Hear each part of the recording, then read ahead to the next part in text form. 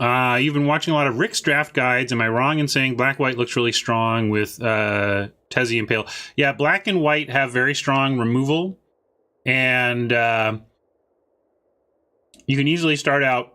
I tend to start out black when I'm playing Rick's. And then I try to get into some sort of Esper-based control deck.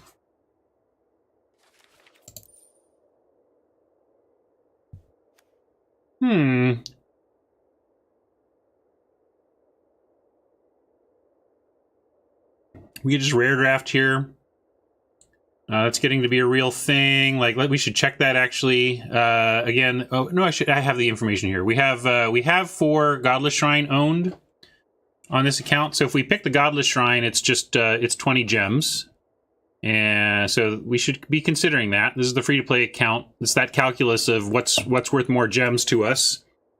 They straight up click and get 20, or take something like the Binding and try and win ourselves more than that. Looks like chat wants Terramander over Binding. It does play like a dragon in the end, doesn't it? I'm down with that. It's also single color. But I think, since we don't know where we're going to end up yet anyway, I'm going to take the 20 gems. Oh, it's probably just got into the wrong... like, got turned off or something? Where is it? Where is my webcam? No, it's on.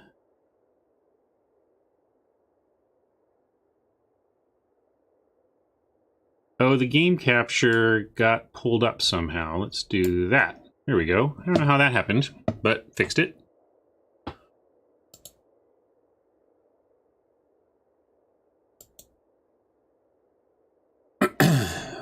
Yeah, anyway, I'm gonna take the 20 gems here. Since it's pack one, pick one. We can take the Terramander here.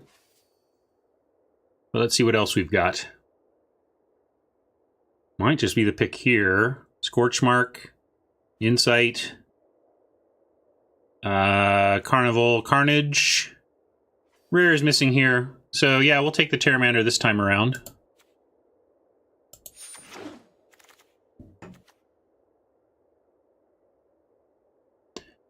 Yeah, I have, so one of our astute viewers has created some software to do this, but I'm going to show you what I'm looking at on my screen for a second. We'll jump into left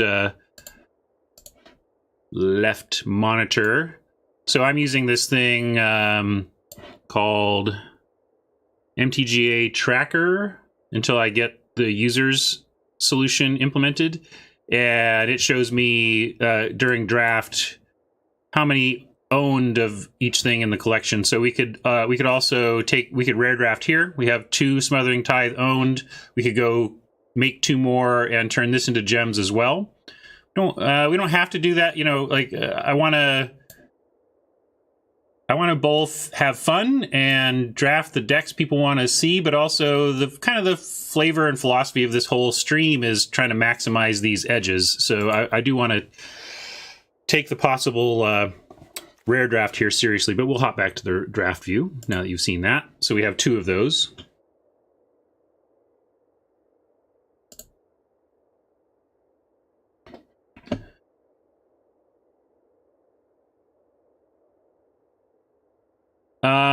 I don't know about the Lotus Tracker, but yeah, there's all sorts of third-party type plugins for this kind of thing. Sphinx's Insight goes with our pick.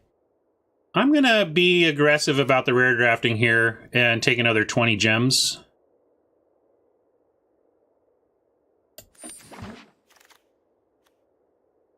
And now we have a Gate Colossus, Sphinx's Insight, or like the 3rd Carnival Carnage. We could even, like, we don't even have, like, we're not locked into anything here. The bots dislike Carnival Carnage enough that we could also consider taking that and trying to just play 3 of these. I think the other 2 might wheel. But we're pretty unattached, and we're not getting signals here either. We have 3 uncommons, so we can't look up draft order. We could jump into the gate deck here, or at least lean into the possibility. And I just think, again, this is a rare level power get uncommon, and we should take it. High Alert at this point in the draft is an interesting pickup. We could take this and start building around. I like that. We can also check print runs now. I feel like print runs, a lot of the gold stuff is clumped together. Like my gut says that High Alert's going to be next to an Azorius card from memory, but I might be wrong. Let's see. High Alert. No, it looks like Shark to Crab is what's missing here. So Simic, not Azorius, taken upstream. Sure, see if we can make a High Alert deck happen from here. Sentinel's Mark is good for that. Turns it into +2/+2 instead of just +1/+2.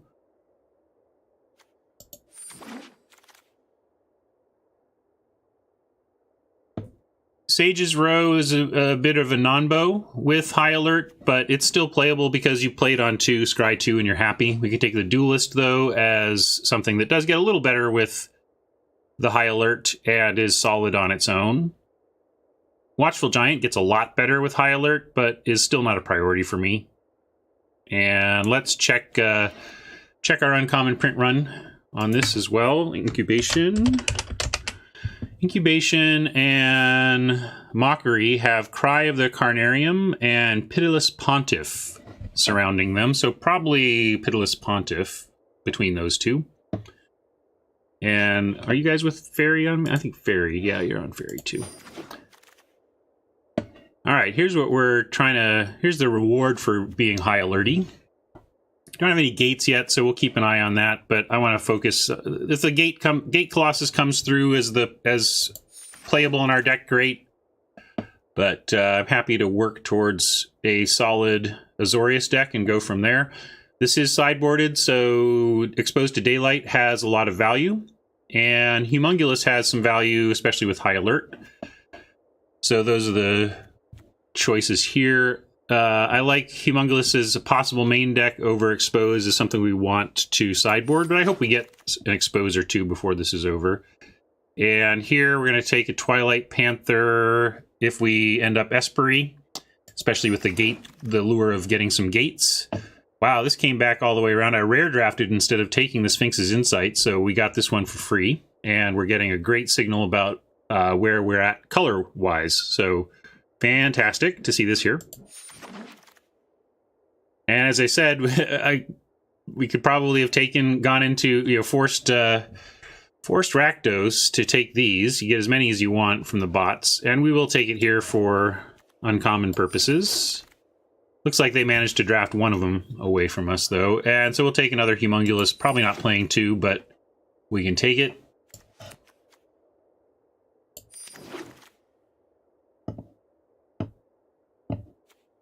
We get this as well. Might run that. Hopefully we pick up Acuity. If we get Dovin's Acuity, we're going to be thrilled about this. And we'd love to take this. This is insane with High Alert. 5 unblockable. Possibly even correct over the Perception, but we saw the Sphinx's Insight wheel, so maybe this will as well. I don't know. We'll see. But we'll take the rare card drawing engine and... Oh, I forgot to look, though, and see how many of these we have. I'm going to jump out and check really quick. Oh, we got a Skyguard. That's... Ooh, look at all this. Wow! I was so excited about the rare draft, I didn't even see the stacked Azorius pack this is. Man. We'll check on that rare later. Let's figure out this pick. My eyes went to the Skyguard, and maybe that's still the pick, but there's, again, these Arbiters are so good with High Alert, and Binding is just straight up removal. Some support for Binding. At least one vote for the Night Arbiter.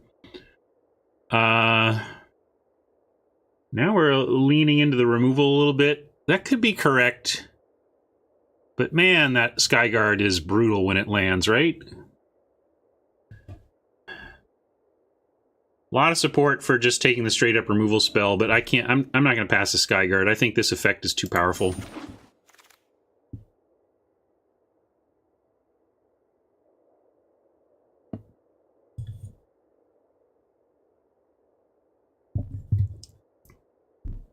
So you had Blast Beat thinks I took the third best card out of that pack. Maybe so. I just think this has turned around games that couldn't be turned around otherwise. We'll see how it plays out. Ministrant doesn't really go with High Alert, but I think I would rather have Slimebind here than Ministrant, actually. Let's shore up the ground removal. Admonition, Sky Tether, or Insight. Insight came around. I don't know if we can expect to get it here. We don't even have Acuity yet or anything. I think I'm going to take the Admonition over the Tether. But the Tether... No, the Tether is really good in this plan, isn't it? We still need to get some more flyers. We're not really there on the flyers yet. But I think Tether, especially since we passed on removal previously... Let's take straight up removal. Hey, looky here. Deck coming together. Now we'll start playing towards that a bit more. You take a gate, but Messenger's fine. Not amazing, but fine with what we're up to here. Admonition is what we're really up to now. Would love the gate. I'm going to take the Panther out for now, and even the Gate Colossus out for now, because we're just nowhere near that. We might end up with the gates still. We don't need too many gates to justify the Colossus. We'll take Admonition. Another Tether. There's a Clear the Mind, but we're going to take the Tether. Eel is fine, and we're going to take that. Rally to Battle is cute. The +1/+3 effect works great with High Alert as well, but is a little win more in that spot. If we're in a spot where we're, I'm not looking to leap out of nowhere and win with Rally to the Battle. I'm looking to just take control and get there steady,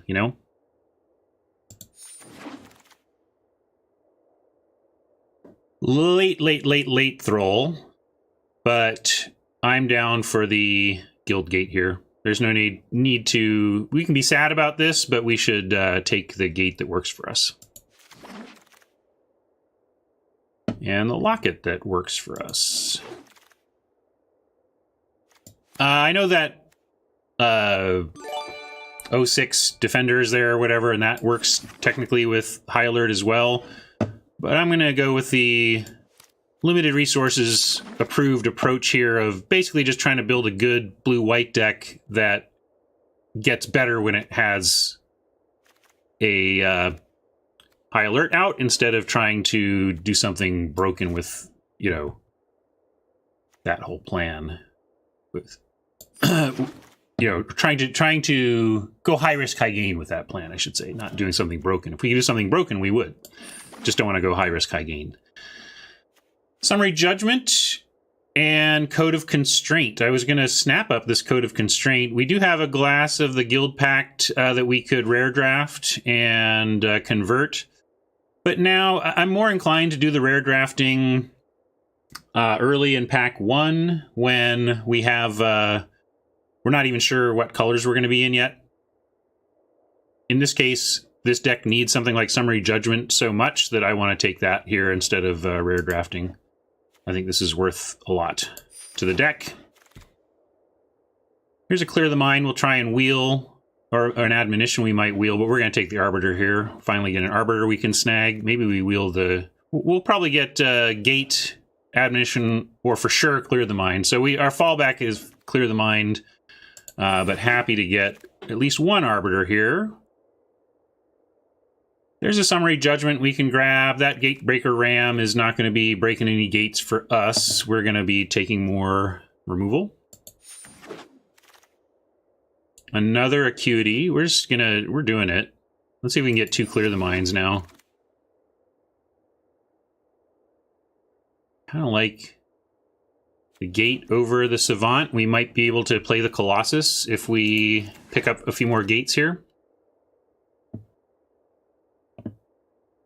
To that end, we could take this one, but here's another Savant. Let's look at where we're at. This is 23, so we're at playables, and we've got double Acuity and a lot of stuff going on with that.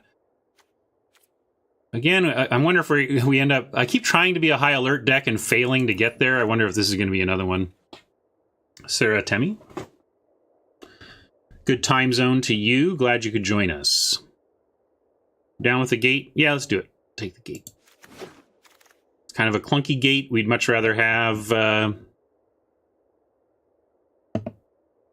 Azorius gate or maybe a black gate to go that way. But again, we're not really heading... We don't need to worry about the black splash. We should just take the Pegasus. It's fine and gets a lot better when we cast High Alert. I don't know why we take Petitioners over the 1/3 on the ground over the 1/3 in the sky. This activated ability isn't doing enough.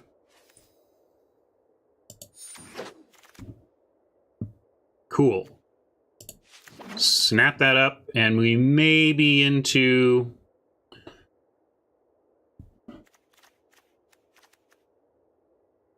Four gates? Yeah, we can play the Colossus now, so let's put the Colossus back in. I'll play the Colossus on 4 gates. I don't really like anything here. Shimmer doesn't trigger the Acuity. Looking for things that might do that. We can take another Humongulus. We have 2, but would we ever play 3? I don't think we're ever playing 3. So I'm going to take the Petitioners as a sideboard card if we decide that the 1/3 for 2 is important to, say, bring in against Rakdos or something where this is an effective blocker. Here's an Expose we could take. Been wanting to get one of those, but we do have an Orzhov gate. And the only thing we can do with... We have a Godless Shrine, so we just didn't really take anything... We didn't end up with anything we actually want to do with it. We could play Twilight Panthers. But we may be happier at this point with an Expose to Daylight. But as long as we are playing the Gate Colossus on 5, I'm going to go ahead and take the 6th one and support that. I think that's the choice, though. Do we want sideboard protection or more main deck support for this Gate Colossus? And maybe it's even if we play this, we can like cut the Gateway Plaza if we don't end up with black cards. But this also lets us, if we snag... There's been some weird wheeling Orzhov, so maybe we'll get something else to take here. So chat wants to take this. I'm going to take the Gate. And looks like I at least got this one. And it doesn't look like anything is going to come our way to really use on the black front. Another one of these. Probably not playing 2 if we're even playing 1. So we got 40 from... Oh, I forgot to go and, of course, craft that rare upwards. That's too bad. That's right. And I want to make a note of the gem grind before I forget, because that's kind of info that goes away forever if I don't write it down immediately. I suppose I can look at the VOD or whatever, but might as well do this right. So we've got a 40 gem grind on this 2019. Awesome. Yeah, where does this leave us with this deck? Cutting 2 cards from here. Check our numbers. Low creatures, we thought that, but that's fine. Is this a high alert deck, actually? These 2 get a little bit better. This gets much better. This gets much better. These get much better. We're not playing both, if one. I guess we'll keep a Watchful Giant in. No, I guess I would rather have 2 Humung if we want a big defensive bodies than that.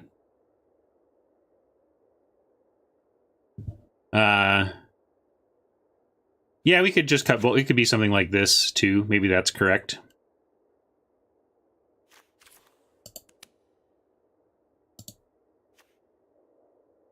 Sideboard. I want to look for any other instance we're not playing. Make sure that we're correct to not play them. Yeah, those are only 2 instants, so Nothing to change there.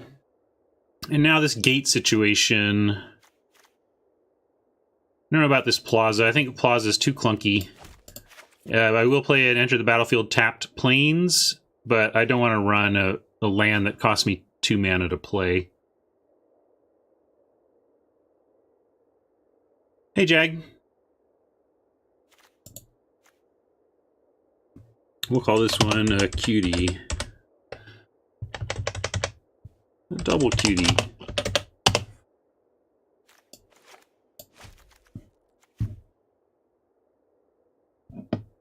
And color-wise, we have 6, 7, 8, 9, 10 white, 7, 8, 9, 10 blue.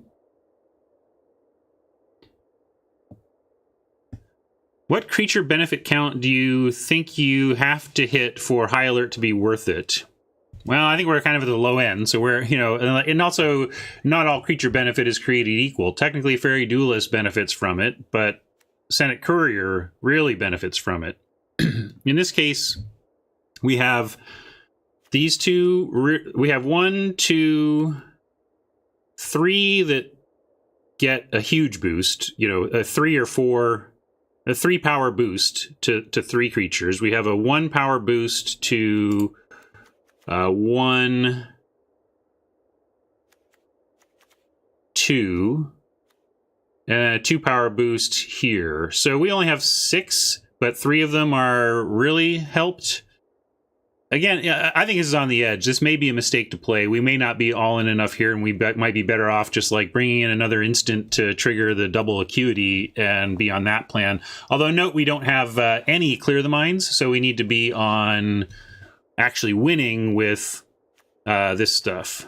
That's we can't just grind forever. We actually have to win. So also note we have no counter spells. So this deck can, I think, be pretty easily beaten by by removal. You know, if Oppo can remove our big threats, then we might have a hard time closing out.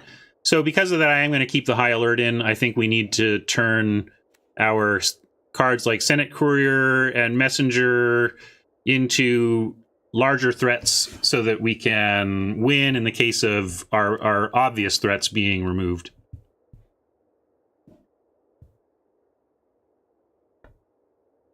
Hey, Jag, I'm sorry. I don't know what to tell you. I gotta. It's better for me to be on at 4 a.m. on your time than not on at all, and I think it's gonna help me bridge my time between right now and doing something more career-like or more salary-like with my time. Yeah, no, the last few slots are always tough, and there's definite reasons to justify a main deck exposed to daylight. But I think we're going to start it like this, and what you're suggesting, Iacapia, is good out of the board, I think. Like, if we make it change out of the board, it might be to make that swap that you're suggesting. But let's go with this.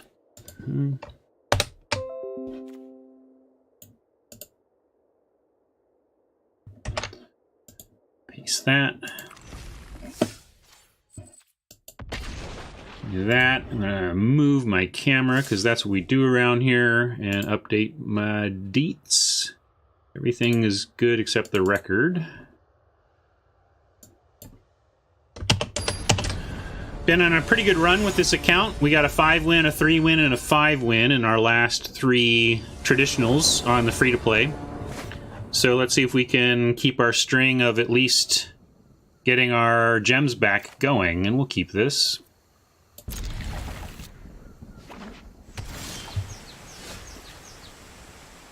A couple of tethers already.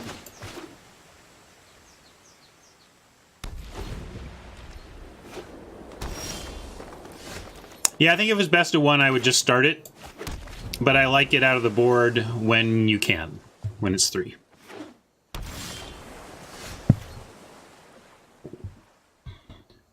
Play a gate, but let's go ahead and get oops, not that, our courier out, or if they want to counter it, they can counter this. Not even a pause, so it looks like they're not on any counter magic.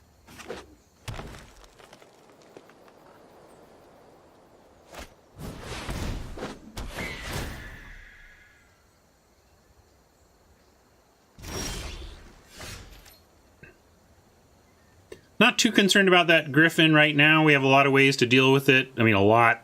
Tether, Judgment, Tether, eat it with Mark. So I'm going to... What are we going to do? If we want to leave that stuff open, I got to play the gate right now, and then we could use Summary Judgment on it. We could also just catch him with the Mark. Let's do that. I think I'm going to end up using Summary Judgment here.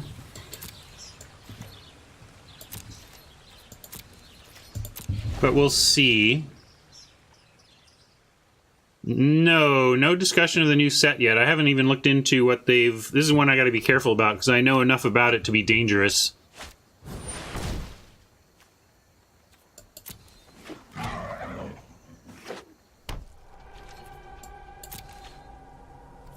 Alright, they're just not going to attack at all. That's fine, too. We don't get to use our mana on the turn, but things could be worse.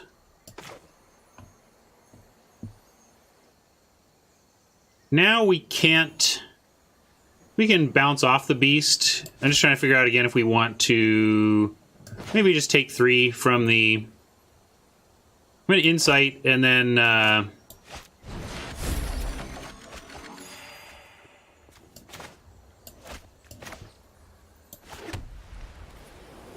I think we'll just take 3 from one of these and also give them a chance to use tricks on the courier or something like that.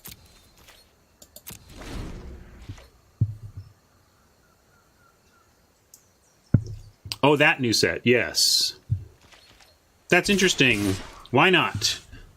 Modern should... I love giving R&D the... You know, that R&D takes for themselves and keeps for themselves the power to mold Modern into the format that they want it to be, and it's the most fun for people, you know. So if being able to make a set like this that surgically changes Modern under the watchful eye of R&D, I think that's probably a good thing for Modern. Well, they have a precognitive perception as well.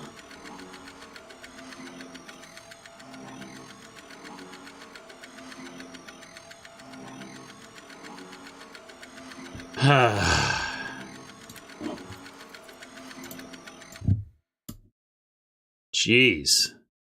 It's bad enough to make me want to do this until they figure it out. Wait for some action. Will it show underneath? I hope so. Looks like it's animating underneath.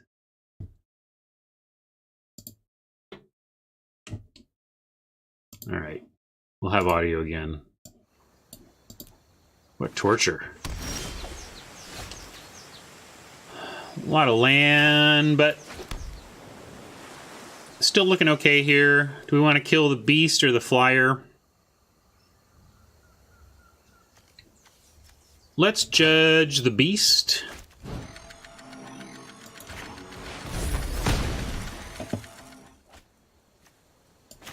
And just throw out the Pegasus. I bet we can just... We're not going to use Sky Tether or Sentinel's Mark here. I'm going to go ahead and give it Vigilance and get in for 1. I don't think Oppo is going to be attacking into these 2, and if so, we'll take it and figure out what to do once we have mana next turn. So shh, don't tell them, but they have a bluff attack here if they want it.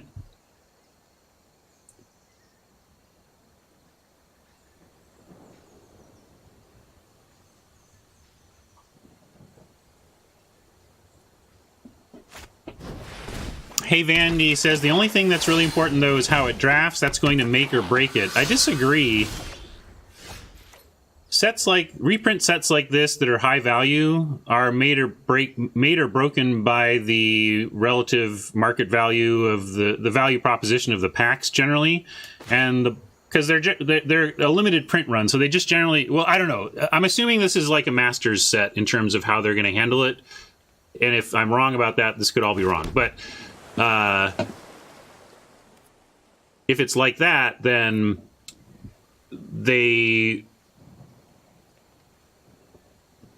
it's not about the play experience making or breaking it. It's that a play experience is required, and what makes or breaks it is the value proposition to modern players and stuff. Okay, so we got new 2 Soarform hybrids. Probably going to have to tether those.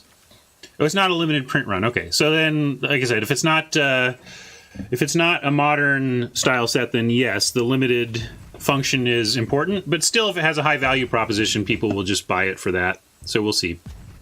All right, I have 1 timeout, so we can let this go, and it's not a big deal. What am I doing? I think we admonition after they adapt one of those, but let's put a tether on one of them now. Actually, they can't adapt both next turn, so maybe we can even wait on the tether and just go like this.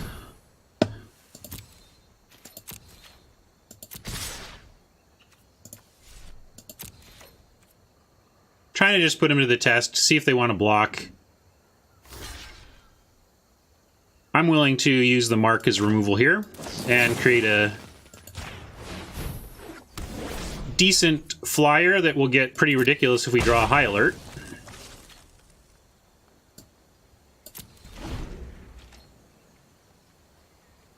Another thing we could do here is put the Pegasus on one of these hybrids, and after they adapt, bounce for no card draw value, but for a huge tempo value. The trouble is they're at 19, so tempo doesn't feel like the play here. I'd rather take the 6 and tempo them out for a card and have them just recast it.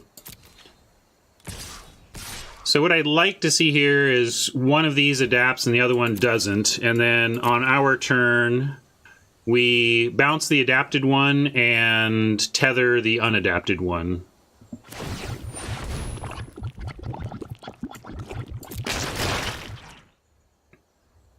It kind of makes sense that they would have no fetches or Mox Opal or that stuff, because they kind of said they were done with modern sets, Masters sets or whatever, so it would be a little weird to have them turn around and effectively make a new kind of one, so I understand why I would not be correct on my guess there.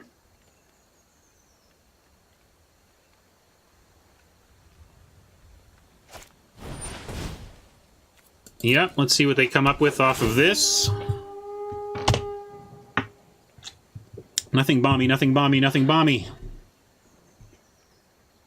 Only have so many tethers to go around.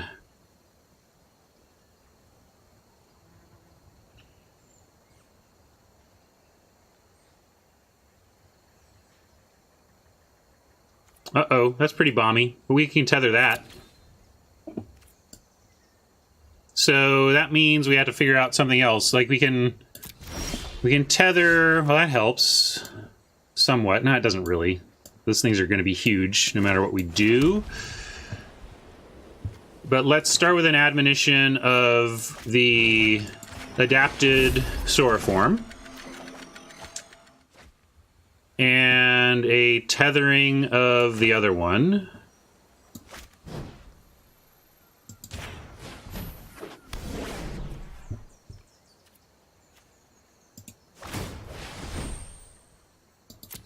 We'll do that and go ahead and get in for 3.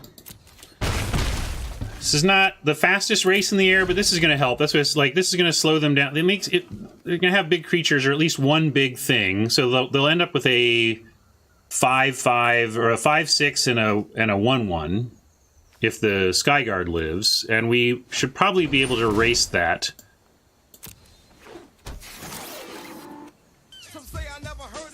Hey, K Carpfen. Thank you so much for the sub.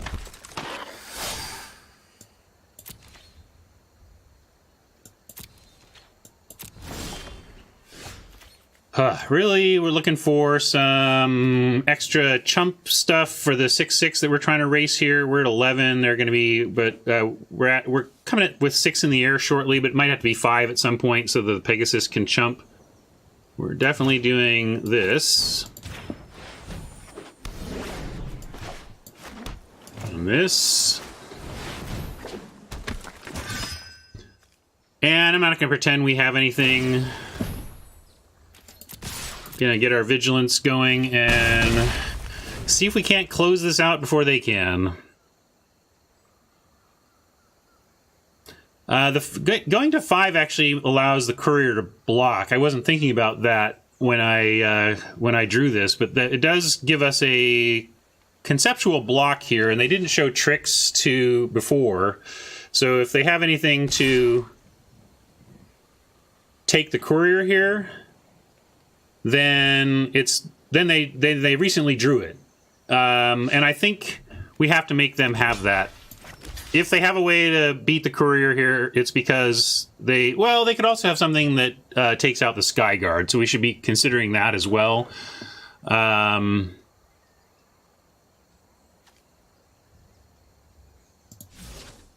It's a conundrum. I really don't want to lose this courier, but it's really important that we now do technically have a block here. I suppose if they have a flyer killing, we're probably in bad shape anyway, so I should not play around that. Again, they didn't show anything to make this courier be dead like a couple turns ago when they would have used something like that, so they had to have drawn it here, so I'm going to do it.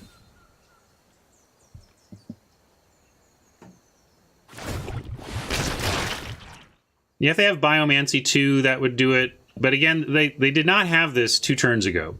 I'm not saying they can't draw anything. They're allowed to draw things in Magic, but we're going to make them have it. Yeah.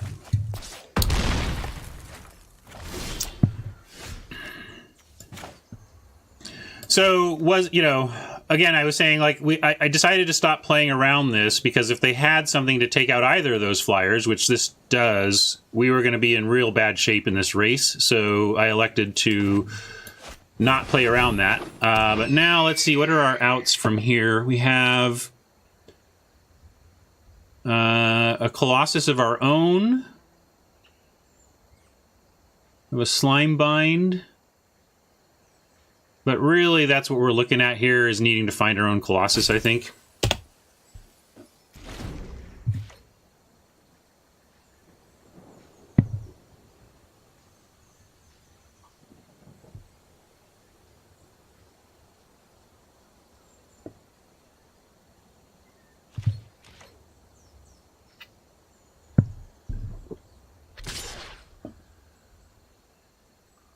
I'm going to take this here in case we draw 3 more power that at least allows us to trade for the hybrid. We could draw the eel or something and try to do a gang block here. And Oppo could have nothing but lands, right? Oppo, nothing but lands.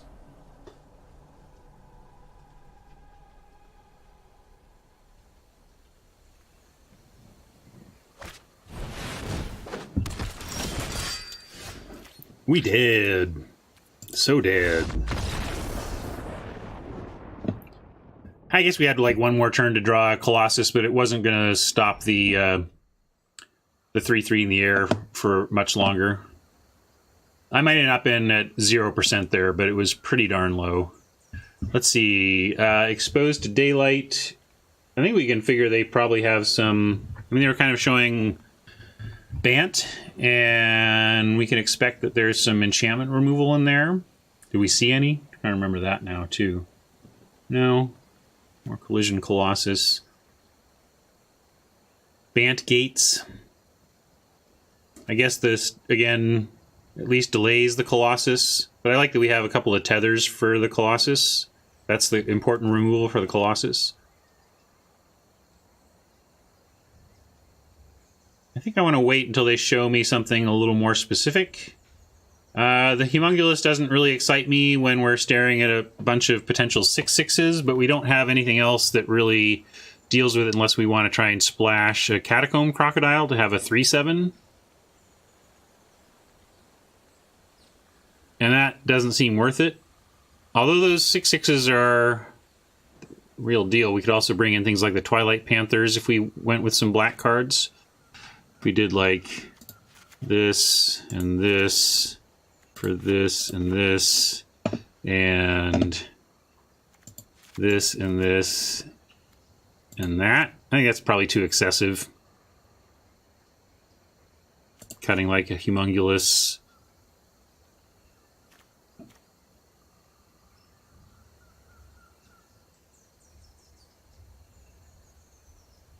I don't think I like that change.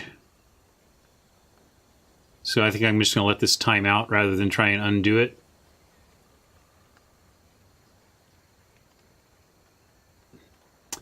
Maybe it's correct. Not sure. Seems like a stretch to try and bring in black to activate the kitties and to have a 3/7. We should just be proactive with our own strategy here.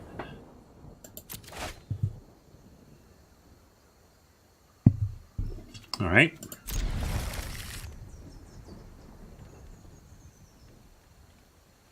Oppo's down to 6 on the draw.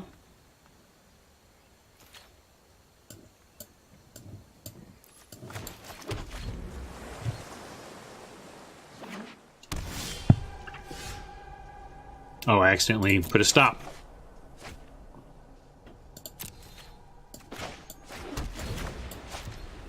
No 2, but looks like we'll get an Acuity barring a Quench. And then find a slot to sneak the precognitive perception in and get all sorts of cards.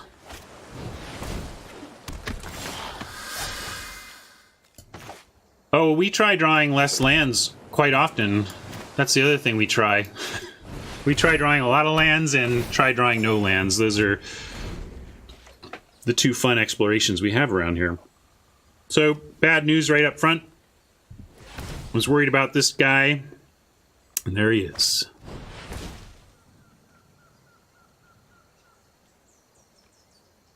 Maybe another gate. Set up their old Colossus or something. Yeah.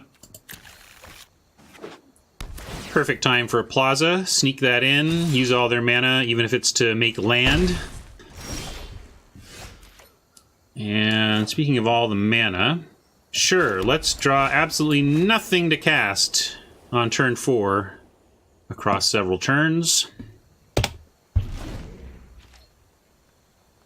We could tether here, I suppose.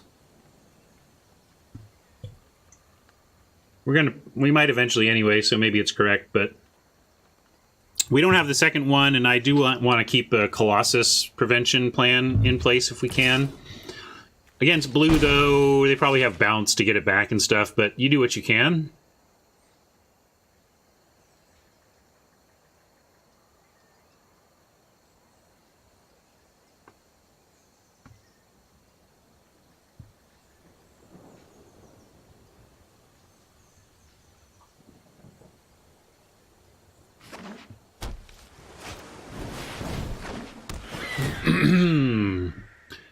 Facing a lot of pressure, unfortunately. Don't know if we have time to... We're not going to do this next turn. I'd like even like a 4-drop so we can tether and 4. Now I wish I just tethered before. But we may want to tether that anyway.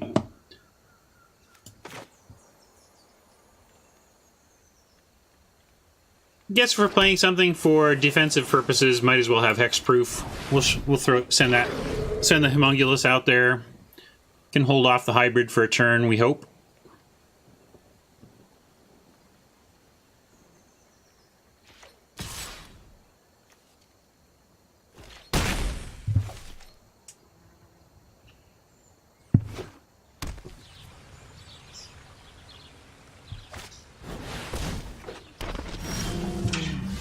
Well, there's another tether.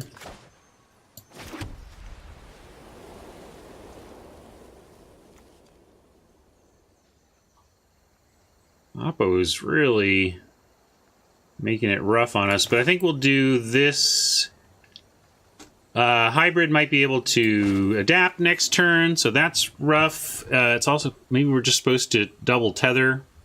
Probably not, though. Let's go tether on the Ceratok.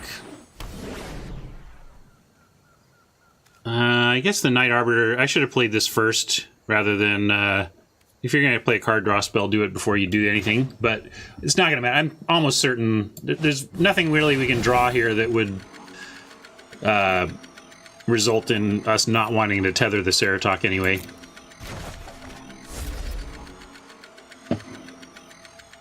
Let's see. I think all those are going to be good for us here.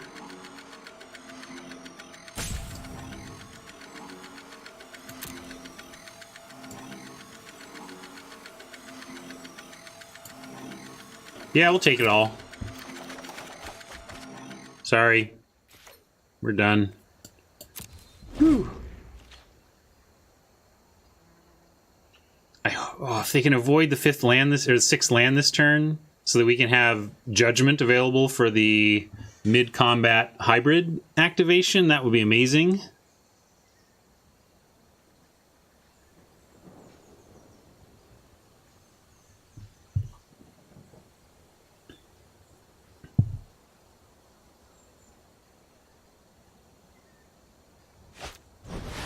Chili Bee. All right, everyone, chill.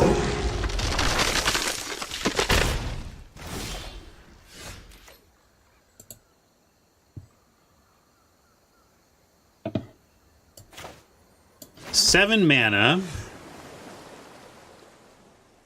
Judgment, Acuity. They know about the Acuity. Let's just run that out there.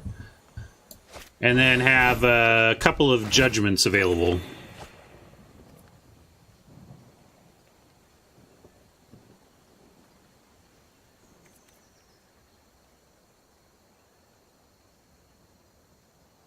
Considering judging the Griffin right now, but the Messenger actually trades with the Griffin naturally, so we're going to save the Judgment hopefully for Chillbringer and Soreform.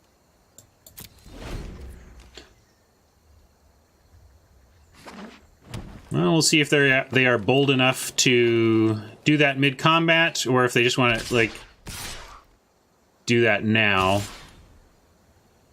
Nope. They're going to send it in and give us the chance. And we'll go ahead and force the issue by blocking here. They've got to do something to save it.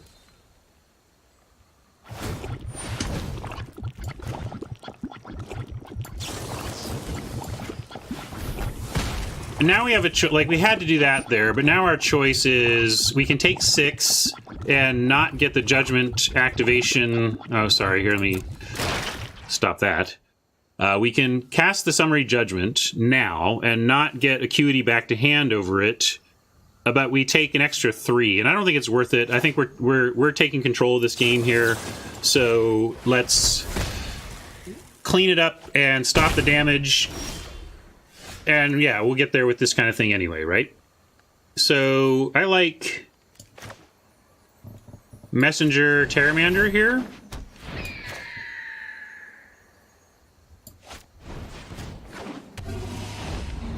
And I do like offering the Messenger for the Griffin over... that can block those, so we don't want to do that. I don't want to use Sky Tether on Griffin. They've got a Colossus lurking, and we're really going to try and save this Tether for a possible Colossus moment.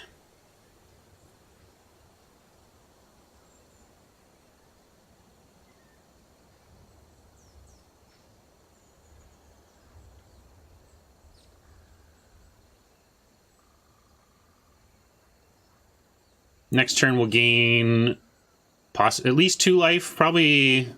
Well, it's possible we play the Sky Guard. We'll see. There's a lot of ways we could play out next turn. We also have Pteramanders down to 8, down to 5, so we can turn this into a dragon for a mere 5 mana.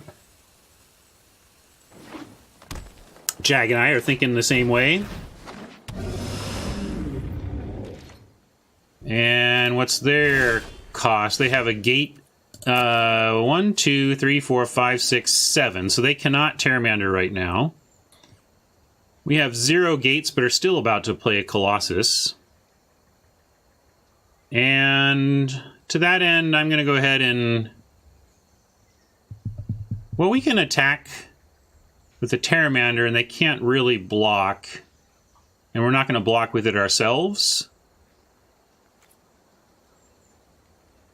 So I'm going to go ahead and attack with the Terramander first for a single point. Hey, Goman Edge. How are you? Yeah, if they want to chump here, we'll go ahead and make a 5/5. That's cool. Just have to be ready to commit to that if they do make the block. Oops. And now I want to do this. Let's make sure I don't have any double white. No double white in the deck, so that auto tap is fine.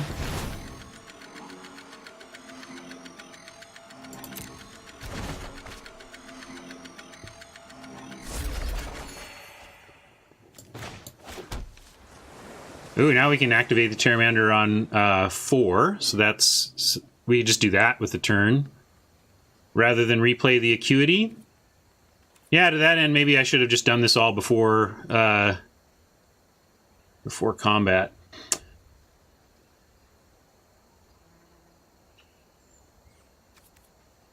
Yeah, I'm gonna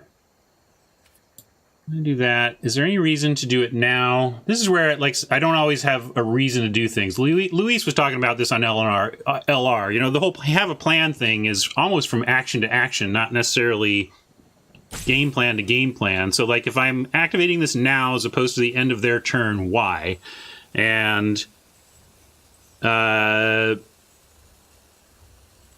don't have a good reason either way. So I wish I did.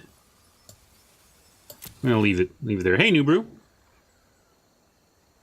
I guess we're more threatening this way.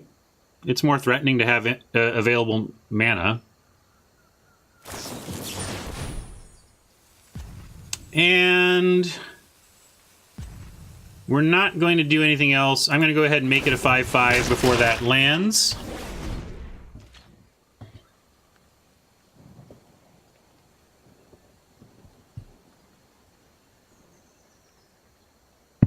Oh, been there, Sheesh Falco.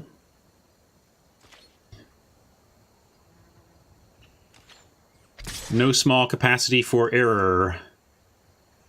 So this is going to hit us right in the face. But if they spend their whole turn on this, we'll tether it, and then I'm okay with that.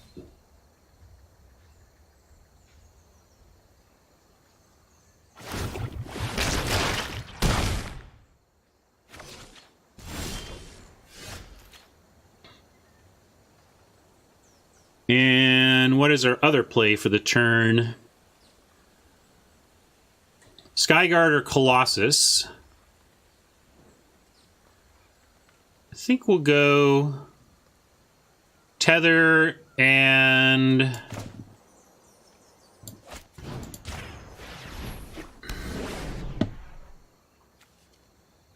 Colossus. Well, let's do Colossus, and we'll save the gate to get it back.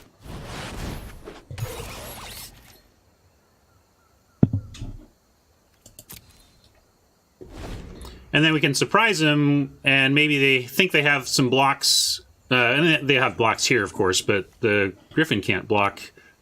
It's not going to really matter, though. I was thinking, oh, cool, we get to make this not able to block Colossi, and maybe that becomes relevant, but with 2 chump blockers, it's not going to be immediately relevant. Maybe I did. But, well, they have blockers. Why? Like, he can just block with the Ceratok.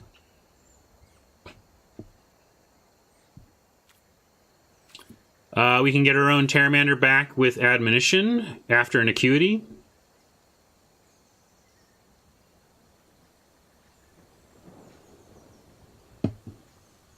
So, yeah, what are we doing here? Let's go... I like Acuity, Terramander... well, we'll attack first. Let's see what they want to do about the attack.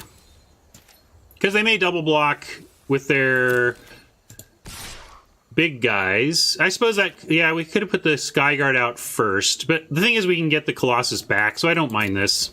I'm gonna make him double block.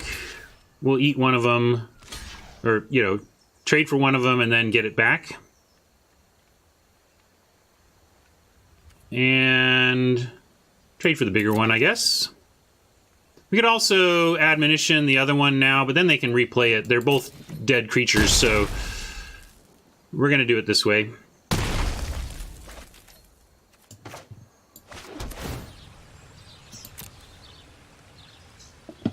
And we can even Acuity now. Draw it. And can't quite cast it. Close.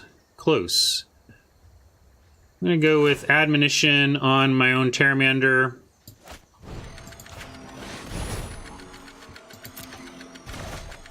We get that back. Get our life total up. And should be pretty close to almost... Looks like we don't have Pteramander on 2, but it's close. Well, we're only at 10. We'll see. They could do some big stuff that might cause us a problem, but I think we have the tools here. We don't have, like, removal, so their Colossus could come down and make it awkward.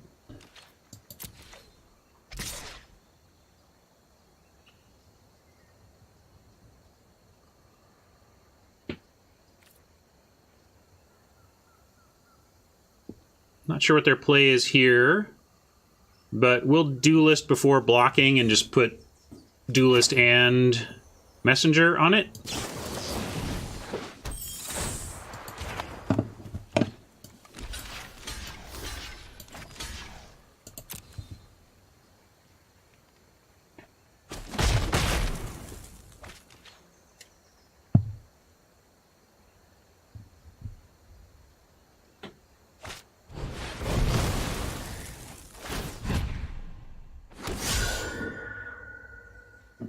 Well, that was a saving play, but I think we're still okay. We got the Colossus to come back down.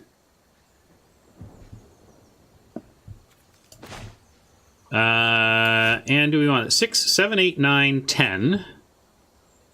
So 3, we have 10 mana to spend. If we Acuity and find land, we even get more, but I guess the question here is whether we're looking to do some combination of Acuity, Slimebind, Arbiter. Those are 3 things we could do.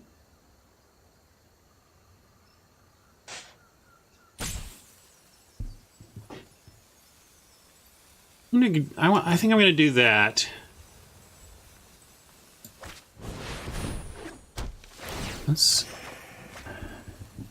Sentinel's Mark is also interesting.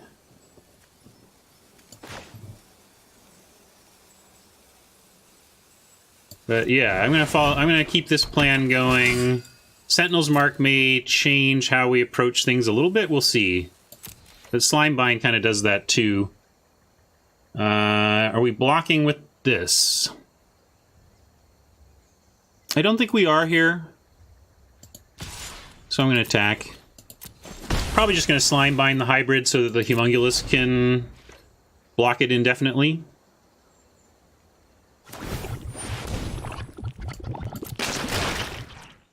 Sentinel's Mark would also allow the Humongulus to do that, I suppose. But we could get a big... We might need some life out of the Sentinel's Mark.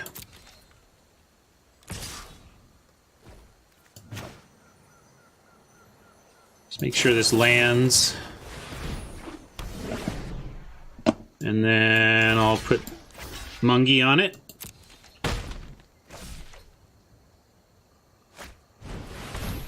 Uh-oh.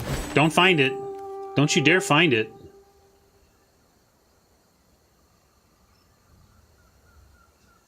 If so, we might go Colossus. We can mark our Colossus to get a big life chunk. Okay, Chillbringer has some realness.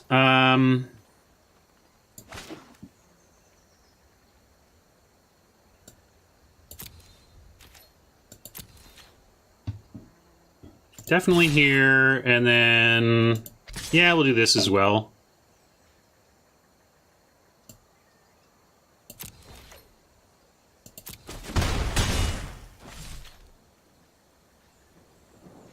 kind of want to do the Skyguard. They're obligated to play the Chillbringer next turn, and there's not much difference in terms of playing the Colossus, having it frozen, untapping, having it stay tapped, and then untapping it the next turn versus just casting it next turn. And I like this play.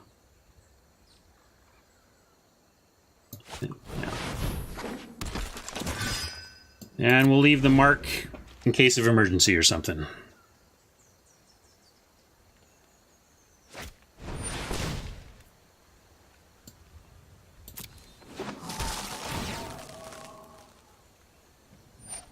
Yes, I know it gives vigilance. What is that? Chill.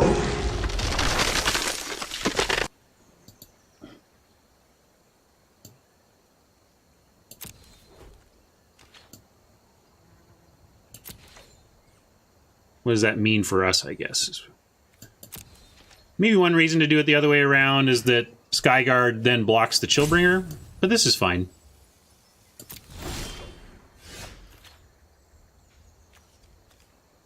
We'll save the gate for returning the Colossus as needed.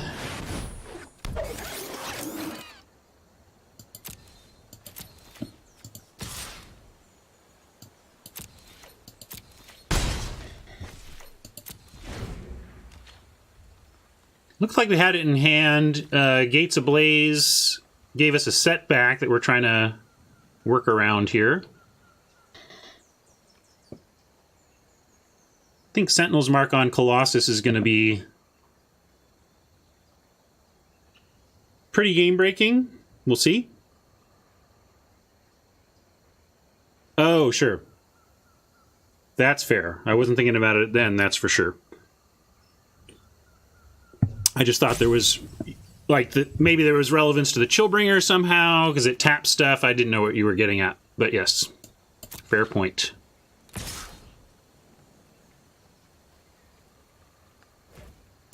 All right, Chili, you get 2.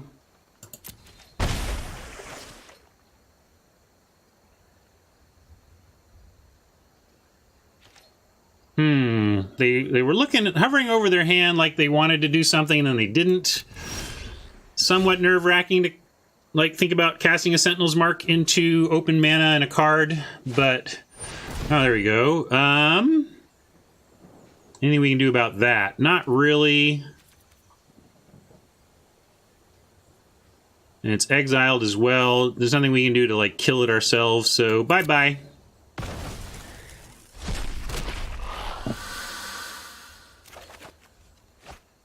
Oh, that's a nice place to be, though. We can go... just play this now. High alert. And... Sentinel's Mark on Azoria Skyguard is 5. This is 10. 11. Is there anything that just ends it? If we put it here, we get 3, 4, 5, 6, 7, 8, 9. Yeah, all I can do is find 11 here. Just trying to figure out where we're putting it. Because we could also put it on the Humongous. Probably put it on... Let's get the most life and just put it on the Skyguard. I also don't like necessarily putting it on the most valuable creature we have, which is probably the Skyguard, but that's pretty good.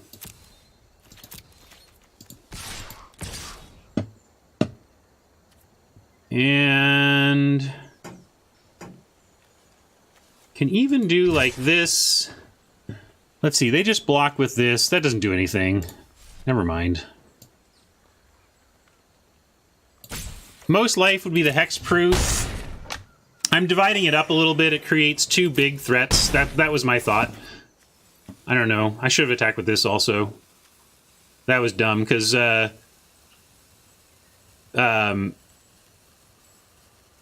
we can untap. TBM. We can totally use this to untap stuff. but it didn't matter because there was nothing. That was what I was thinking. Like, we could totally attack with the Homunculus because we could untap with it, but there was no real reason to. They could block with the hybrid. But what I should have done is attack with the Spirit so that the Arbiter alone is lethal. Or I guess it's lethal anyway because of high alert. We should get a lot of things lethal here, so... Alright. Yeah, I do remember the untaps. I just don't think we had... there was nothing relevant there. I just should have attacked with the Spirit is all. What else? Let's see. Do we see... They have Gates Ablaze. Trying to remember if we saw anything relevant to Exposed to Daylight. Yes, we did, right? We had to bounce our creature because they did that. So we'll bring in Exposed to Daylight. Maybe cut the locket.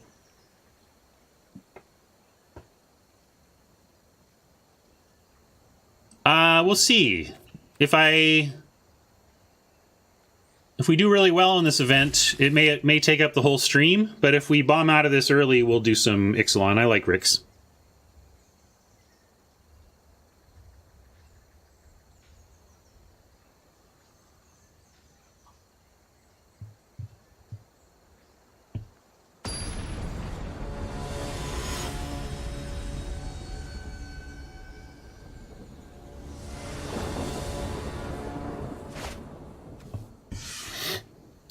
Seems keepable.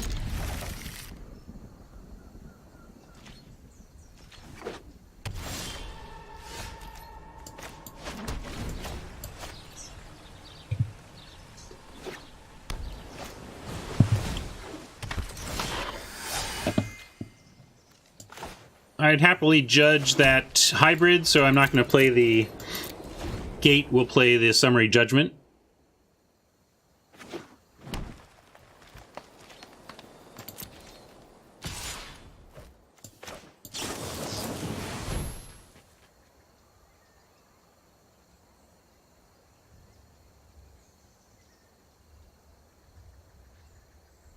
Can you save it? All right. Took a lot of damage, but they spent a card to do that. It's not the worst.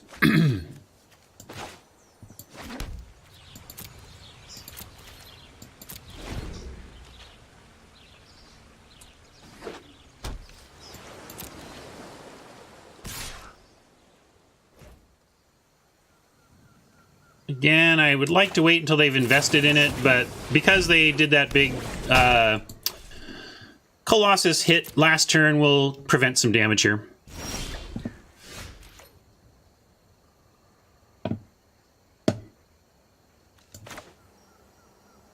Hello.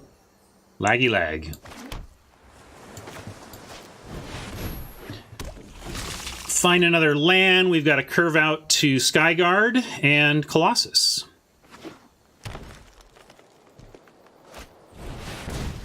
Chilly, chill. All right, everyone, chill. I have to start with the Skyguard, given the Chillbringer.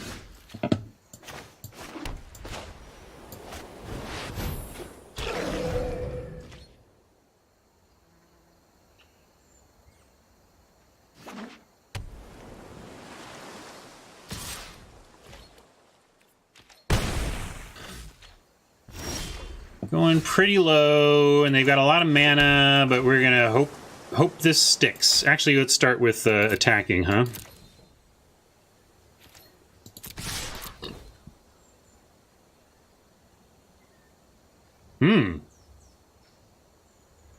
They have untapped stuff or something? I mean, even turning into a 4/4 that can block isn't going to do anything. Maybe they're deciding whether or not to chump here with the hybrid. I mean, they can make it a 2/6 if they want as well, I suppose. I'm down with that.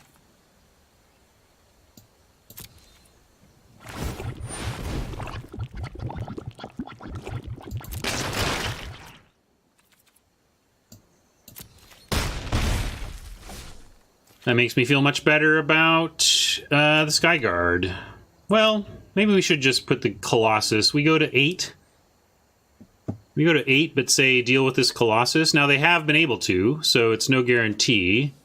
And maybe, yeah, actually we're going to start with the Colossus, because actually if they can deal with one of our creatures, like Exile, we actually have a better chance at beating an exiled Colossus than an exiled Skyguard. So I'm going to start with the Colossus, not because it's better, but because I think it's less important.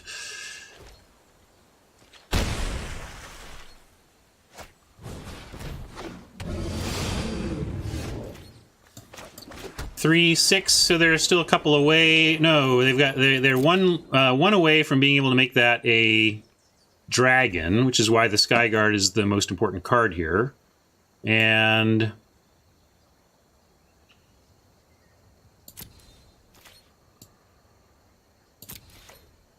I think we can continue to attack with everything since they cannot currently adapt that.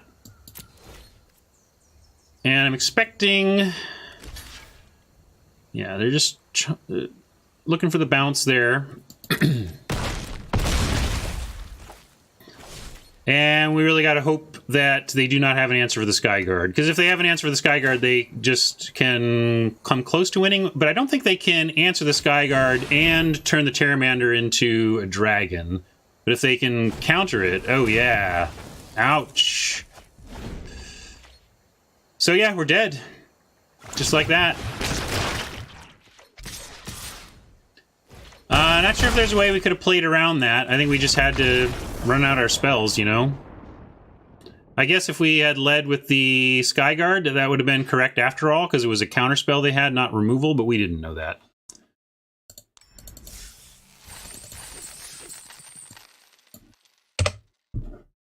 Bummer. Thought we had him. I think they mulliganed there. That was a good recovery from Oppo. Pull out a mulligan game. Hey, Potato.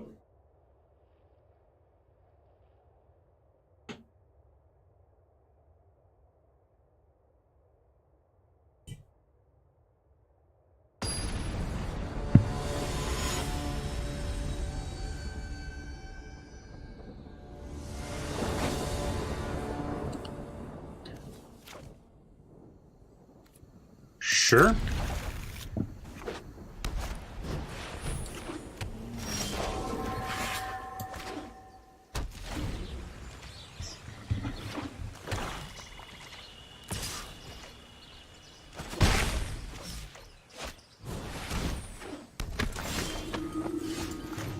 Was debating Pegasus versus Hold Summary Judgment, but with the Oligarch, we'll definitely play the Pegasus and see if that's enough to keep Grandma at home.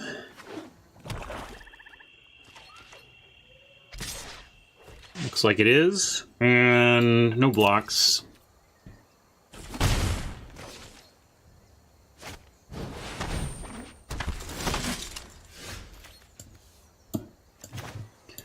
Choice here is between Locket and keeping the Judgment up again with Veteran. We can still respond to the Veteran trigger with the Judgment, so that's no big deal. But let's advance our agenda to the Skyguard more quickly and cast our pump spell, our ramp. And hopefully still the Pegasus holds off Grandma.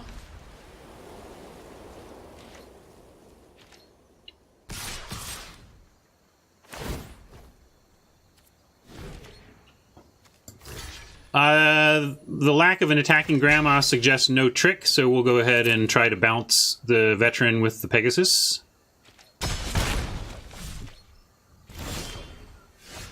Admonition will come in handy eventually. We could even have it come in handy now, but I think we're going to play the Messenger out here. There's an argument for pre-perception so that we be sure to get a land for next turn. But I'm willing to build the board here and see if we can't come about a 6th land on our own. And then perception later when we're no longer developing our board, when we're out of gas.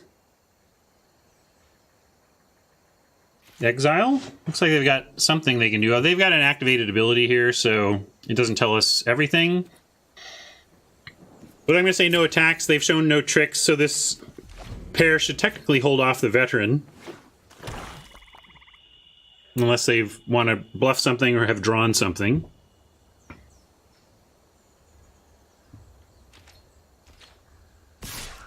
Yep, just the Death Toucher, and it will get its 1.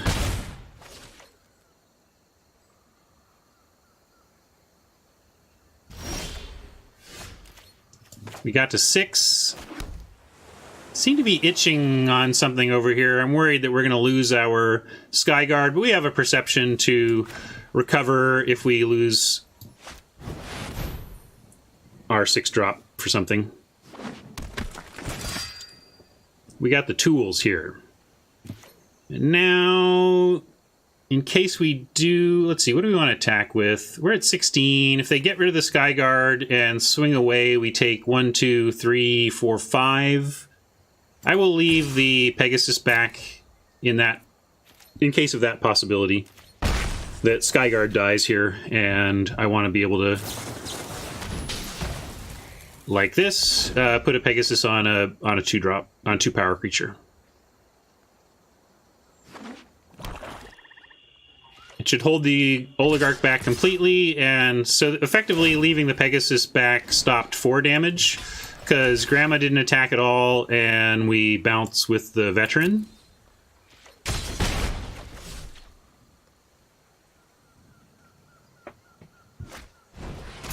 Oh, ouch.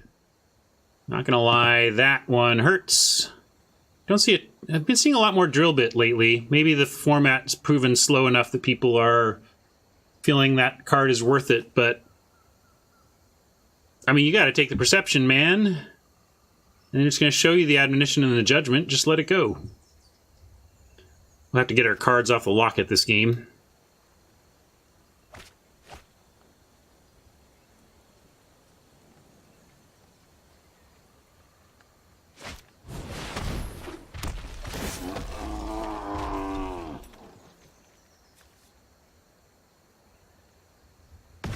Well, I know what we're looking for. Man, we have some punishing cards for that play. Let's go look for them right now.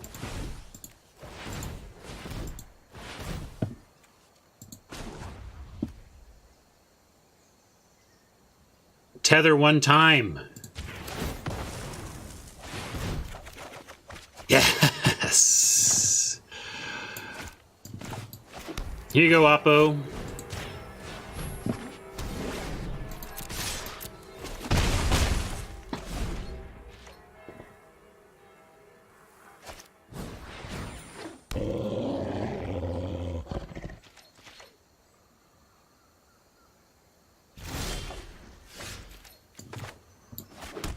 Yeah, that was a good draw.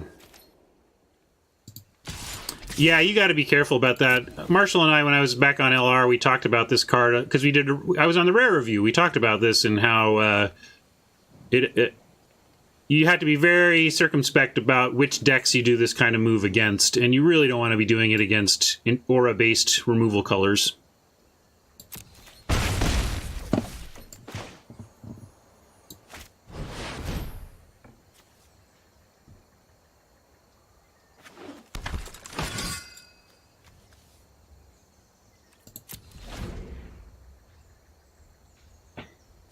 Pretty good clock here, and that land does nothing for them.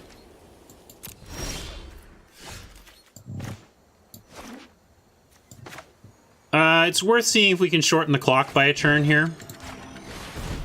Drawing a card to do so.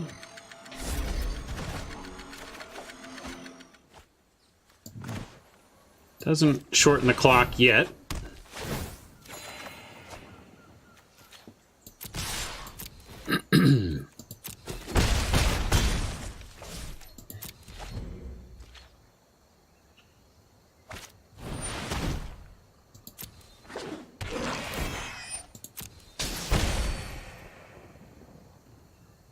Now we just need high alert. Then it's all fine.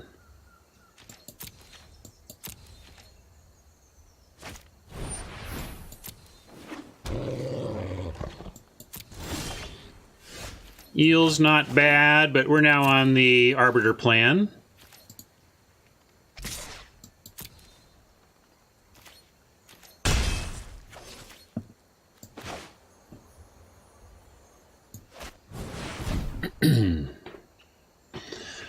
Eel's not doing anything against a 10-11 on defense, but we're really just all in on this Arbiter at this point.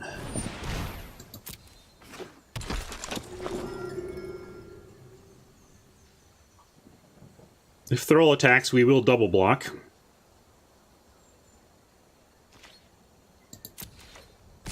Actually, if Thrall attacks, let's just kill it. They'll save it with Watchdog, I guess. But we'll do that now. We do get to kill it one way or another here. Save it with Doggy now, and then we judge it on our turn. And we get Acuity back for our troubles. Yeah, we could respond to Watchdog. It's a good point. But it looks like they're not going to activate.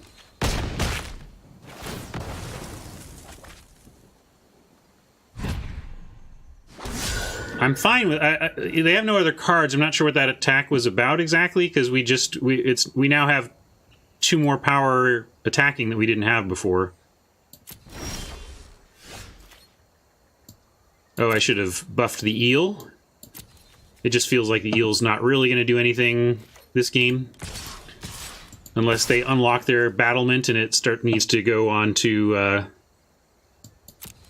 chump duty.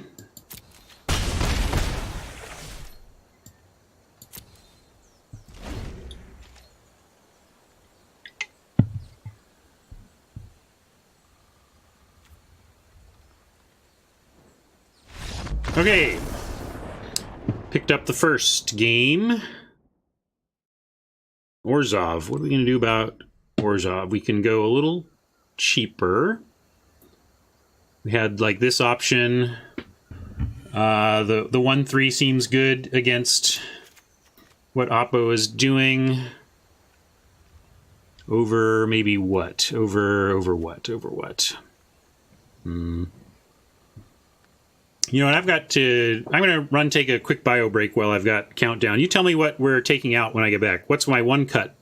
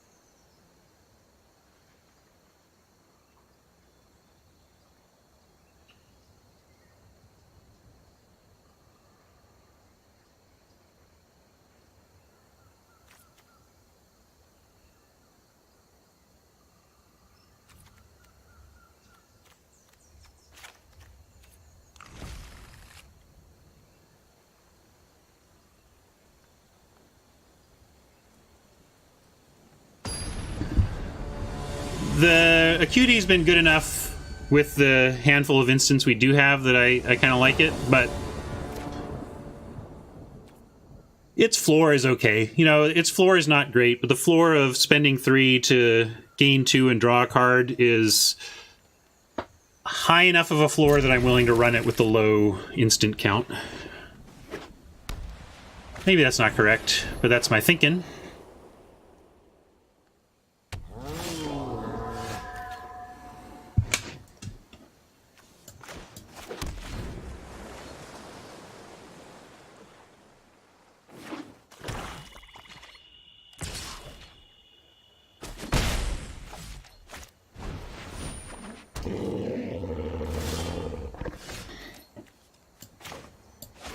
Yeah, drill bit is going to be tough to play around, but we'll, you know, just gotta hope. I think if they had drill bit, we already would have been bitten, I think.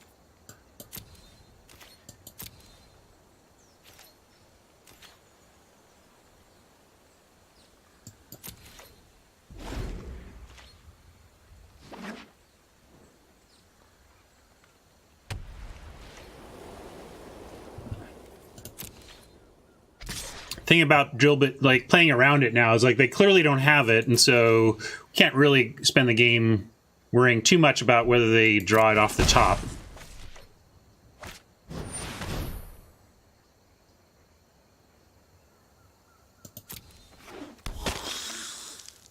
I'm gonna go ahead and slime bind that here, use our mana, and excuse the nail bite, but I had a loose nail that's killing me here.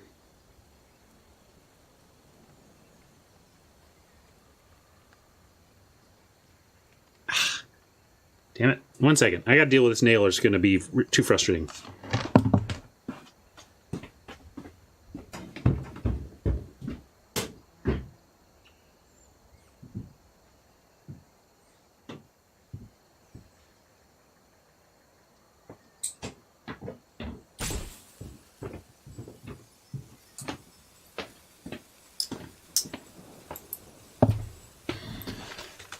Okay.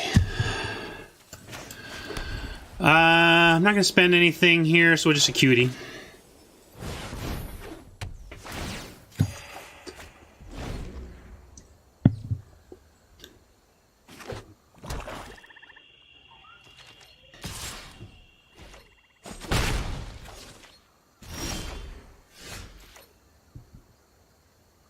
Need some land, so now we're going to run out the admonition to trigger the Acuity and hopefully find a land to play.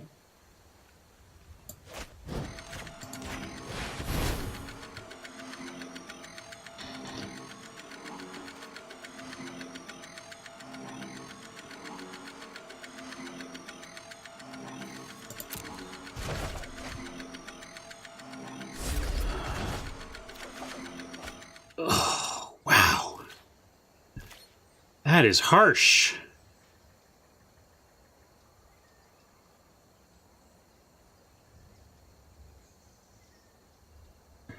I'm gonna ditch Mungie.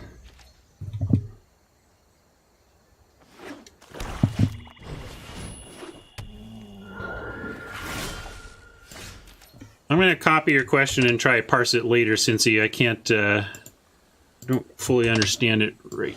It's just too many words for me to process as I try to make this game work. Do we want to throw the eel out or keep Acuity-ing? I guess we build our board.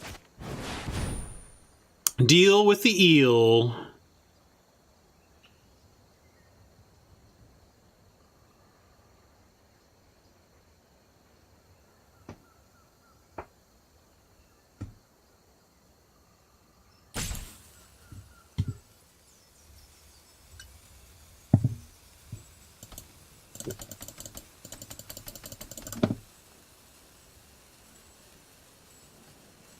What are we thinking about, Oppo?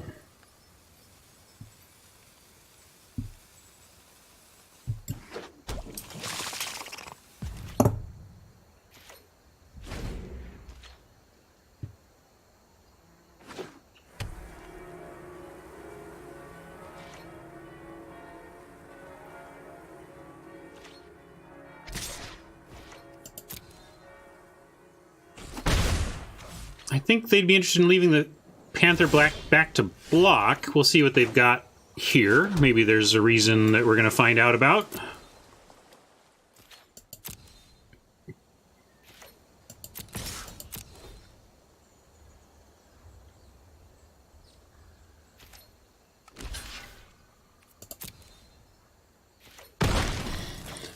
Just a chump. Okay. We'll go Acuity, see what we get, and probably just drop the Pegasus after this. Get a land, we could think about adapting the eel. think they're gonna kill the cutie, maybe? They got something going on. I don't know. They're fishing for some sort of play here, it seems like.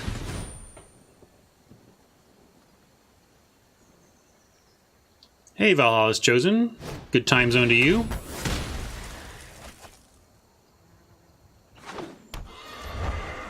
Don't mind that at all. I just want to trade 1 for 1 and land this perception.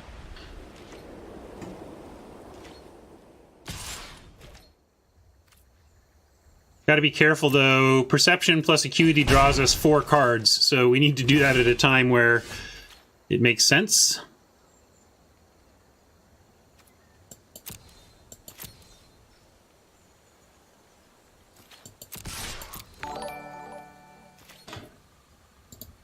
Alexander, thank you for the sub.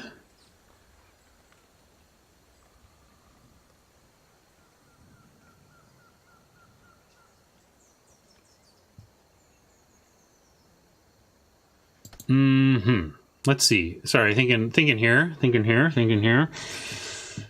We could judge the Panther, but the Panther's going to become pretty useless if we stick a Sky Guard.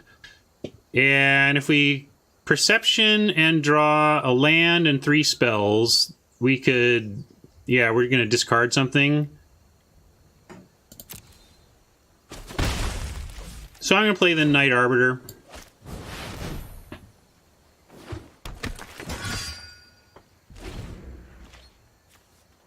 Yeah, I know we can decline the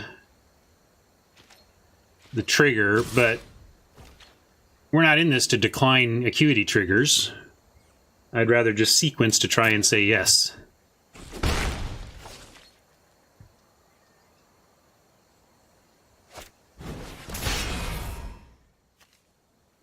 Well, looks like they drew that. Again, we lose this card draw, but I still feel okay about our spot. We just have a lot of gas here, and we get to Judgment, draw more cards, so... Maybe they take the Sky Guard, but I don't think... How can you leave me with a Perception? I think it's just kind of grim news for the Drillbit player here to see that they have to leave me with that Sky Guard. And we get to cast it. Let's do that. I don't know if they've got multiple drill bits or whatever, but get that played at least. Oni, 40 for 40. Thank you. New ESPN series. Oni, I miss you. I promise we'll chat soon. I gotta move forward on some stuff around here.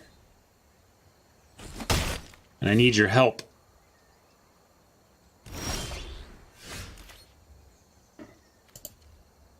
One, 2 reductions on the Pteramander, which is not enough yet.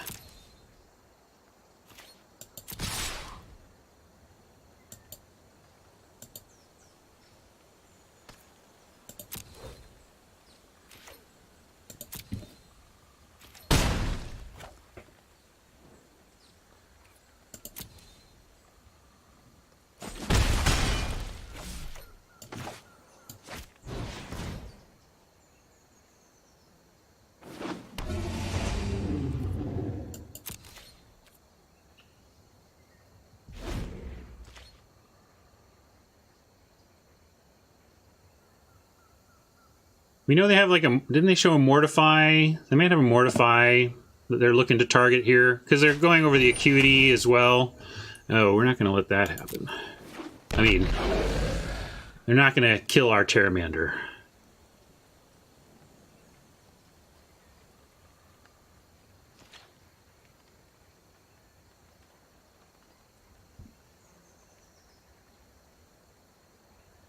Yeah, there's some stuff going on in Rick's draft that can be tricky. But I think once you kind of get the download on it, you can manage it pretty well.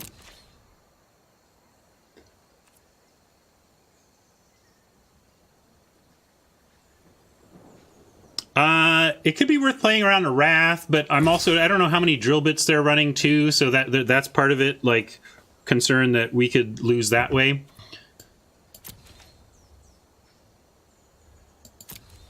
I don't know why they keep sending the Panther.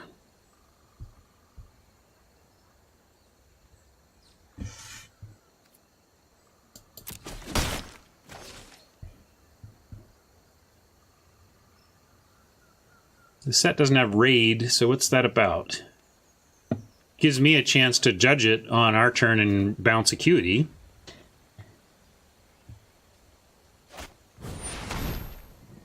That's why. Okay. And we can mark the Pteramander, though. They know we have it. Interesting.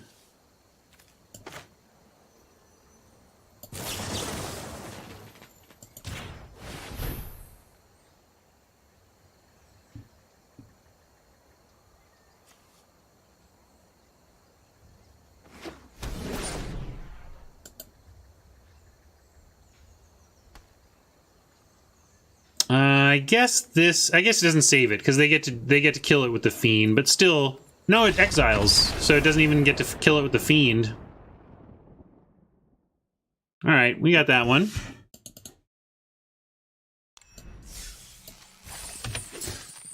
Off the schneid. I don't know about 3 wins, but maybe we can manage to pick up some gems before this one ends.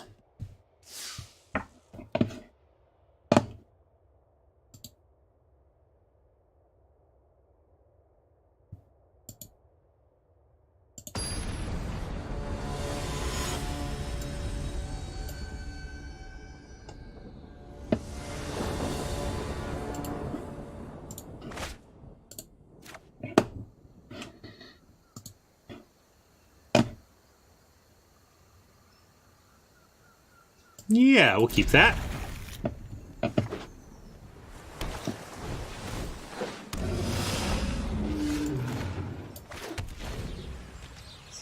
We'll go for Acuity on 3, probably Messenger on 4, and hopefully maybe Colossus on 5. We'll have to see how it all plays out here. We could also just judge that thing now. We have time. We'll take the 1.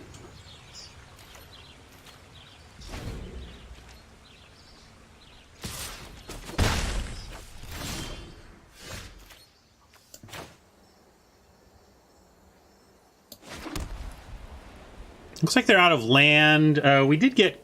Oh, this is a new event, so we don't know about Quench, but we're gonna take a chance. Take a chance on no Quench.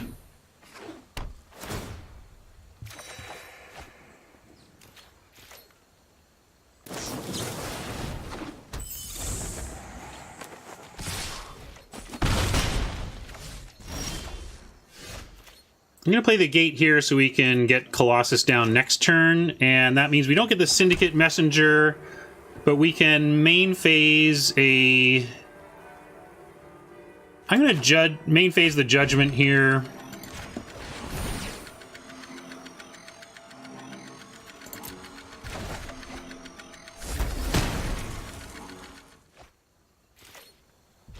Kill that dragon before it's a dragon.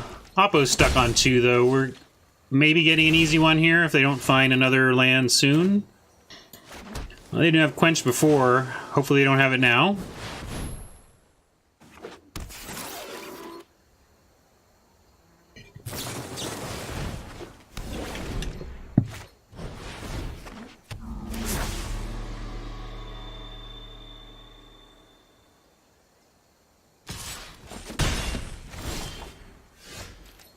So they put the Slime Bind on it, 4/8, obviously much worse than an 8/8, but it's still going to do a ton of work here. So I'm fine with that. And not even splashing, so let's do this for Acuity.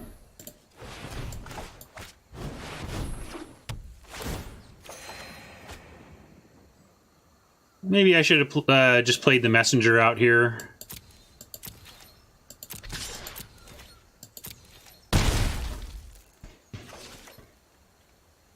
And I didn't see what they scried. But I'm going to hold on to Judgment and Admonition here. I don't think there's any reason to use either of those in this spot.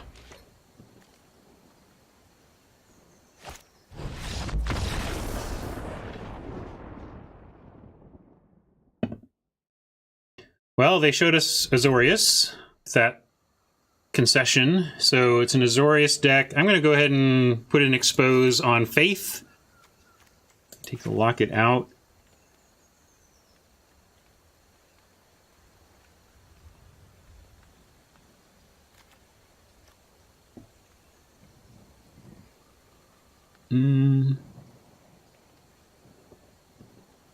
We do a 1 acuity and keep the Locket. No, I like this. We're in this.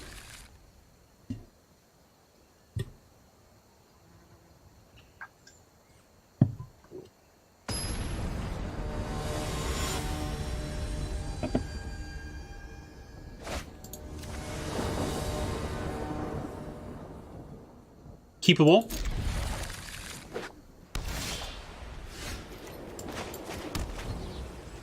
Let's see an acuity. Love to see an acuity before we have to fire off these.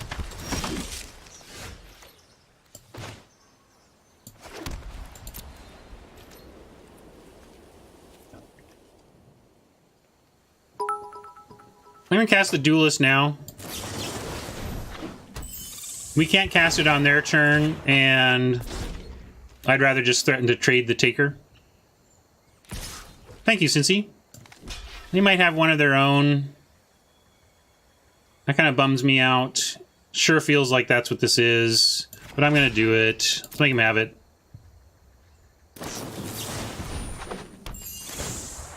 Mostly I don't get bored Dionysus. Magic's great. Let's do this.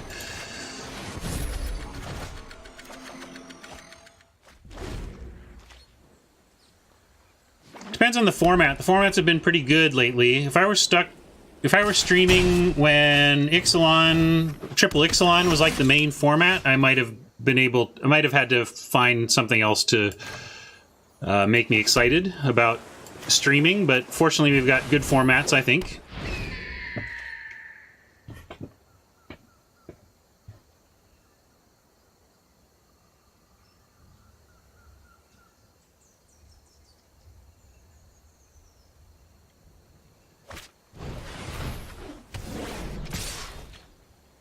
Felt so clear that was a Duelist. Maybe I wasn't supposed to block there. Like, it was pretty telegraphed. I just don't know if it's supposed to matter. Ooh, the Slimebind killer. Slimebind doesn't matter when you have high alert.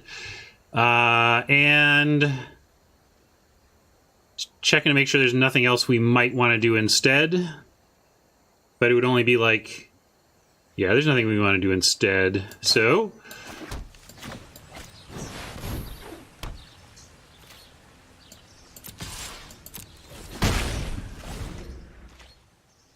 Rix is the current rank to draft. I don't think they're ever going to offer Triple Ixalan. It's got too much of a reputation, deservedly so, of being an underwhelming limited format, and I think they find that when they run formats like that, people just don't play them. They just literally don't play them, and so why bother running them?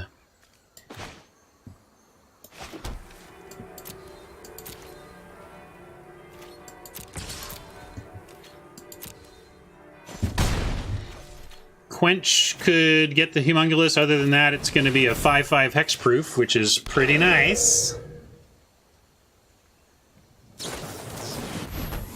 All right. Let's call it a 2/5 hexproof. And interesting that they did not fire that off while the messenger was attacking. Why would they take 3? Unless they thought there was some chance that I would actually play something better than that high alert to remove. Weird.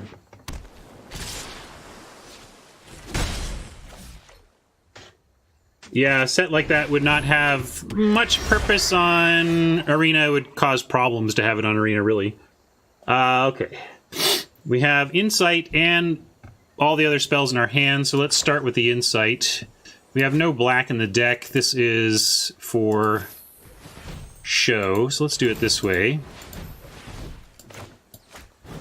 Not for show, it's for Colossus, of course, but you know what I mean. Play this Plains. And Pegasus, even with the Sentinel's Mark, isn't going to get through their Pegasus, but we can start with this group of creatures and then move into Eel. Maybe put a Sentinel's Mark on the Eel eventually.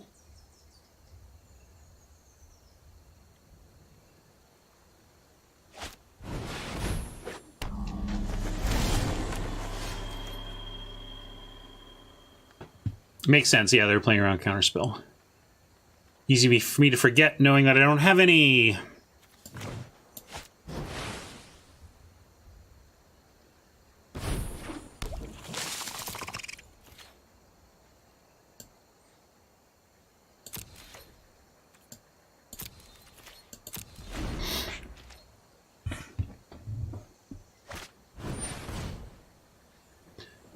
You like a 3/7? What is a 3/7? I guess 3/7 gets through everything currently, but it doesn't when the Skatewing adapts. So I'd rather look farther ahead and have a 6/8 that gets through more stuff, I think.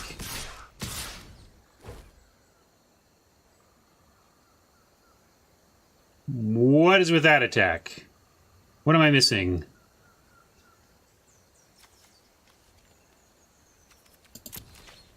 Is that just a mistake?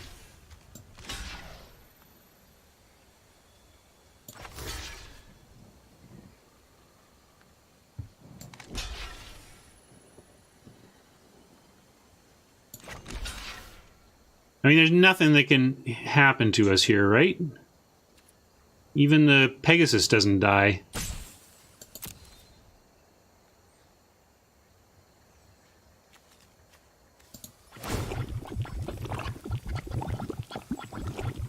Oh, oops, can't do that their turn. Because the Tithe Taker.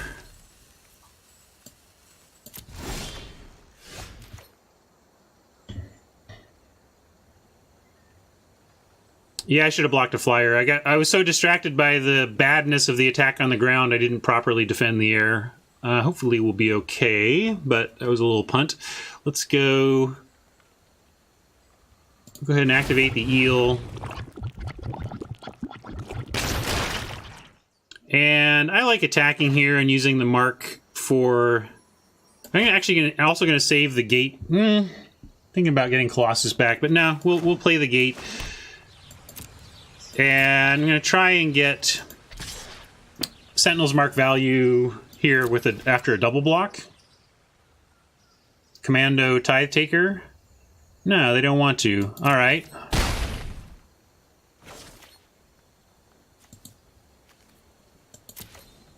They've got 6 to the Pteramander right now. I'm going to let this all go.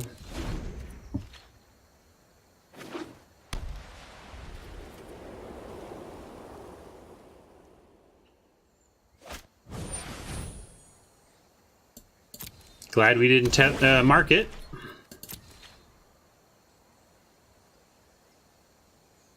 And certainly looks like our inclusion of Exposed to Daylight was warranted. Wouldn't mind drawing that right now. That's not bad either.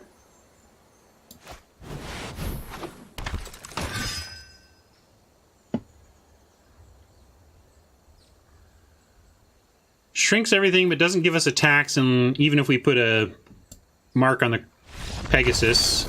Alright, that was enough for Oppo, but I wasn't quite as convinced as Oppo was, but we'll take that. We made it to the gems. The streak of at least getting some gems for this account is pretty long. I don't think we've gone 0 or 1 and 2 in traditional on the free-to-play for at least like 5 in a row. It's been quite a stretch of getting some gems out of our play on the free-to-play, and that's great. Update the record.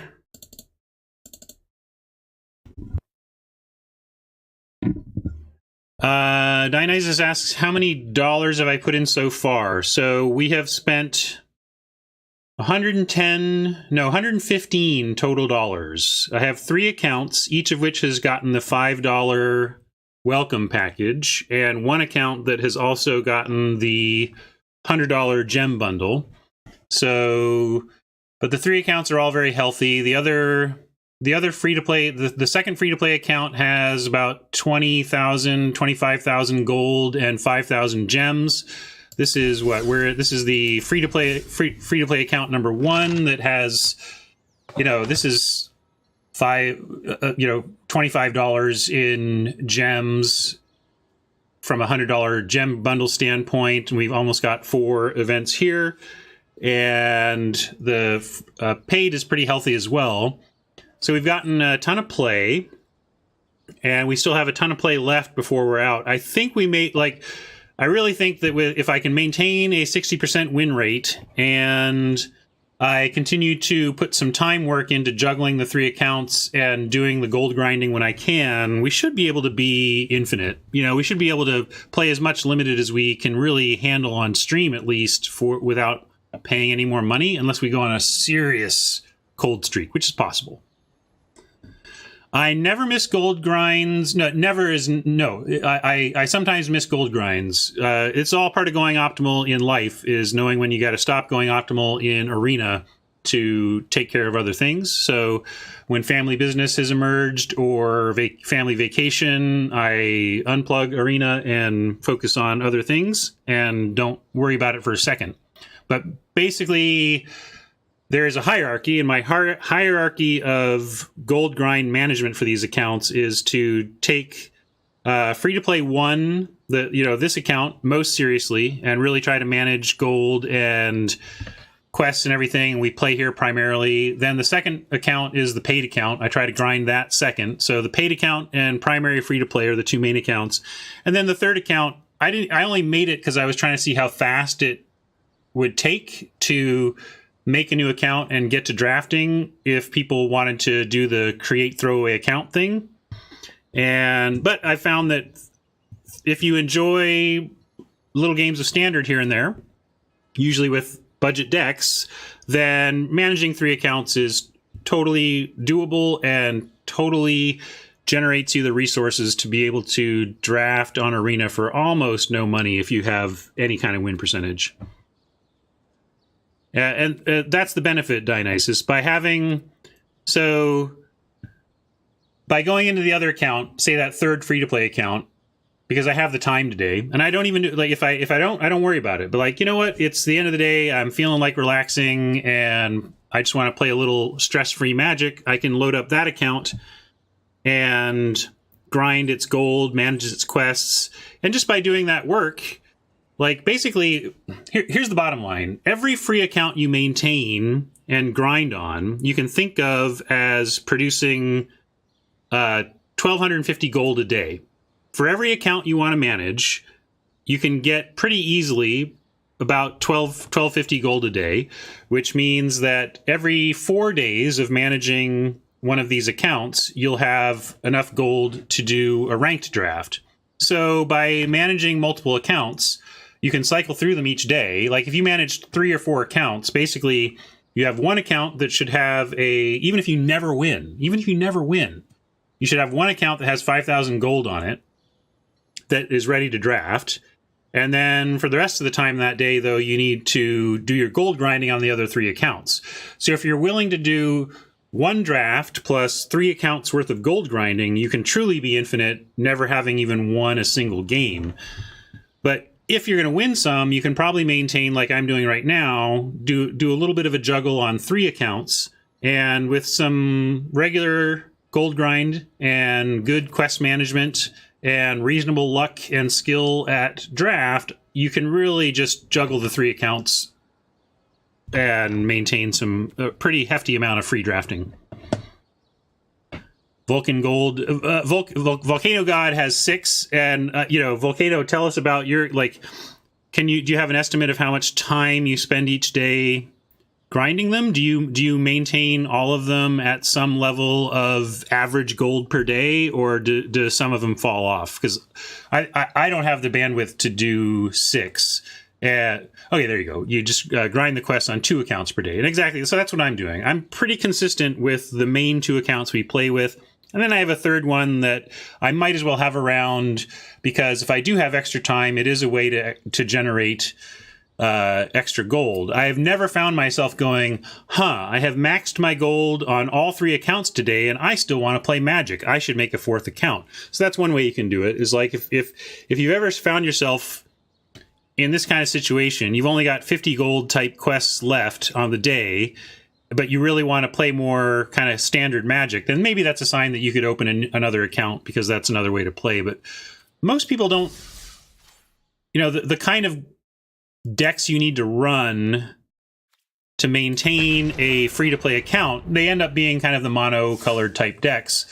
So it can be, it might not be the Magic you want to play, but another approach basically is you can also take your 4 accounts that are primarily about moving towards free drafting, but you can take each of the accounts and the resources this is getting in wildcards and move it towards one of each of 4 standard decks too, and create decks that way also.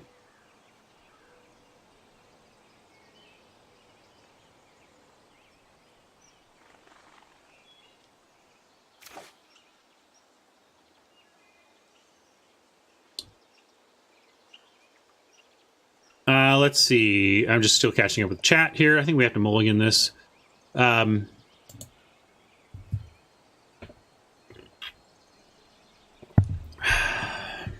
We do get white with any land by turn 3 with the Locket. We have no gates to support the Colossus, though. We need a lot of land before we're playing this. Yeah, this is not doing enough. We got them all. We'll keep this. Try to find some blue. Nope. Gotta send that.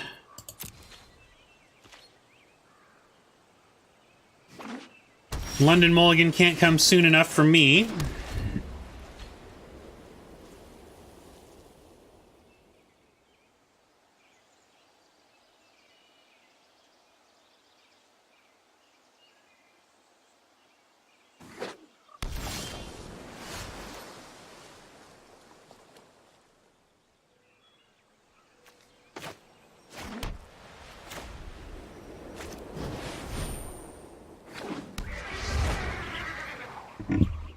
So Volcano says, one last thing, just let your accounts collect 3 quests, then grind those. And if you're getting into that many accounts, you do have to start, prioritizing on that kind of level. At least we found some blue. But those are the two cycles we thought about in designing the economy are the daily player. What kind of play loops do we want the daily player to engage in? What are they thinking about? Oh, I want to complete my 1 quest that I have today. I want to win this many times today.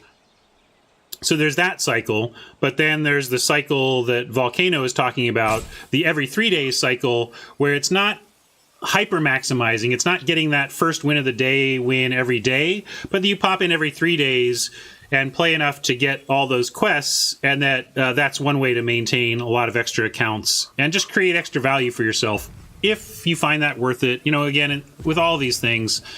Sorry, high alert or admonition. I'll do high alert now because we can attack. Sorry, I'm thinking about meta stuff. Well, I've got a Magic game to win. Streaming is interesting. Trying to keep your brain on all these different things. I have done no testing with the London Mole. It just clearly sounds like it's... I don't want variance to exist in the Mulligan. I think it maybe has these impacts on these old formats with unrestricted cards that are really powerful. But I don't care about those formats, honestly. I want the rules to cater to current Magic. And I think what you want out of a mulligan rule is you don't want anybody to want to mulligan because the results are actually better. You need things to get worse for you. You don't want people wanting to mulligan, but then assuming that they don't want to mulligan, you should make it have as little pain as possible. And I think the London Mulligan accomplishes that really well. Looks like they're sitting back on Aeromunculus mana. How different is it to play against Island, Island, Island, Forest versus Island, Island, Forest, Forest, huh? Because of that, I think I just want to go for... Well, no, let's gate and admonition. Because then if that's what they intended to spend their mana on this turn, it's quite a blow to them. But we don't need to we might get a different gate, so let's do this.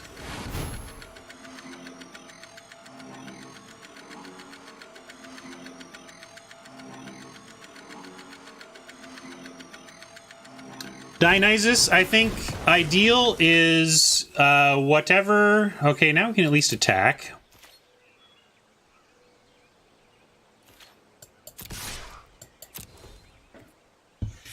I mean, accounts are free. So, okay, they got us with a trick. Trading a 2 for a 2, no big deal here. There's an implication in the way I'm talking that, of course, you would spend the $5 on a welcome bundle and account, but you don't even have to do that. So they're like, if you have the email or whatever, you can make it an extra account. That's no big deal.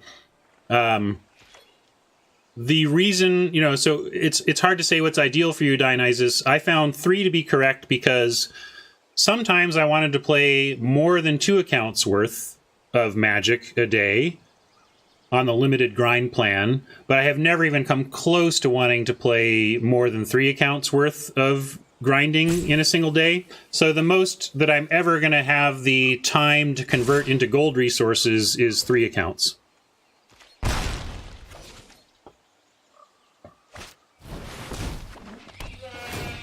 Not only three accounts, but also being very easy on myself about the third one. If you're an obsessive type of mind, a risk you have in going for the multiple accounts is feeling like you're leaving value on the table if you don't go and grind them, and then you end up grinding more than you intended to or wanted to because you feel there's a value proposition that you're kind of beholden to. So know that about yourself before you dive into something like this, but as long as you are able to truly put Arena aside when life is calling upon you to do other things, or even to just not play as much of it today because other stuff, and not let the gold that you're leaving on the table in your backup accounts be something that weighs on your mind. If you're the type to allow that to weigh on your mind, I would skip it. Just focus on the account that you can maintain.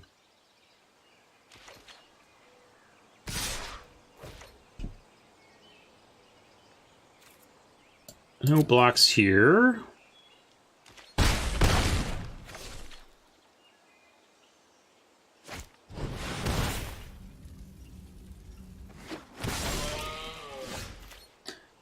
We are up against it. Haven't really drawn out like we needed to here. And we don't even have... We can't even play Terramander and buff the eel. I'm going to do this now so they have no in-response type stuff, fight or something, and we'll no attack and hope to hold back the Brush Strider at least.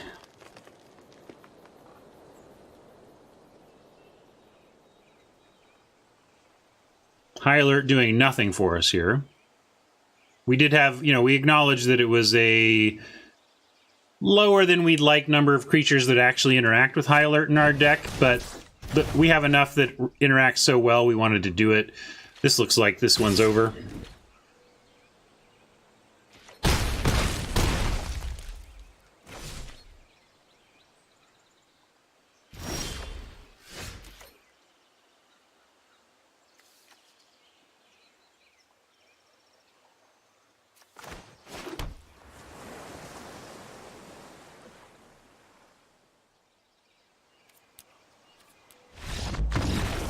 Not worth showing them anything. There was no sequence of plays we could make that didn't allow one of their creatures to get through for 2.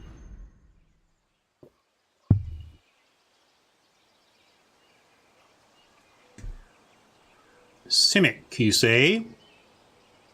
Again, there's this option to kind of move into black with the shrine and the croc to get big butted on decks like this, but I think we could do that with another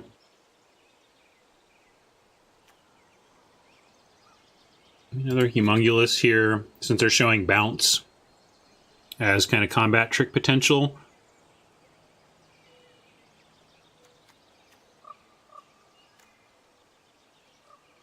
One, two, maybe we do cut an Acuity. A little slow against Simic. I'm gonna try this.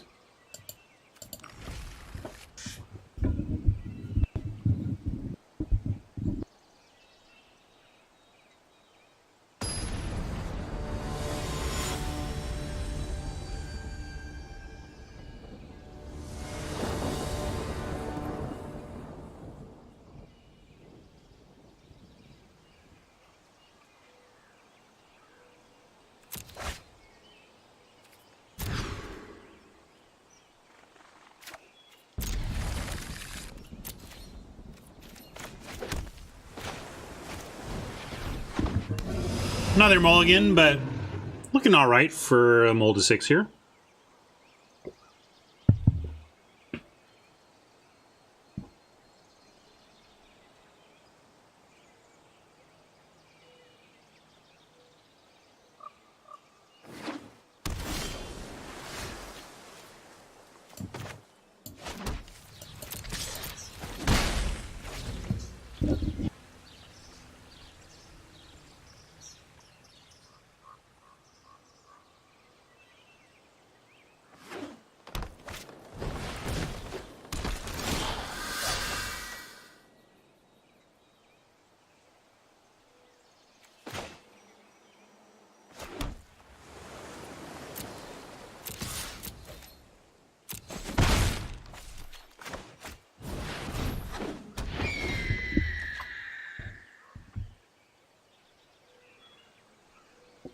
We could have held up Judgment, but rather get our courier going.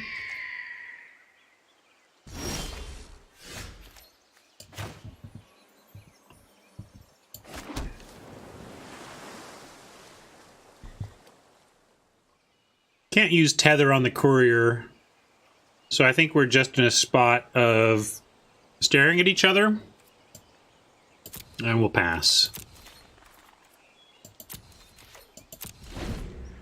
Planes off the top would be ideal for the perception play. We've seen Quench from Oppo, though, so I'd like them to tap down before we try to cast our recovery spell.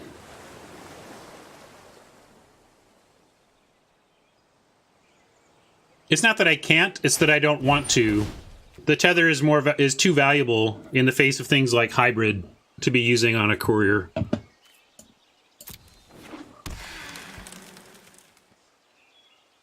If it becomes a matter of us winning, like we have a great and clear way to heavily pressure our opponent, then we would consider using removal on something like that. But yeah, I might have said can't, but just meant it like emotionally. Can't bring myself to.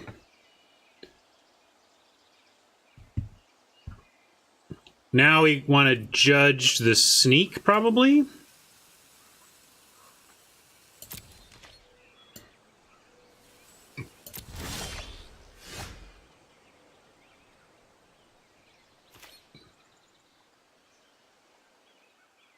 If we tether it, though, we can do it. There's no counter magic they can have right now, and it's really important that we not get hit by the sneak. But this thing can get out of judgment range is the problem. I think I'm going to try and judgment the sneak, but I just feel like we're at high risk of getting frilled or countered. But I'm going to save the tether for the thing that can become a much more intractable problem in a 6/6 than the sneak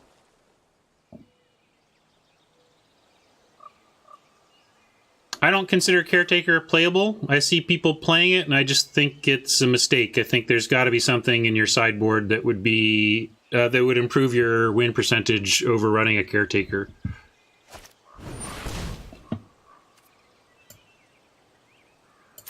I see it a lot, though.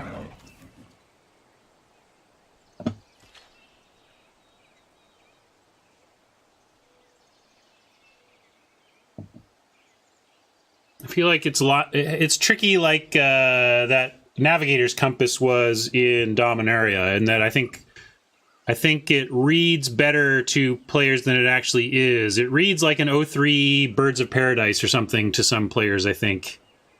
Some people are making understand exactly what it does and are making that decision to play it. But I think some people just don't see much of a difference. Even if they see the difference in the rules in their heads, there's not as much of a power level difference as there ought to be between something like the Caretaker and the Birds of Paradise in their mind. So we found a land, and they are tapped.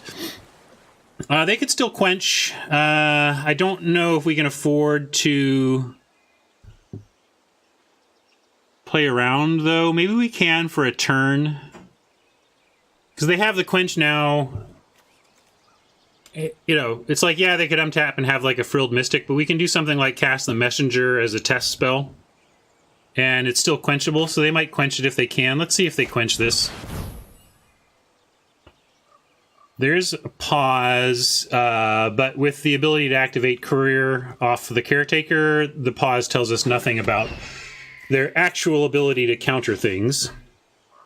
But I think if they had quench, they would have, right? Wouldn't you quench in that spot? Like, you quench whatever you can with that spell. So I'm going to call that a good sign. Now they might leave up something more than quench, like Frilled or Thought Collapse, but we will see. I think it's more likely we start to get the hybrid attacking, and actually maybe I've made the mistake here. Oh, we didn't. No, sorry, our plan is to tether the hybrid, so they could play a gate here, and they would get a free card. We wouldn't be able to Judgment, but we get to do something next turn, we hope. Let's see what they decide to do. Okay. They can still Caretaker their way to a 6/6 on this turn. Looks like they won't be able to sneak, though, so that's good. We won't get punished for leaving our guard down on taking out that sneak. Although, as was mentioned, we're on 1 white mana, which is choking our options significantly. I think that was a follow. Thank you for the follow. All right, so they're going to get one good whack in here, and then we will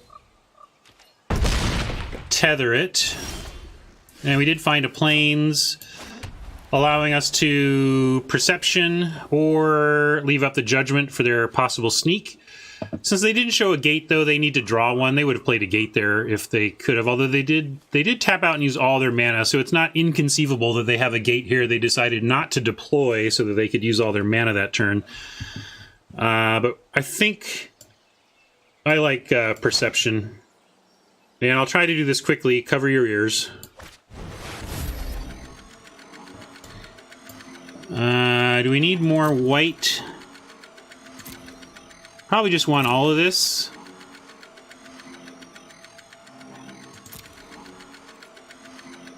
I think we want all of that.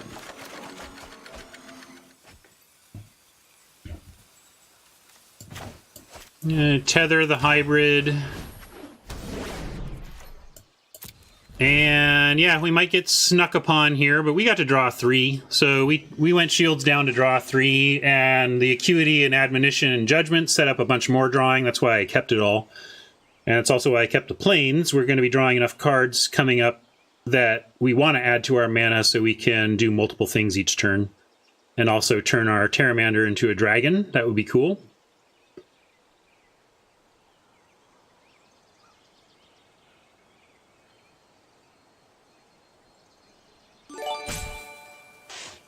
Thank you for the follow.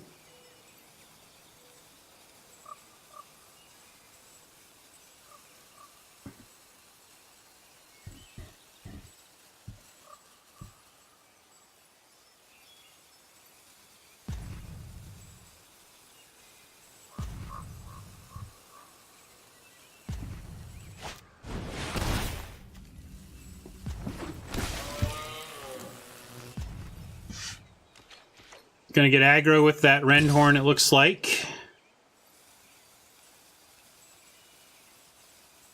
Maybe leaving us in a spot where we judgment that and have to accept the sneak might get through against us a little bit. But I think we're going to take one more turn to Acuity, and yeah, even the Skyguard doesn't change my plan here of doing some Acuity stuff this turn.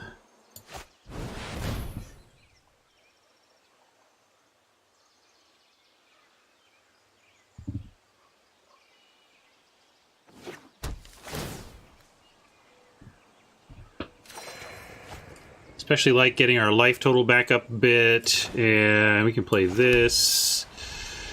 Admonition or Judgment. Yeah, let's just judge the Rendhorn.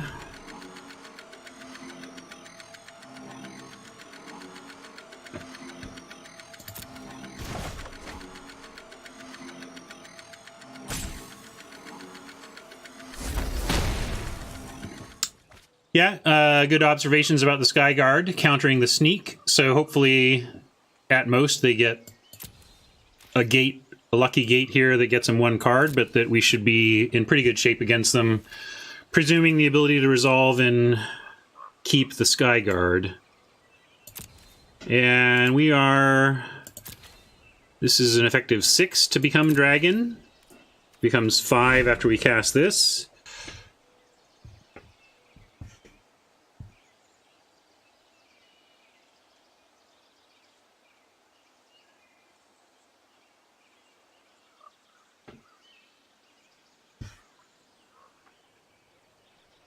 We got rolled last time, but I feel... I mean, this familiar is pretty scary. But I feel much better about this situation, although that's also pretty scary.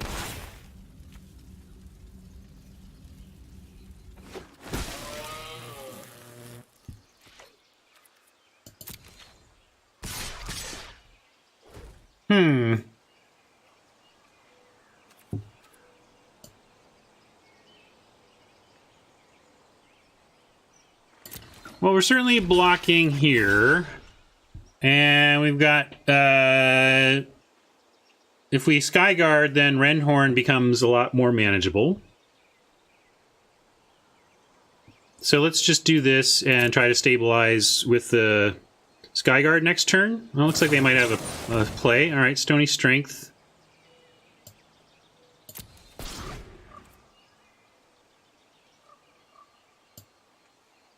Bye, Courier.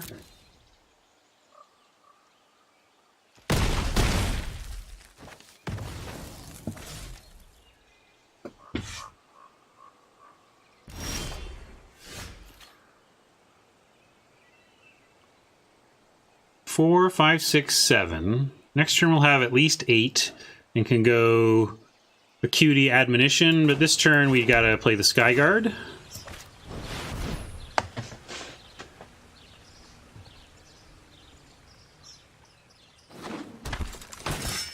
May even have to chump the Messenger coming up. Let's see how Oppo wants to do this. Really want to hang on to get Pteramander up to a full size.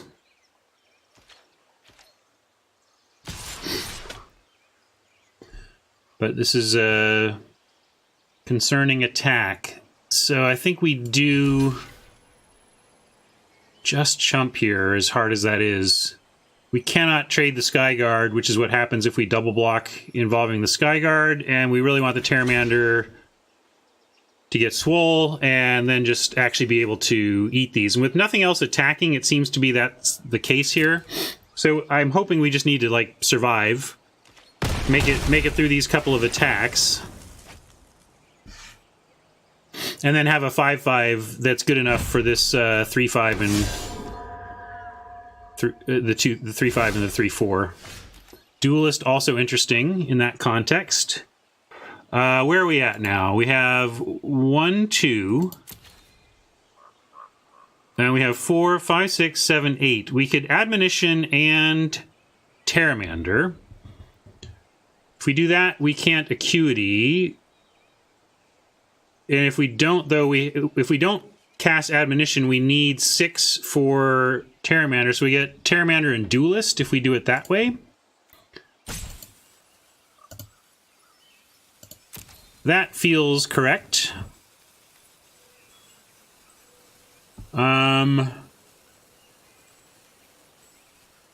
There are some size-based cards in white, but not here. So I'm going to do this now.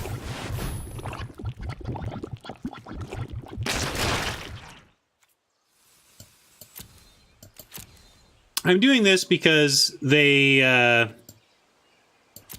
haven't shown the /ability through their attacks and other plays, the ability to actually send in. They had that. They obviously had the +1/+1 counter on tap play, but I mean, we got a block. So if I'm wrong here, we also have Fairy to help out. But I think this just stabilizes. All right, and I'm going to keep the Duelist as a trick here.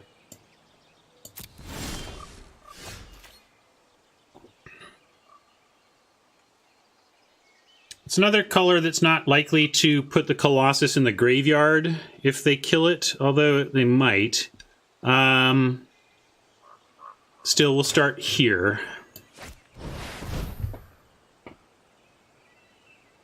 We'll try anyway. Pauses at every turn. Gotta find our high alert now.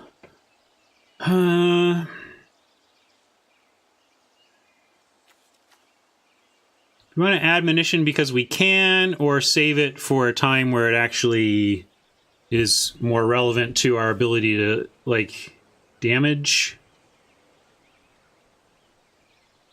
I think I'm going to wait and use it later, and let's, hello. I'm actually going to Homunculus now.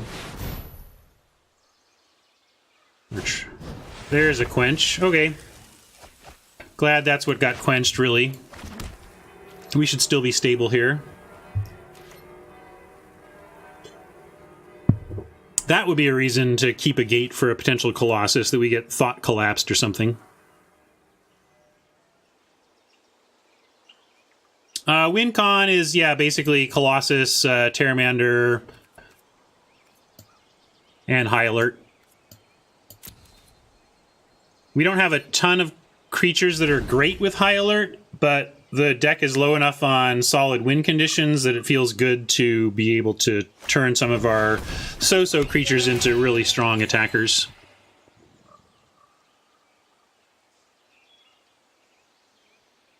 All right, Sheesh Falco, that's great.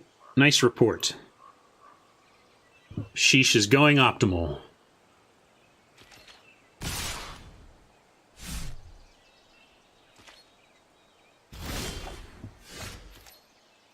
Okay, Locket, not bad. Draw some cards there. Why so much blue?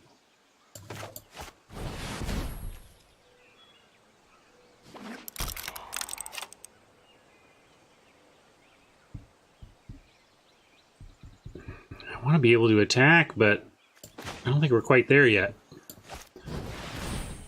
We'll do this, and we have Locket at end of turn.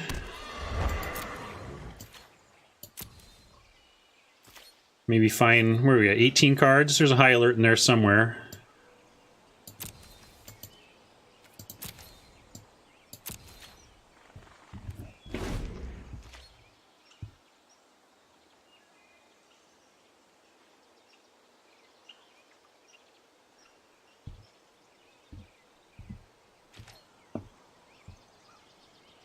Love to use the Duelist if we get into trouble rather than the Admonition, so we can keep the Acuity plan together with main phase Admonition. But if desperate, we would use it. Yeah, like something like this, we're going to have to place some bets and see if we can get them to pay off with the Duelist.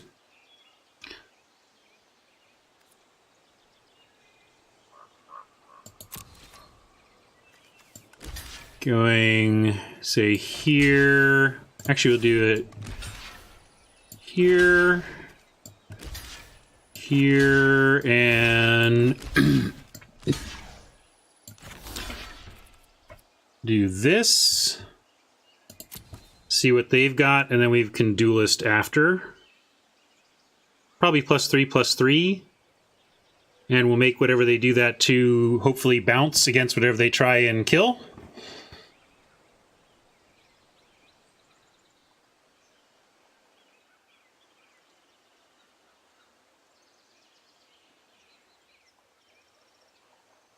And if desperate, we do have both duelist and admonition here. So we're going to start.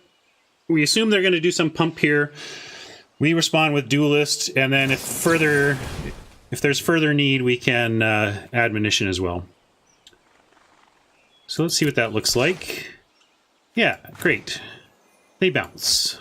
Oops, here we go.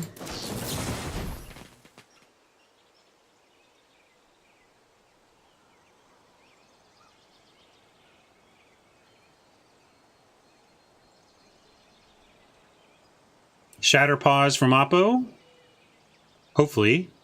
Not a how do I blow him out pause, but oh crap. This is going to go poorly.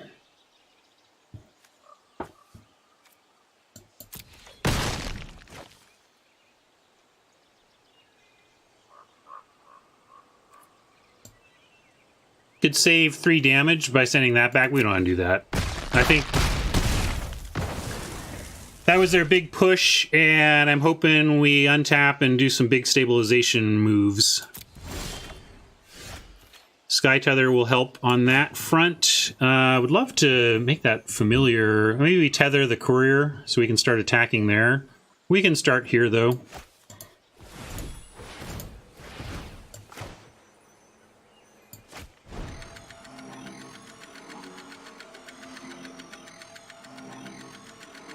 Actually, what do I even want to do that on? What am I doing that on, and why? We're going to do it on, I guess, yeah, the courier. Then we don't tether it. Really, I just want to gain some life and dig. That's all that's really about. So to that end, maybe we just bounce the sneak.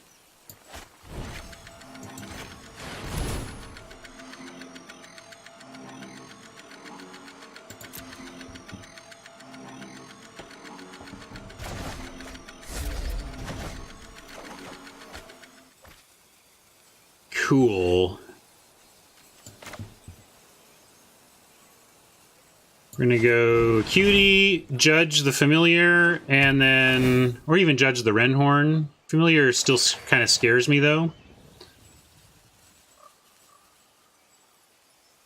But the Renhorn is just big. So yeah, let's Judge the Renhorn.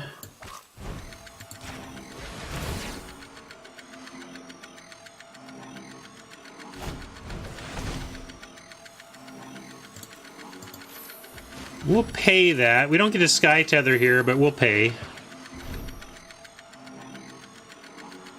They might have forgotten about Locket Mana. Classic Locket Mana situation.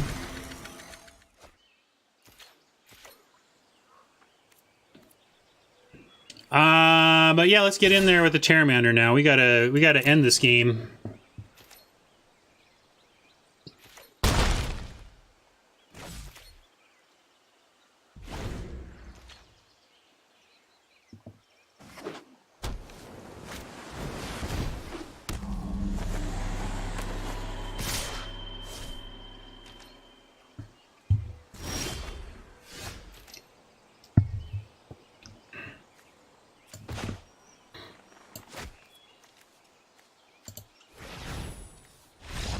Alright.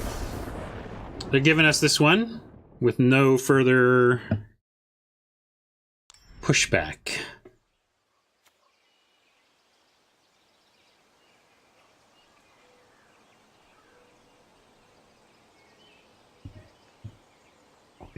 Yeah, Carpe is saying not wanting to bounce the Renhorn would have been a reason to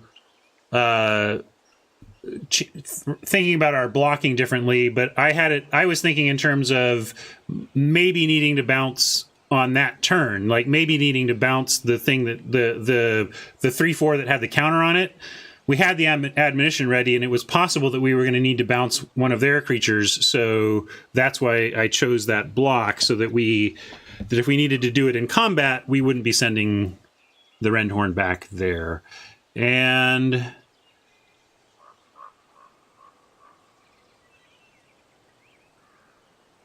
do we see... Nah, I don't think we saw anything. I'm going to send this back. Yeah, Skyguard is very annoying to play against. Run it back.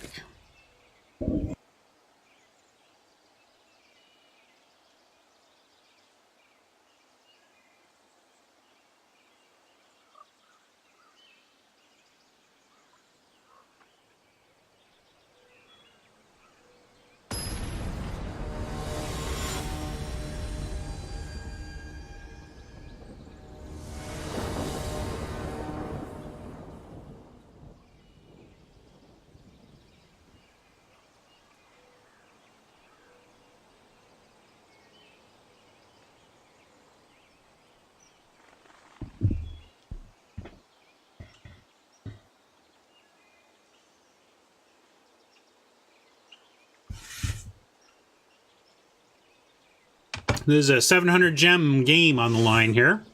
We win, we break even on gems. Actually, we come out ahead. We did some grinding here, so... I'm concerned about the lack of early drops, but if we get any land, we have the locket on 3, and then therefore any 2 lands gets us one of these 5s on 4. And then we can high alert, like this on 5, this on 4, and then this on 5 seems pretty sweet. Need some help, but hopefully we get there. Come on. Land, land, land, land, land. All we want is land here for the next several turns, and that would be delightful. Be really brutal to not find one on top here. We'd at least have judgment. If they play a creature, we'd have a play. But 2-lander locket on the draw with no third land would be a little bit of a gut punch.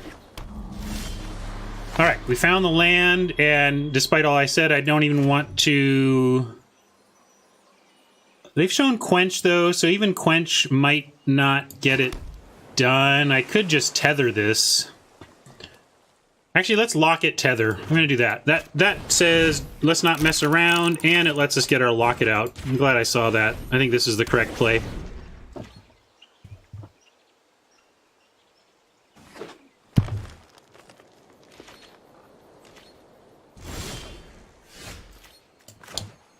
Right into a 5. They have shown Quench, though. Kind of let's just play High Alert. That plays around Quench, and then it keeps us with a Judgment available too. And there's a pause here. Wow, did they forget again?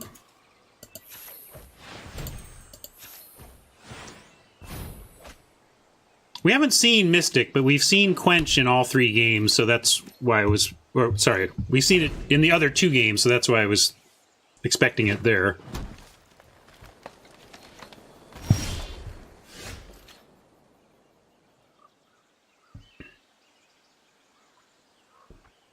Still don't love this spot with the open mana and Oppo's propensity for quenching.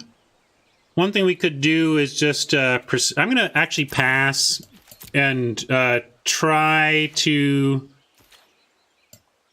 just get 3 cards off the perception, or at least make them counter it on their turn, so we untap with a free plan. Although maybe here we just change plans and we try and... Oh no, they're not going to attack, of course. I just saw that Sneak is unblockable. I'm like, oh no, Sneak. It was like, yeah, we took care of Sneak. So, yeah, we'll let him have that, not like we can stop it anyway, but that's great. Now we get to... We don't get the... Scry, but I'd gladly trade the selection for the assurance that this resolves.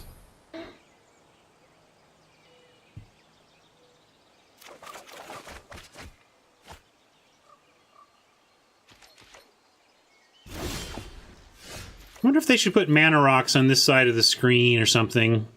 Seems bad that the UI or the way the battlefield is laid out is messing people up that much. It's understandable. I mean, the game has really put all of the lands in this one spot, so it's kind of where your eyes go to check. And let's resolve Skyguard first and foremost, while shields are down. And then if one of these gets countered, at least we have the other one to be a difficult 5/5. God, I'm actually shivering now because my house is cold. See if they haste that. Yeah.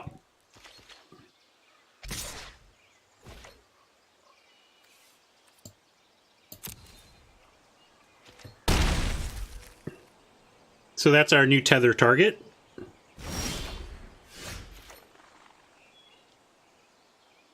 We can attack first.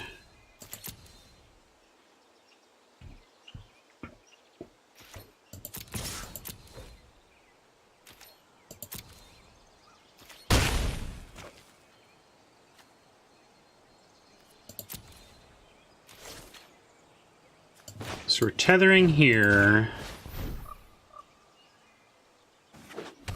And we'll make a Night Arbiter. That's a clock. And drop a gate.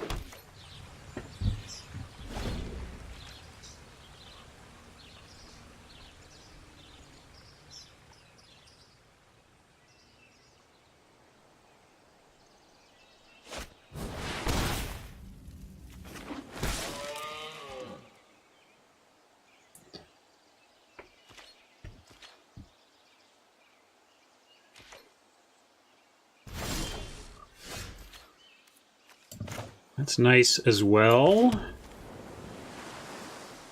Start with an attack. We are in very good shape, but I'm never going to say never until we get him to 0.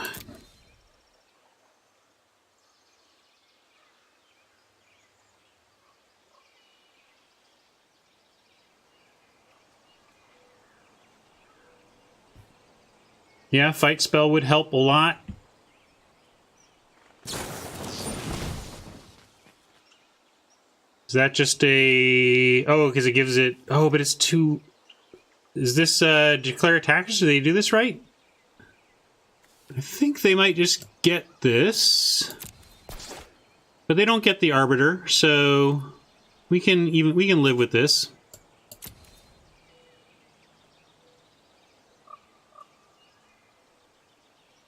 And did they do it too late? Oh, I didn't see. In which case, I feel really poorly for them. I mean, I just worry that when people have frustrating experiences like that, it'll drive them away from the game or make them frustrated with Magic because, you know, you get burned by the rules. But hopefully, we've all been there. Everybody who sticks with the game remembers that kind of stuff. Hopefully, Oppo doesn't get so frustrated they, you know, leave or get unhappy to any great extent. We'll run out Mander.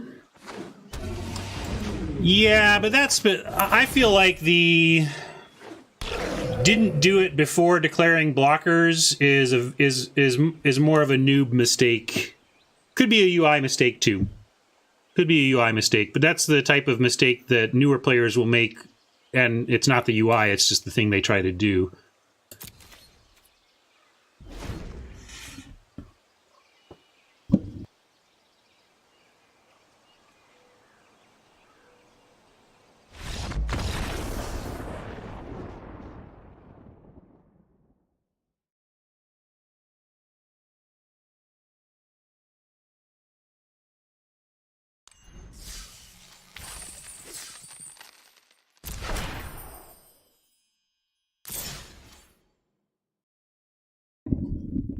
It's so hard to make chat functionality that supports the benevolent souls while properly curbing the BMers of the internet. It's a really tough problem. But hey, look at that. 3 wins. Buy in back again. What a week for the free-to-play account.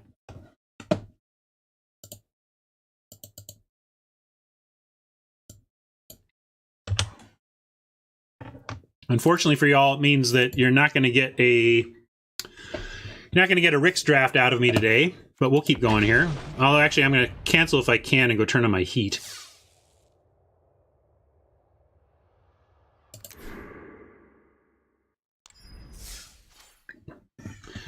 Yeah, although Valhalla says if you ever have played MTGO, you know how toxic that chat is, and it is, but it's also, it is a better way to find friends and be encouraging and actually make good relationships on the internet. It's just there's that cost, right? Anyway, I'm going to go turn on the heat. The Furnace Dragon will be awoken shortly.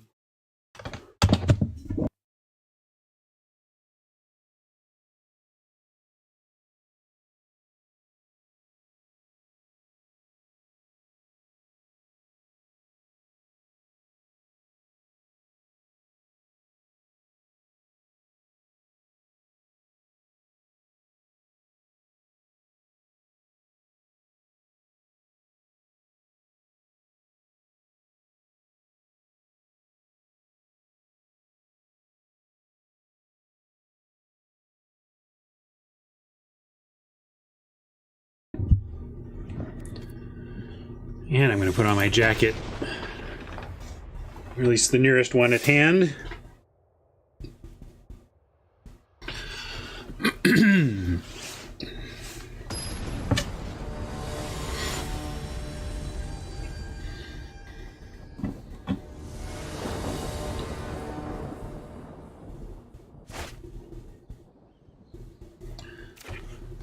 Looks good.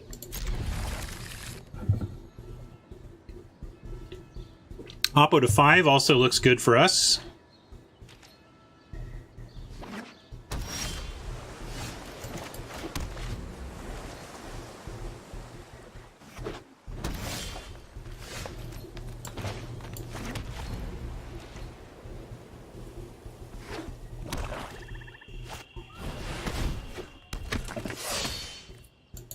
We could slime bind that, but I don't think it's important to, so I'm going to not bother, and we'll just get an acuity down.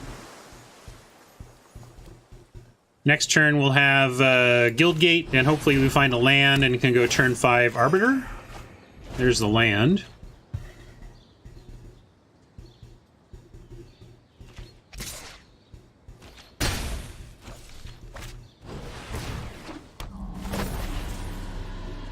That's not a bad play for someone who is mulled to 5. Let's see what they do with their scry.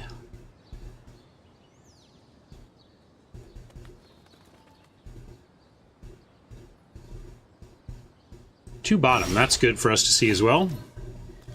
The old bottom when they're not in a great place.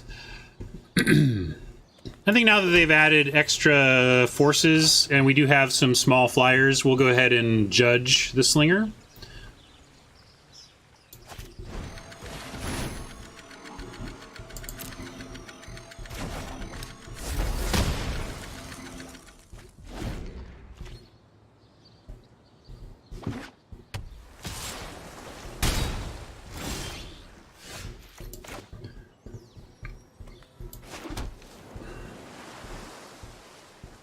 This could get countered, but we have Skyguard, Acuity, Terramander, and some removal, so if this doesn't resolve, we still have excellent ways to push this game through.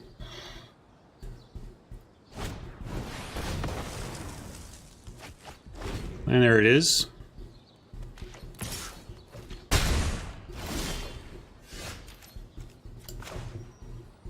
It's a little more nerve-wracking because I don't want this countered, but we're going to try.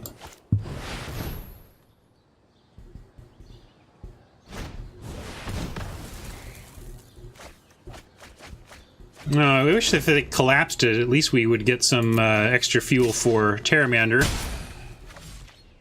So Oppo's had some tools, and we're gonna have to hope this Pteramander acuity plan is enough. I think it will be. We're gonna gain some life and then get a dragon pretty quickly. If they can answer the Pteramander, we might actually lose on Oppo's Mold of 5. And let's see, with no help here, we have only one help there, so we can't even do it now anyway. So yeah, let's acuity first then. And acuity again. And now Mander.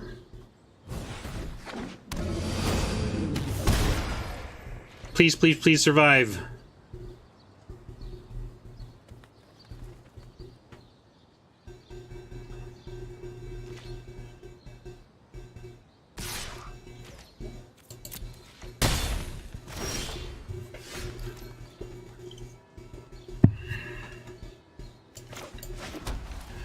Four, 5, 6, 7, 8, and this effectively makes 9 in terms of mana towards Pteramander.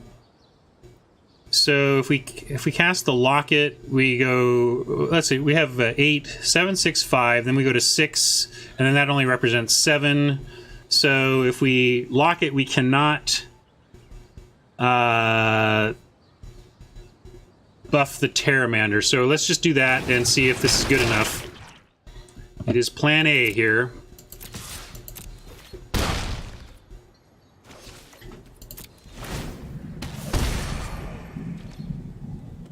Not willing to tether the Savant here, even though we are in a bit of a race. I still think, given the race, we will want that for something else.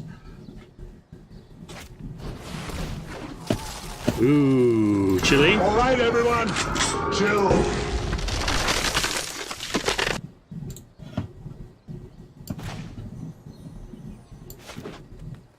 Five, 6, 7, 8, 9, 8, 7, 6. If we cast the Locket, giving us another one for 7, and then on 7 we can eel, tether, and bind. We can kind of do whatever we want. So let's do that. Locket, eel, and I'm going to go with tether on the flyer.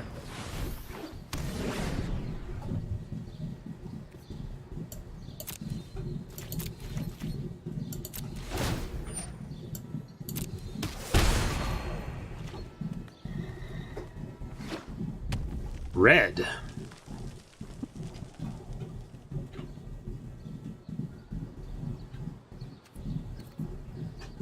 I think generally if you're good with 1, you're probably good for 2 in the main deck, but there are matchups where the acuity plan is maybe a little slow to make it that heavy. I'm not sure. I feel like main deck, I like it. If you want 1, you want 2 kind of deal. All right, this is something quite bindable.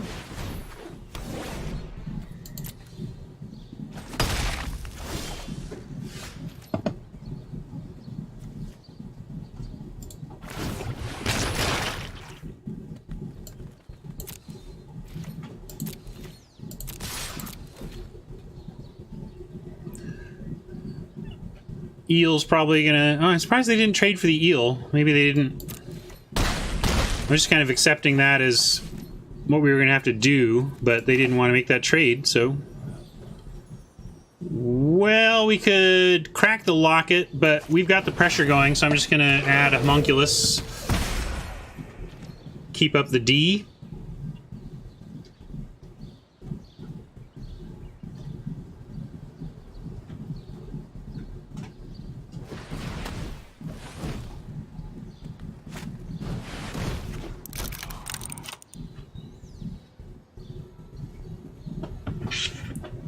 Well,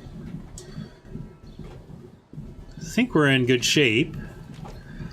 But Oppo did pretty well, given the mold of 5. They had a lot of counterspell answers to what we were doing. But now let's crack the locket main.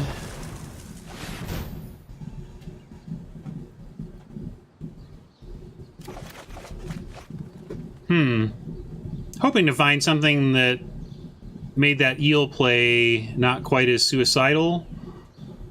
I can send in the Humongulus, and then we at least get in 2 if they want to make the eel trade. We can also, which I think I want to do because of the level their inheritance is at. They could trade the Humongulus for the Savant if they want to double block there, and I'm okay with that. Or they can 2 for 2, Sky Tether and Eel for Chillbringer and Savant. And I like both of those results, so we're going to offer it. Don't know what this card is. Hoping it's nothing.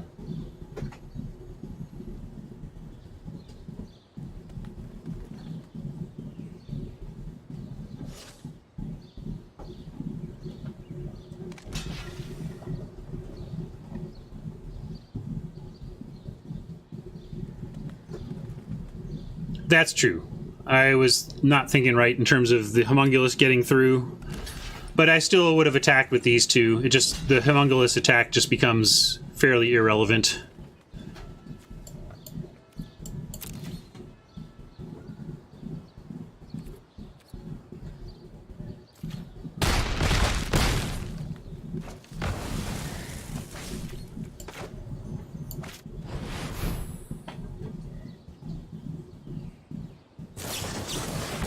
Huh. All right. If they have a huge attacker, like they get something big and hasty, this could be rough. But I think they're in a position where they now have to activate the inheritance or lose. And Mungi attacking does matter now because we're taking 3 we shouldn't have.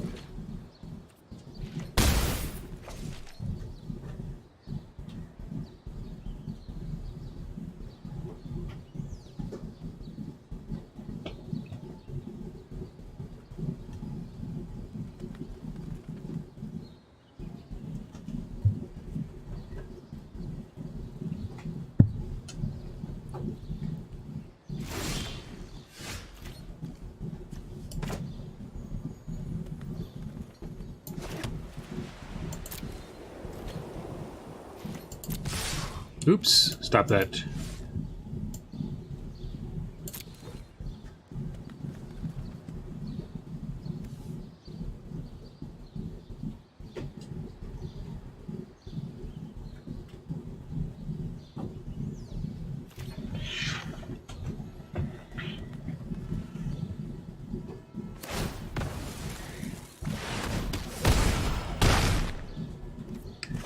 We've got to tether the Mystic here because if they come up with a riot creature, we need to be able to block it with Humongulus.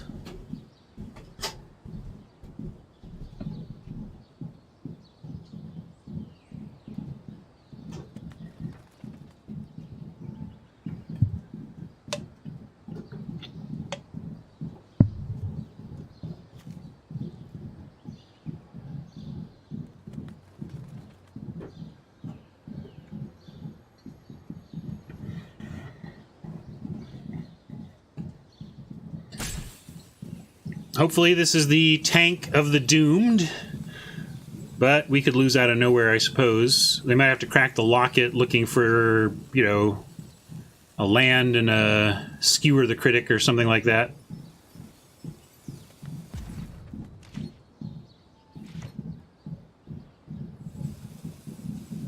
Passing through attackers makes me feel pretty good, though. If they just burn me for 2 here, I'll be like, we don't need to play that way. But I think they're just hopefully desperation tanking. We'll see. Removal for the Pteramander or removal for our face is what we're concerned about.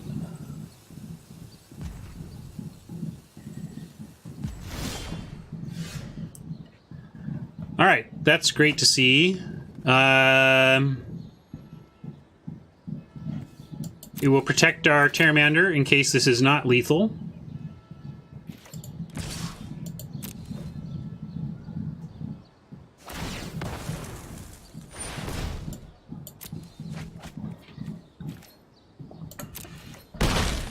But we got there. Whew.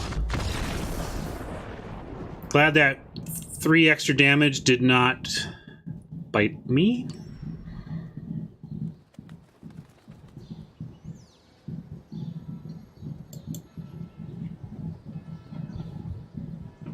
So kind of baseline Simic, but with some splashing.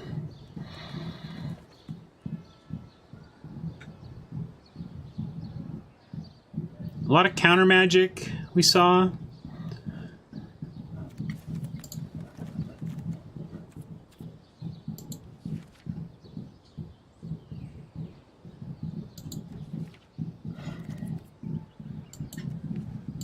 I think I'm going to run this back. Didn't see anything to expose to daylight that I remember, so I'm going to run this back.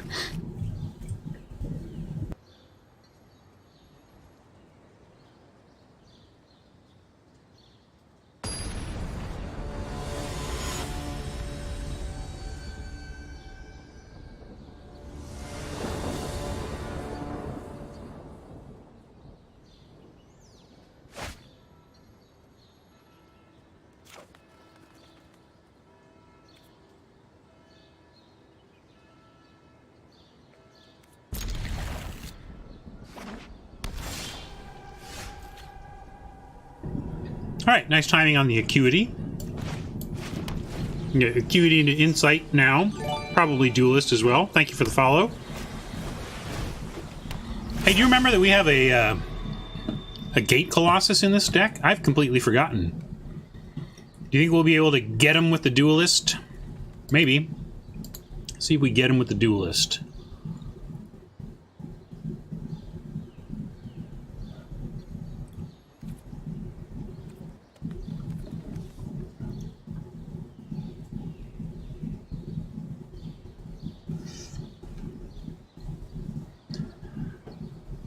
I really wish that for bluffing purposes, the thing I want most is the ability to put a stop specifically on my opponent's declare attackers or beginning, declare attackers and skip to that spot. I want to be able to skip to a stop, which you can kind of do, but not reliably enough.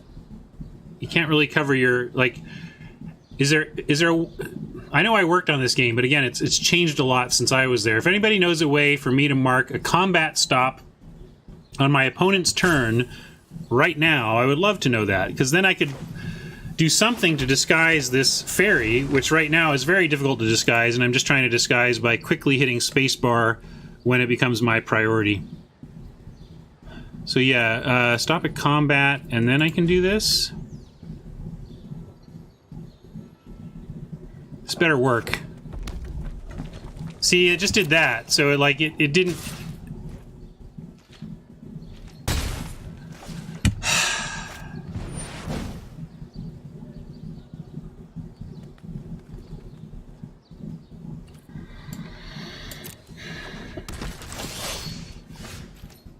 Just like I planned it.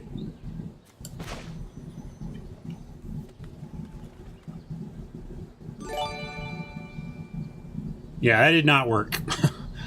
Instead of eating a Savant and having a fairy against this 2/3, we are significantly farther behind. But they're not applying too much pressure. Although, frankly, with that performance last time, I think maybe the answer here is to try and get the duelist, try and get the Savant this time. They certainly don't think we have the duelist, right?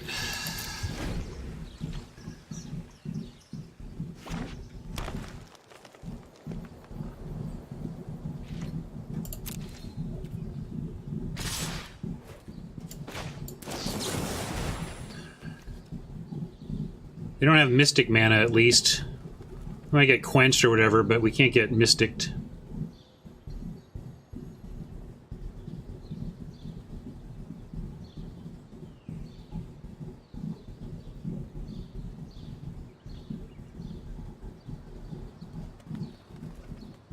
They've got an instant, or it wouldn't have even stopped for this. I don't know if it's one that helps, though. We'll see.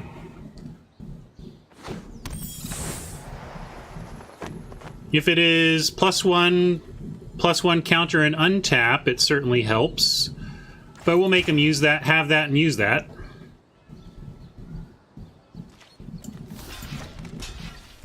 Because even then it just bounces, right? Yeah, so it's great. Whatever. They can do that if they want. They can... I would trade the Duelist for a Trick or a Savant.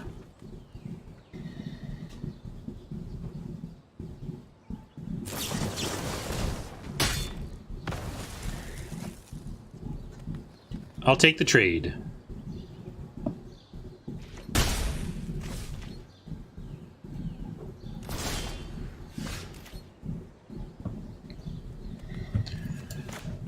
Well, we'll start... Well, I was going to do this, but I'll play the island first so that we have a dual land available after the draw for the tether if we want. Really, this is getting quenched. Oh.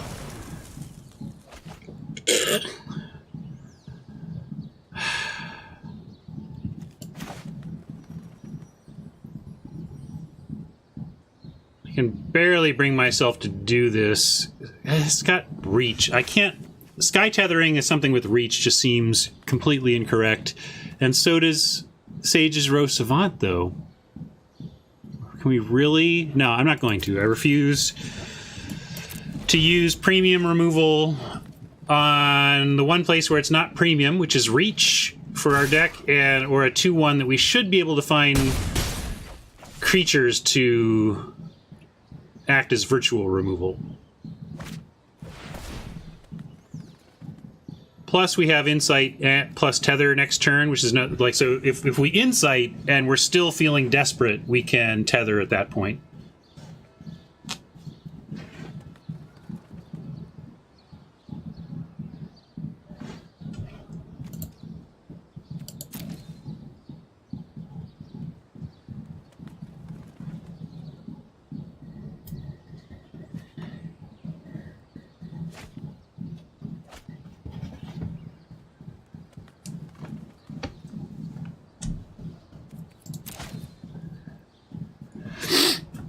Well, at least we get to resolve stuff next turn.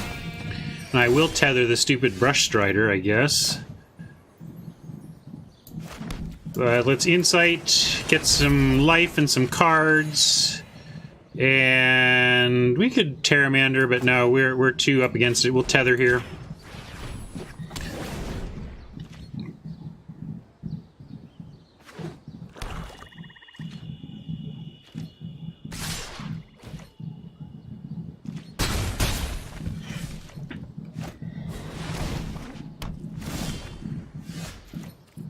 Hey, I know that guy. He might be able to race this situation. I'm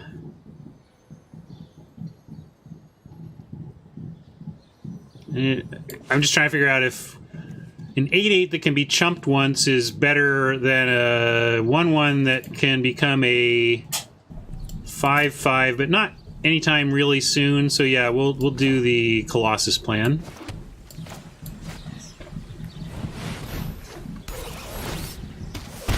Yeah, they're like Teamer, or like they seem to be base Simic, and they're splashing an Ill-Gotten for some. You know, they're doing some unusual splashes here, but and if they take care of the Colossus, we could be in trouble.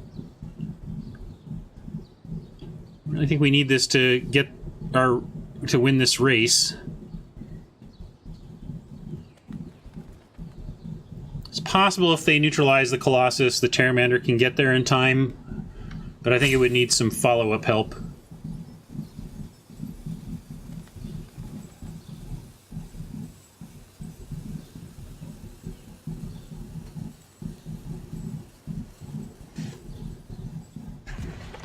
Yeah, maybe I was supposed to save the gate for bouncing the Colossus back, but I also feel like we're with the Locket and the Terramander, we have some mana-hungry turns coming up. That's why I didn't really think it through. I'm not saying it was correct, but that's why my head was immediately in that space about it. They get that the race is on and are acting accordingly, I think. Oh, Blade Brand. Blade Brand would be like, why did they wait so long? I mean, if they have Blade Brand, gotcha. So, we do have things that gain life, and so Dovin's Acuity gains us life. We have 6, and we can't really... I think we need to... You know, if they draw a land, we're just dead, right? We'll start there, and obviously start with an attack. Or continue with an attack.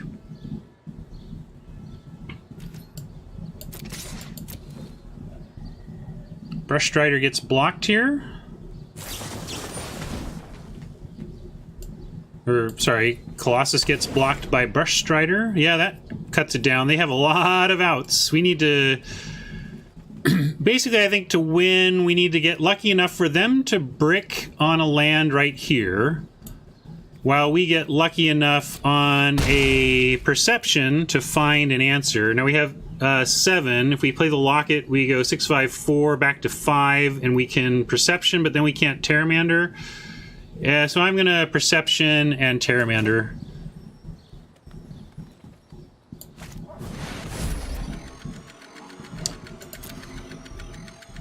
Arresters does not actually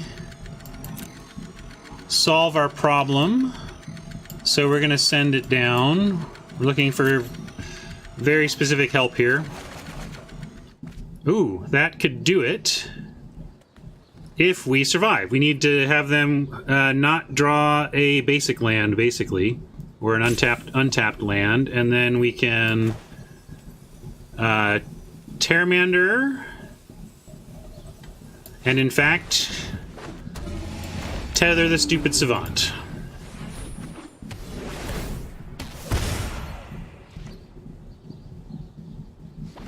Oh! Yeah, that's a real bummer. We should have had this one. It was a UI problem. They didn't know that we had the big answer coming. We'll bring Exposed to Daylight for sure now. And let's cut the Locket.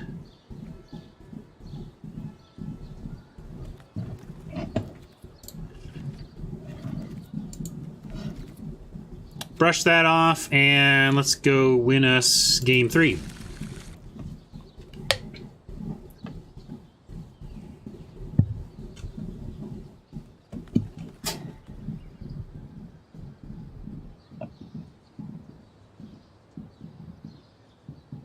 What happened?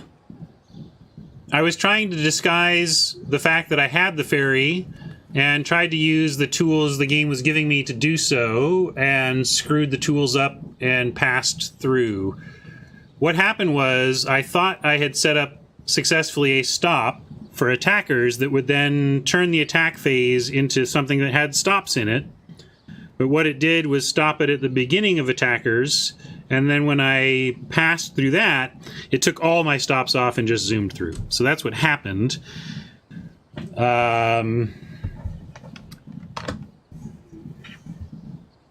I really think to manage the information leaking, they really need to have click on a very specific stop and say skip until this point. Because if I could have, all I was trying to do was say pass as though I have nothing until declare attackers. That was the strategy I wanted to deploy, but it's not what I was able to.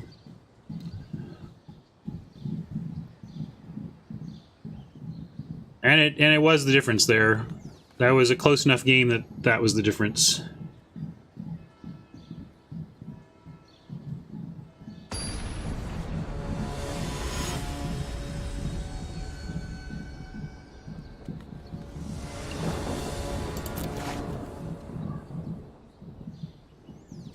All right. Counter that.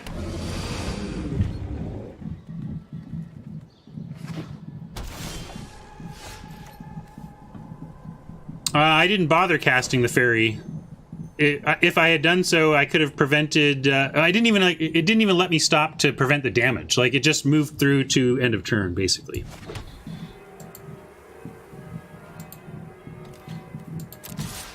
I know I've got some intensive stuff open, but it's been awfully laggy. I mean, maybe I haven't restarted my computer in a while. I just need to do that. We have nothing we want to do on 3, so we will attack and play the gate.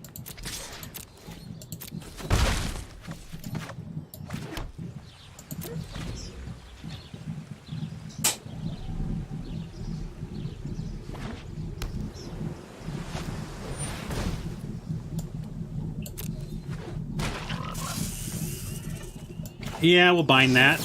Use up our mana. Give him an O2. Kind of like having that exposed to daylight ready.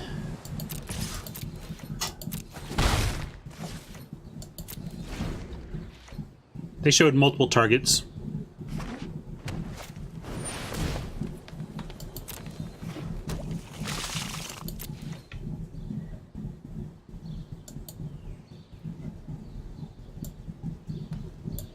More lag. Makes me really nervous when it lags on a click like that, because then I don't know when to re-click. So we could just admonition this now, which I'm inclined to do. I want to find more land. I want to put instants and sorceries in my graveyard. And so I'm going to do it.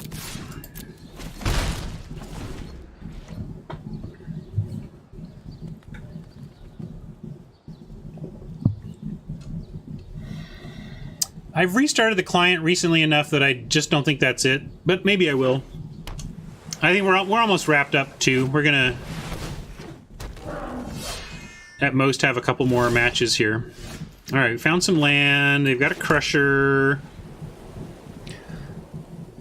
They're tapped out, so let's get a 5 down while we can.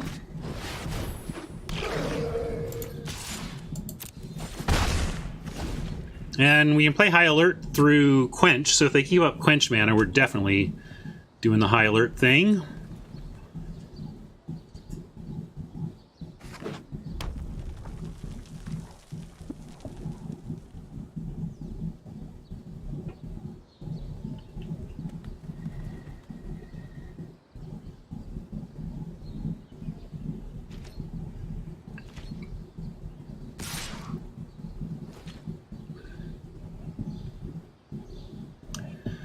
With Summary Judgment, I'm not going to take that bait. We also have High Alert, so the Humongulus is more valuable to us than it normally is. And we did see... Did we see last game the counter trick? Can't remember. Look at they're being very careful about their mana tap, suggesting Thought Collapse if they leave it. Quench if they don't.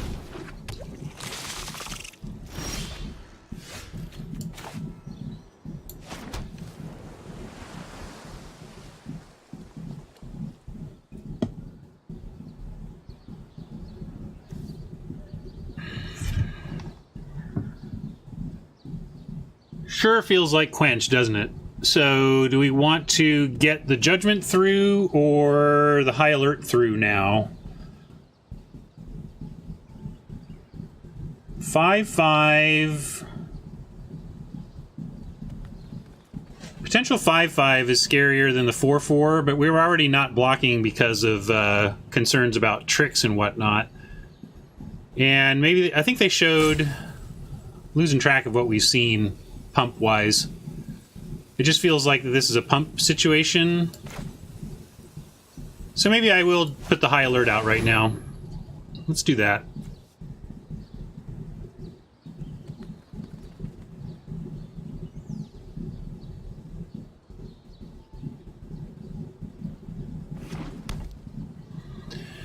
You're right that they can get the Pteramander. I just feel like for sure that this is Quench.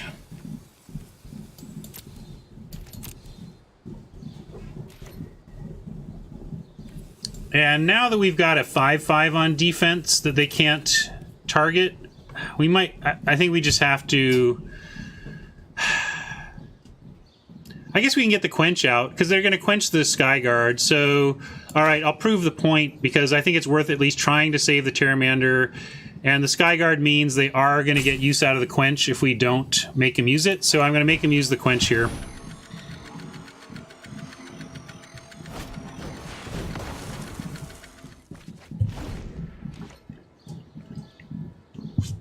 We knew that was going to happen, but I think it was obviously the correct thing to do, and that's why we did it anyway.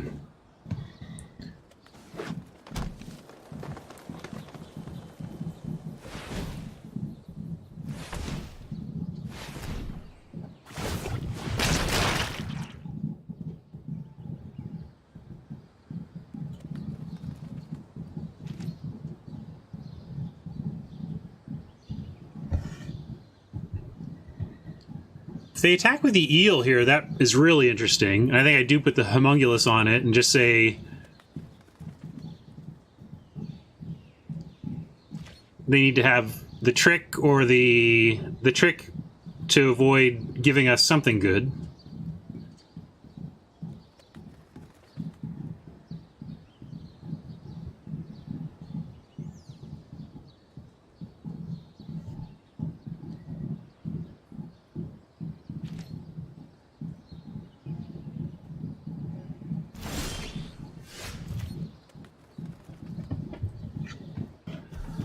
Well, did they just give us a window? They did. Huh.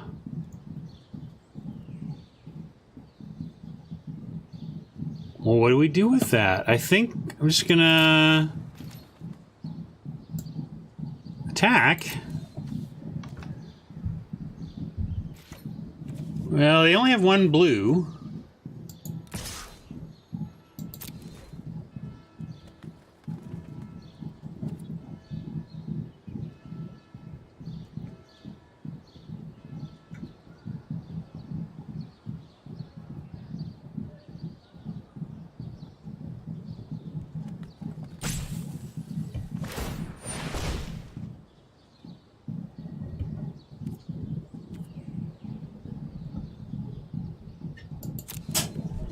Alright, I mean, it doesn't kill it, so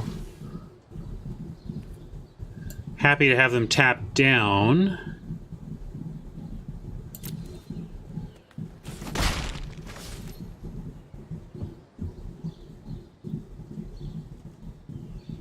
We can't go shields down, but they can't tap the Crusher, so it's kind of fair.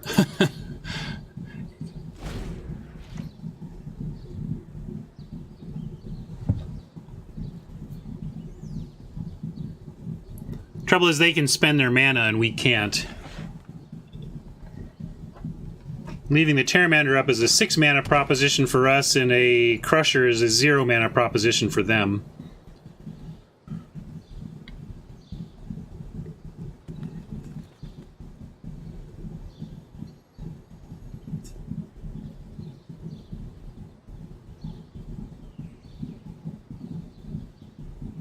Love to find a way for a win here to overcome the unfortunate UI setback last game.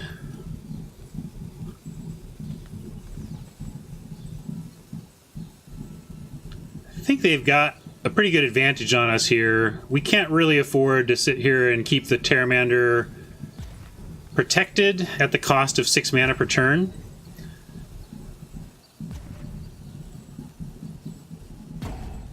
I don't know how to say your name, Dunk. I'm going to call you Dunk. Dunk, we currently have the ability to activate Pteramander and make it a 5/5, but we're in a staring contest with the Crusher.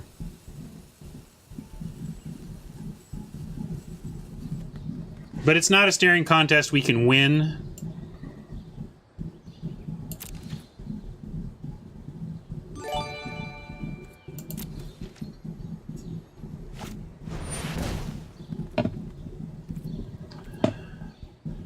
All right, everyone, chill.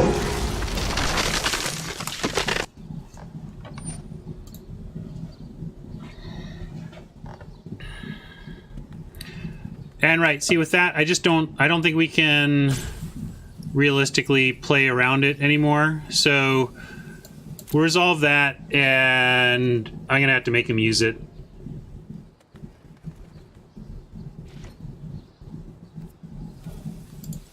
Bye, Pteramander.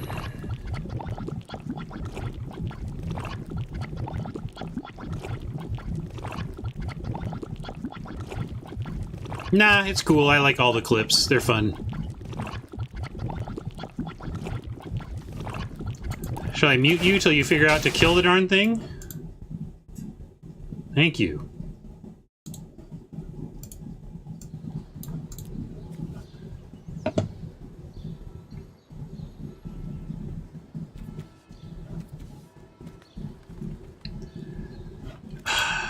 Another quench. Is this like the multiple quench nightmare? We've got 16 life and a big humongulous. I'm gonna play the insight.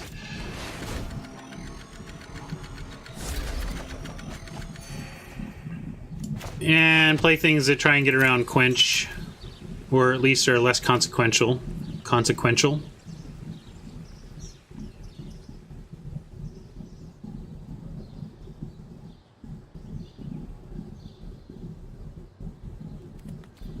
Actually, if they have quench, this is a bad attack. If they don't, it's a reasonable one. We'll say no attack.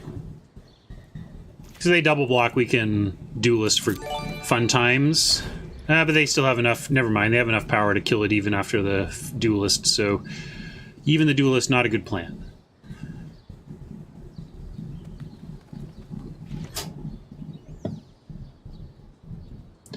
Shock machine in effect as well.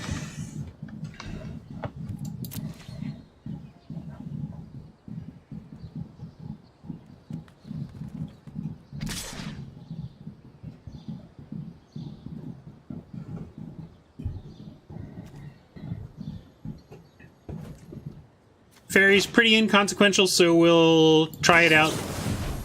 I hope they quench it.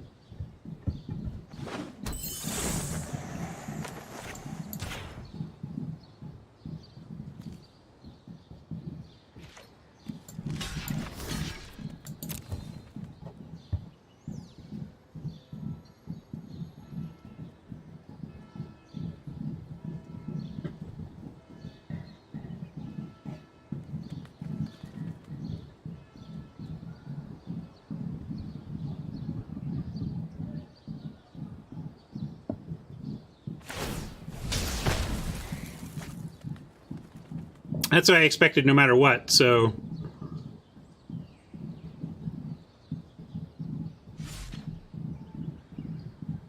It's a lot of kind of free value for them. It just tempos them a little bit.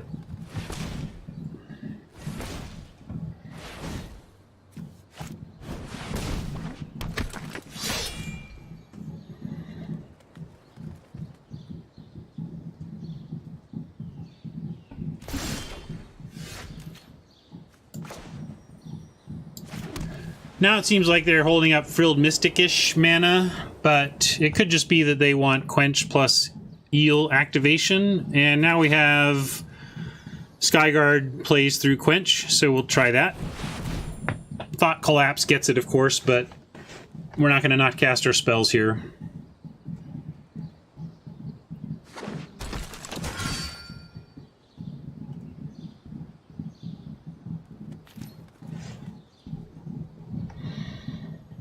One, two, three. There is a homunculus attack here, and that leaves us vulnerable to the eel, but we're kind of vulnerable there anyway. I do think we need to start seeing if we can get some damage through. Get the messenger out.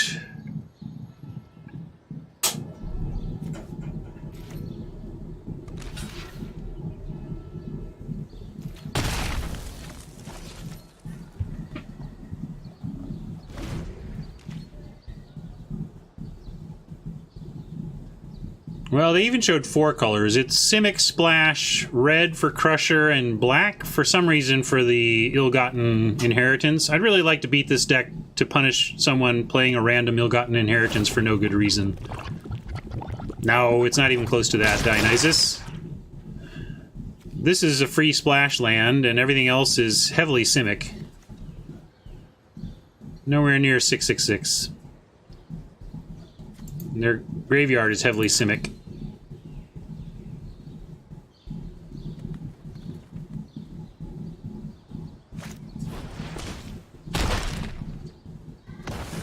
Well, I think this is where our day's gonna end. Bummer. We totally had this. Gave up a win last game. What do we need to survive this? Life gain. That helps. That's no joke. That helps. We go...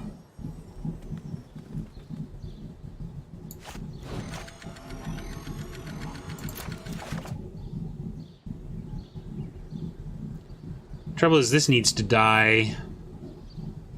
We got Messenger, so I guess that trades there. That all works. So I'll do this. Like this.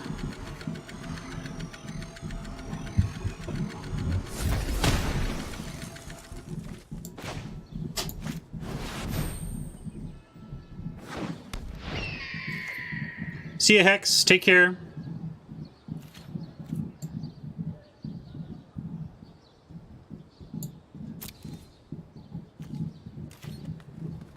Untapped, right? Yeah.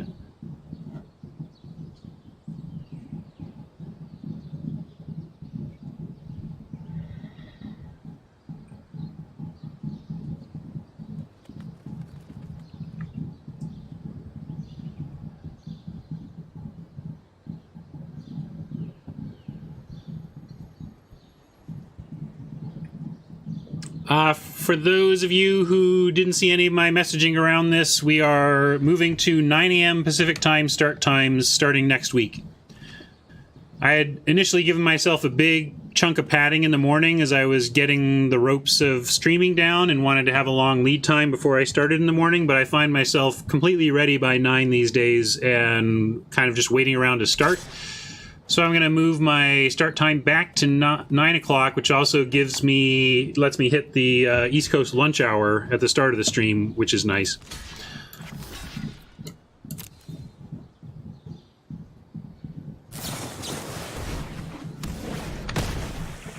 Oh, too bad. We're 1 mana away from being able to undo the bind. Oh, high alert made it not matter. Sorry, Oppo, I forgot too. We both forgot. It was just far more damaging for you to forget.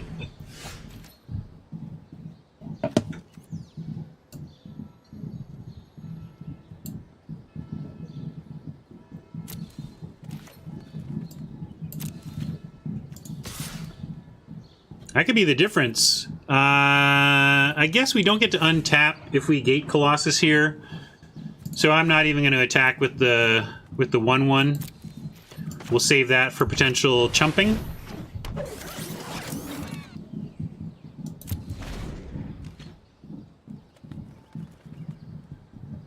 Yeah, and you're correct. Rebel Slinger actually just eats it. Hey! What do you know? Sideboard card comes to fruition, but we are going to untap so that we don't get quenched. That would be ridiculous if we quenched ourselves there.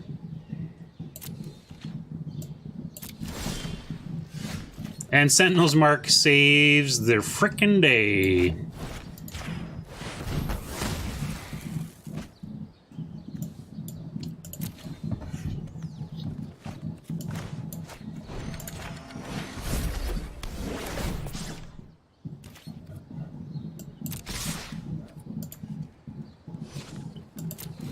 Guess what, y'all? If this works out, you get free magic. What do you think, Oppo? Do they get free magic or not?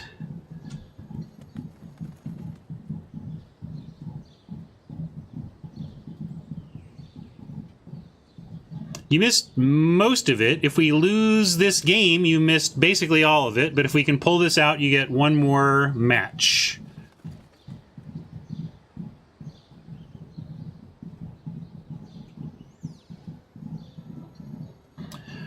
No, I haven't done periodic messaging, but that's another thing to add to my list. I'll put it on right now. I do have a to-do list at the ready. Add periodic messaging via bots. I was thinking about that the other day, if that's useful. Why is that, Forgotten Dog? Is there something you feel is oppressive, or just no deck for you, or the deck you like is low in the matchups these days?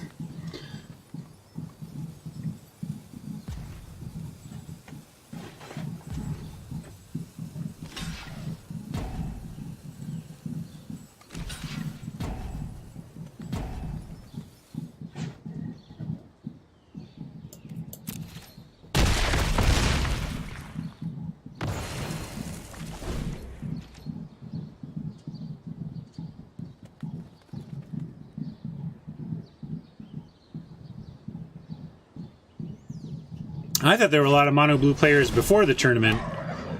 Basically, mono red and mono blue were your two choices for, you know, tournament quality decks out of the gate. Or, as you know, ASAP, lowest wildcard investment. But yes, Pro Tour winning decks tend to be overrepresented in the metagame in the weeks that follow.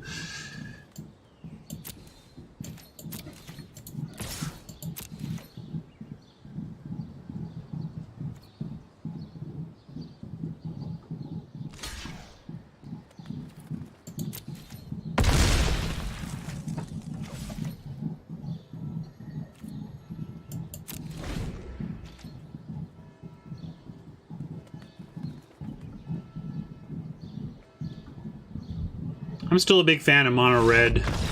Wow, we did it! Free magic for the masses. Or at least for all 92 of you.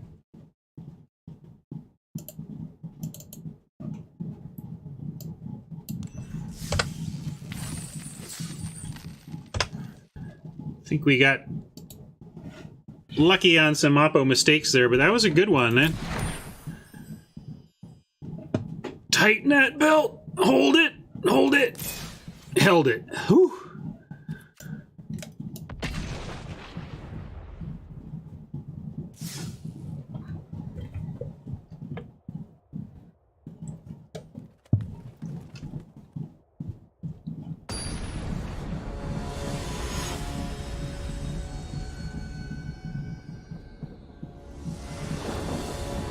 Good luck, Lotus Cobra. Good luck, chat. Here we go. Final match of the afternoon, of the time zone, so to speak. It's Friday. Looking forward to the weekend with my fam. We're gonna hopefully play some games. I got my kitchen torch in for finishing a sous vide meal. So maybe I'll do that. Thank you, Mr. Oso. Or Mrs. Either Mr. Soso or Mrs. Oso, or however you would like to be referred to. Deck has proven pretty good.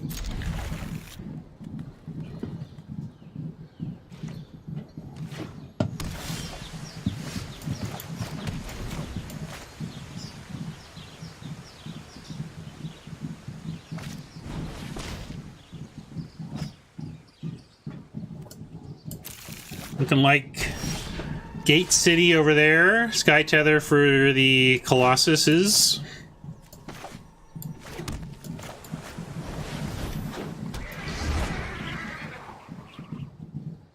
Not surprised to see a Gate deck in the 4-1 bracket.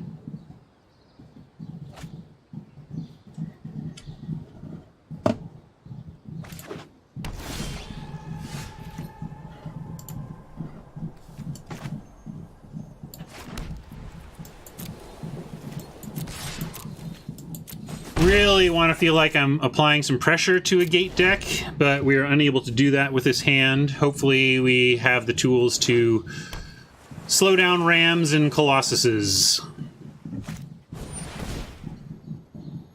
Hybrid, we're hoping to get in a more traditional way.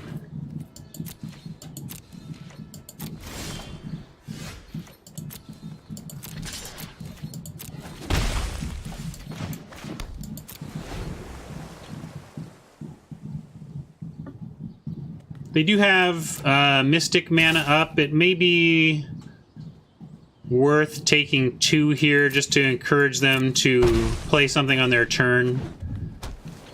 Yeah, see, they didn't. Do I even bother? I think I do. That is so Mystic. But then at least we can untap and tether as needed. I think we need to try.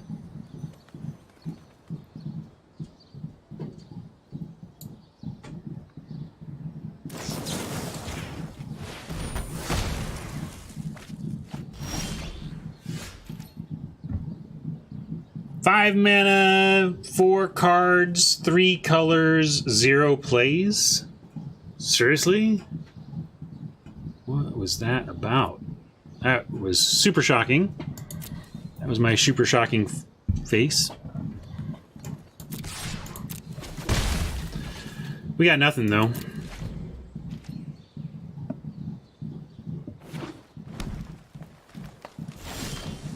I have played fewer and fewer video games over the years, but historically heavy video game player. Even shooters and stuff. Played a lot. I can't believe we're not punishing them, but this is ridiculous. I want to play Red Dead Redemption 2. It was a big... I like RPG gun games like that. Played some Skyrim, but didn't get deep into that like some people did. This is a really weird game where Oppo has produced 7 mana and only 1 play of like board impacting consequence. Now they seem to be debating this fairy duelist. I don't know why you'd even debate it. I don't know what's going on, though. Maybe they got nothing but land, and we got nothing but 4 mana. I do not know what's going on here. Do you think they need white? Maybe. Who knows? I do not know what's going on here.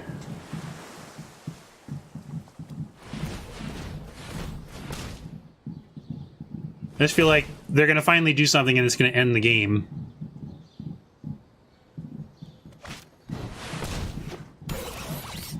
Alright, well, we had a plan for that possibility.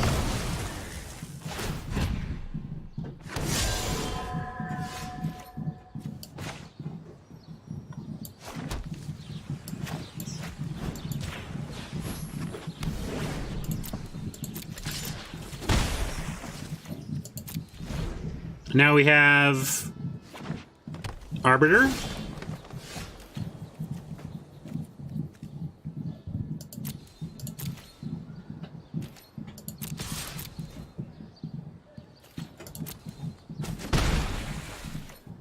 Be unfortunate if this got countered. We haven't seen anything counter-like from them yet, so they had to have just drawn it.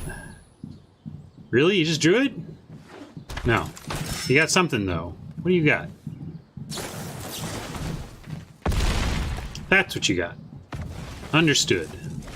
Well, Skyguard should get some work done. That gets the Colossus back in the graveyard, at least. How do we want to play this? Let's go for the Cognition here. We draw 3, and one of them is land, and we shouldn't have to discard. Summary Judgment, do we like that? Lets us take out the speaker after only 1 use. I'm curious if they can get something smaller. Does it have to be bigger? 1+. So they can't get anything with the Colossus. They can just put it in the graveyard if they want. Sorry about the noise. We'll be done soon. I don't think I want 2 lands, though. But we'll do that.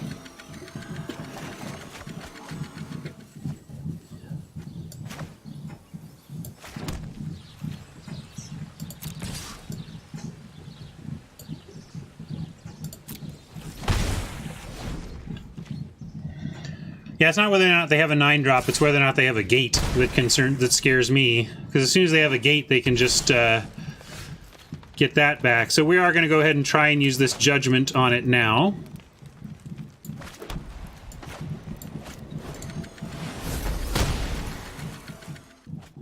And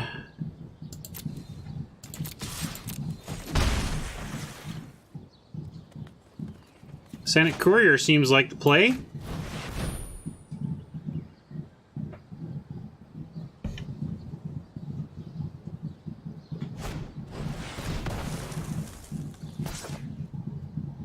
Better than Oppo knows yet, but I still like where we're at here. Funny they can block our Gate Colossus now, though. We need to find our +1/+2, and then... Oh, no, maybe they'll take the counter off to ping once somewhere here.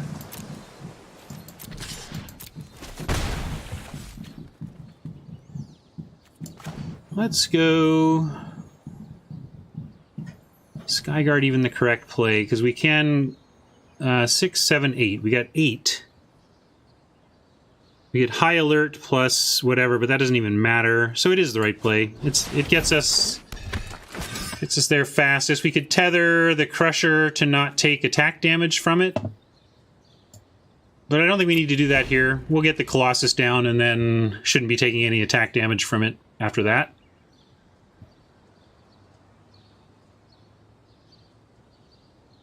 Oppo's really flooded out, so I'm not... it's not lost on me that we got a lot of free turns in this one.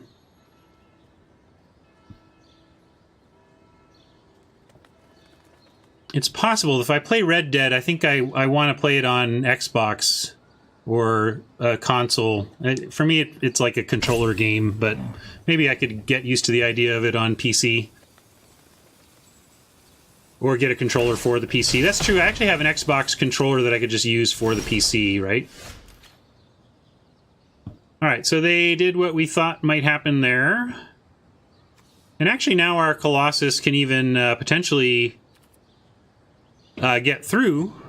So let's play that, and then we can have Admonition next turn. Oh, it's not on PC? I figured they'd be everywhere.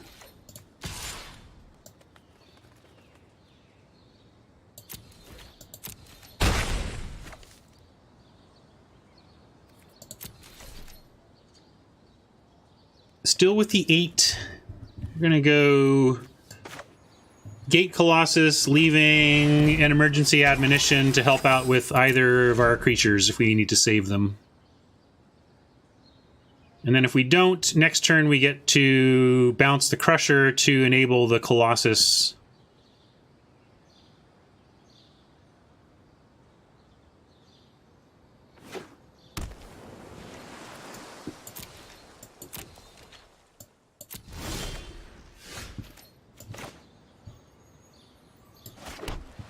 So let's do that. Set him back a little more.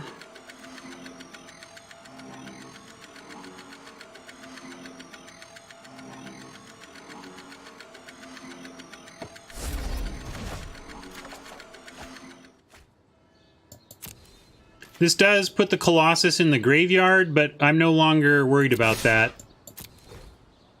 They have to play a gate, put it back on top, draw it, cast it, and then actually have the advantage to attack and win with it.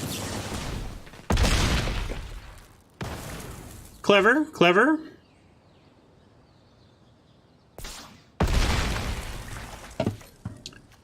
So we'll go Eel and still have a 5/5 to their 4/4.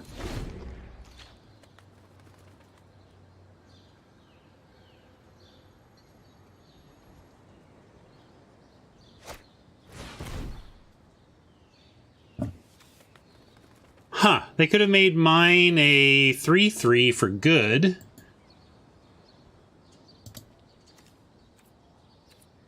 And then their 4/4 would have beat it. That's interesting.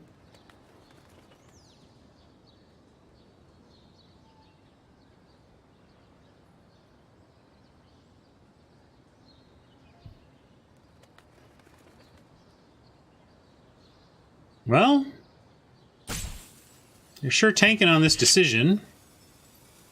Hopefully it's because they're cursing loudly and stomping around the room at how they bricked. No, that's pretty good. We can tether that.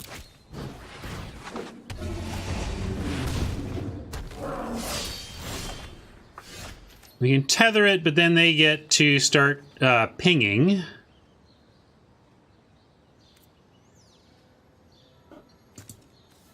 One, two, three, four, five, six, seven. So they can even do it now.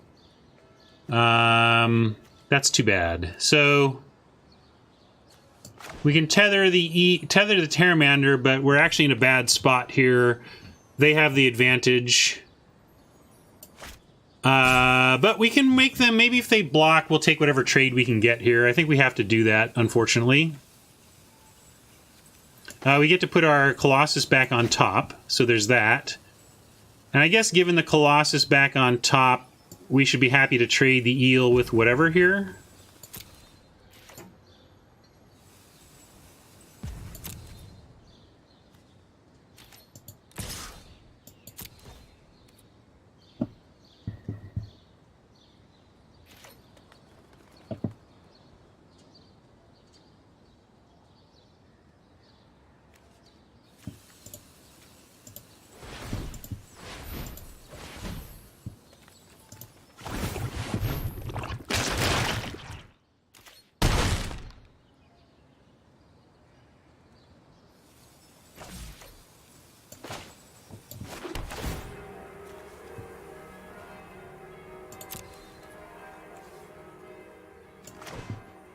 And now we tether.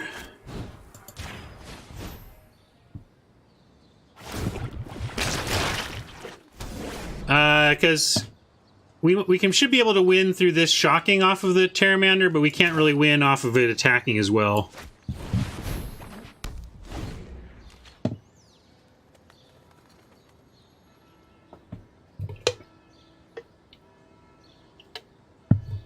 Although I don't think they could have attacked. They're going to need to...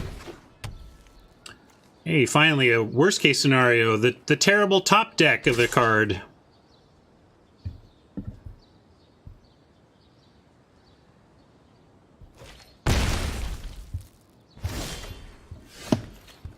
I show high alert because it does actually have value as an untapping agent. Although they're going to have to trade the Pteramander here, so it goes.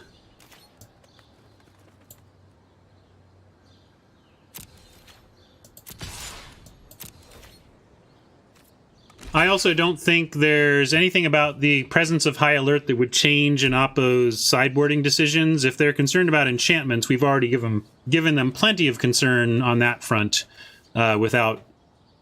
So it's not actually... information that's super actionable or anything.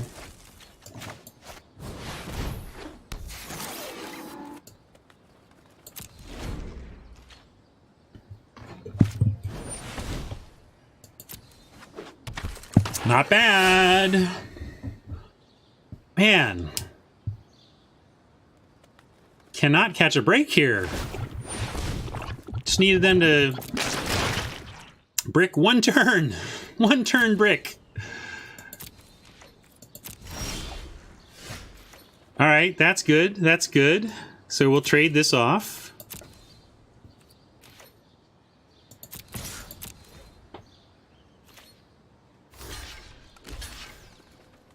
Gotta go with the hybrid, right?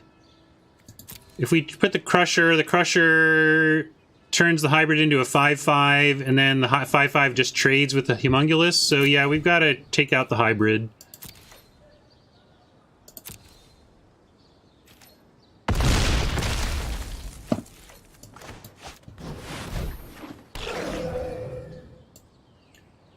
Brick, please. Just draw a land.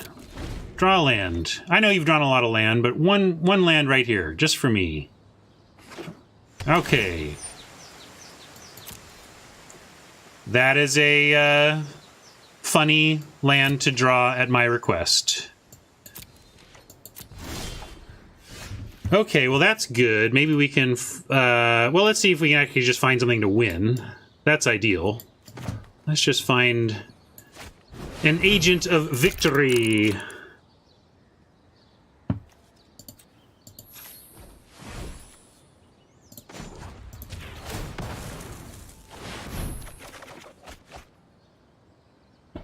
Not quite.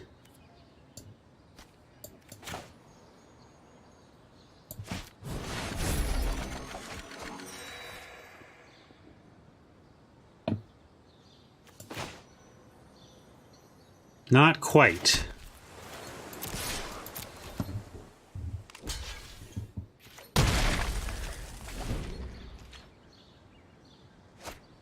It's been a tight game. Oppo's had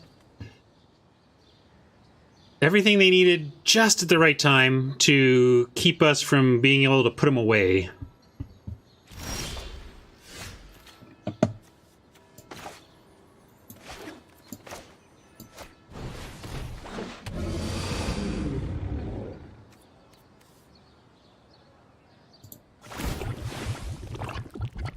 Doing it now. If they do something, we can actually just do it in response.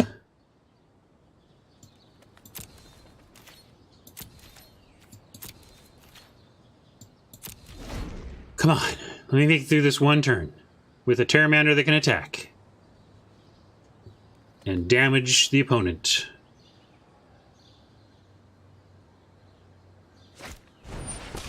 That is okay.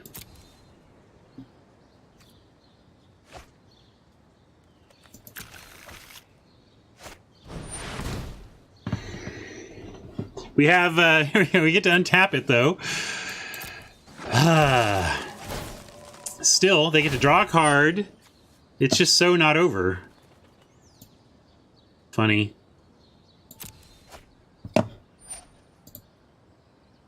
All right, everyone. Chill.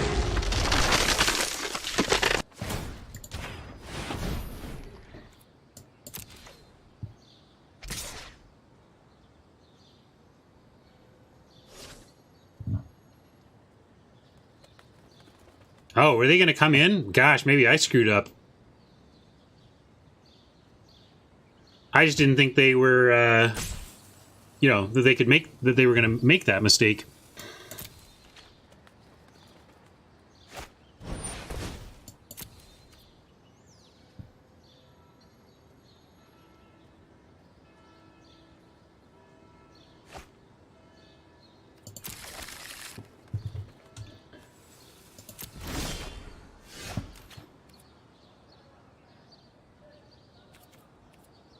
No need to even mark right now. We're not, like, threatened on life total here.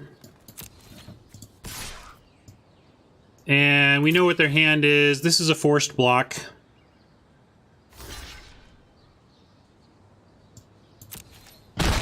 Six to 9.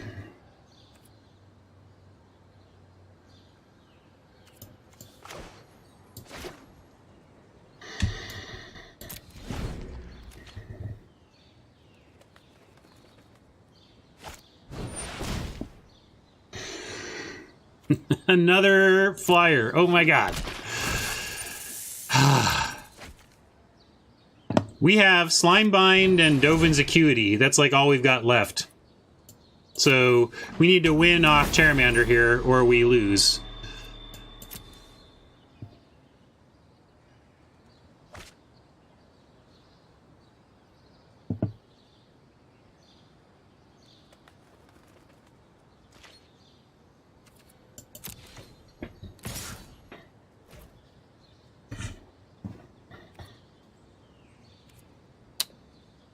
Well, yeah, it's a good attack for them because we don't really get anything by untapping and blocking. We lose our Pteramander and then the game, but we'll use Sentinel's Mark to gain a bunch of life next turn at least. Yeah, we may have to chump with the Mungulus.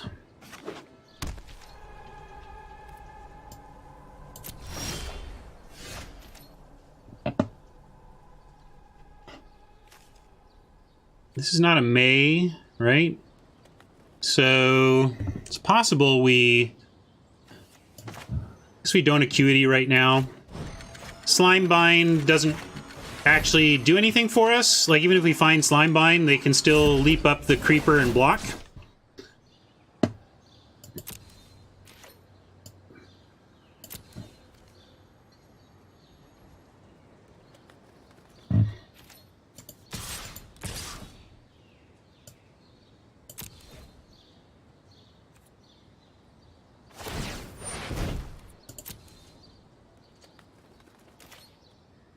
See ya, Sheesh. Don't know if I missed you, but if I did, we'll catch you next time. 6 to 5 now.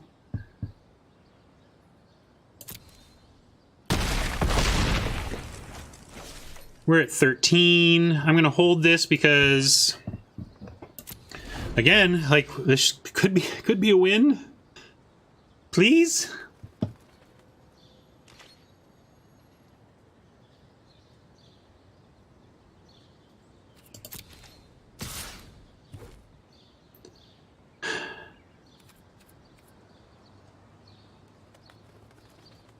I don't see 5 damage out of these 2 cards unless they miraculously have like a combat trick and removal spell, but I guess we have to...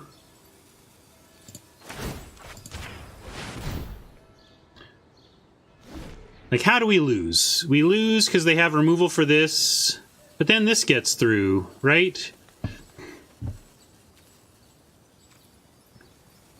They have to have Skewer plus Pump Spell. The question is, do we play around that? I just don't think it's likely. I'm going to risk it. Please don't punish me.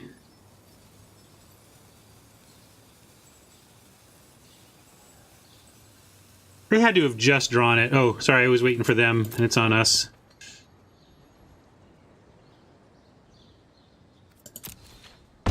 Well, they could block the Humongulous.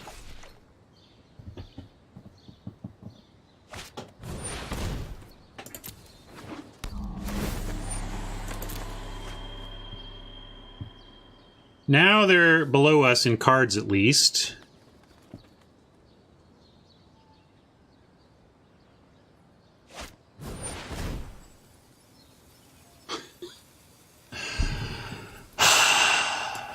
This game! Are you kidding me?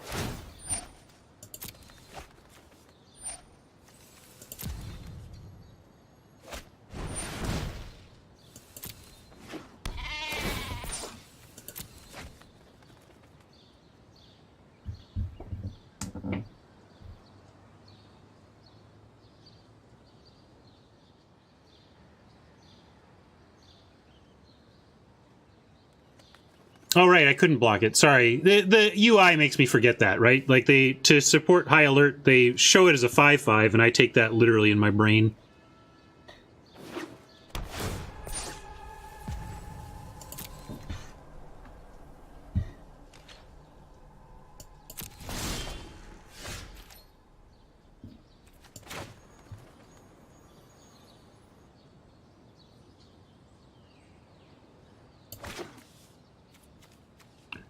We definitely play the Acuity. Maybe we find the Slime Bind, and then we can even survive Gatebreaker.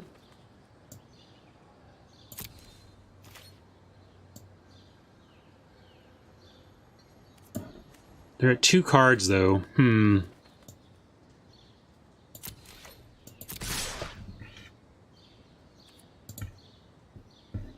back here, you. The lag, man. Wow, it's a lot of lag.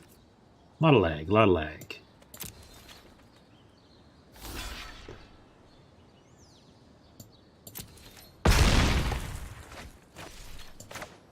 Slime Bind, give us something useful. Not useful. 7 life is useful, though. We have to put Terramander on the Colossus. And Homunculus on the Ram, and I think we lose. I cannot believe this game. I guess gotta respect that it was a good one, but a frustrating one. We put him on how many different need to draw something right now or you're dead moves, and they found it. They kept finding it. And we don't have the outs to do anything about it. We are literally just dead.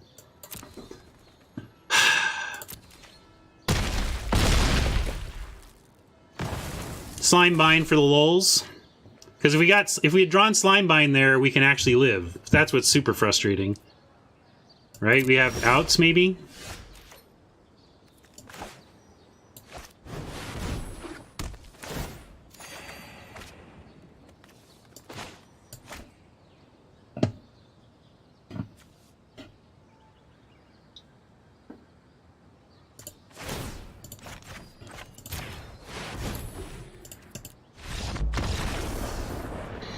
It's a good game, but it's hard to take that kind of loss. Even being on the bad side of the good games is rough. Especially when it was a good game, because they're the ones that found answer after answer after answer after answer to every lethal. We checkmated them 5, 6, 7, 8 times that game. That was a lot of checkmates. Or no, sorry, we put them in check over 5 times that game.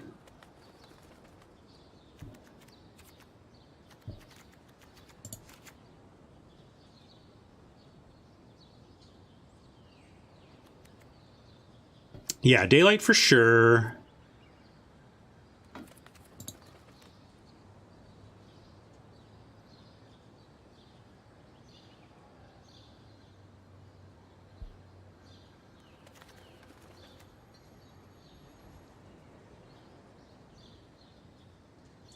Over one, I think I like the locket here.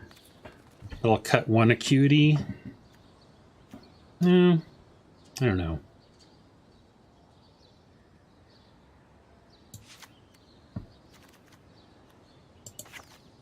I'll do it like that.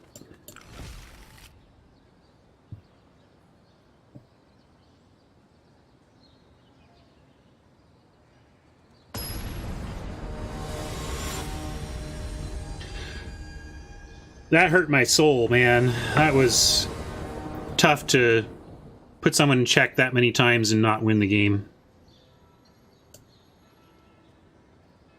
Because they found new answers every time, too. Every time, new answer. Now, granted, all they needed was a flying creature or a creature with reach, but to get that every darn time.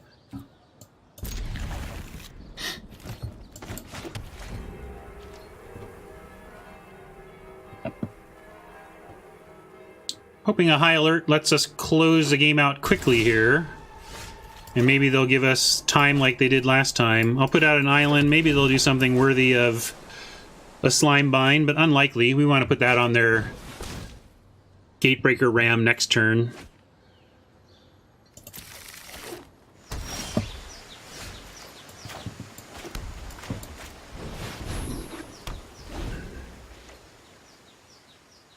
Kind of assuming we're going to have to beat a Gates Ablaze to get through. Here I'm going to go ahead and just... I was going to tether, because then we could courier. But tether's really good for Colossus.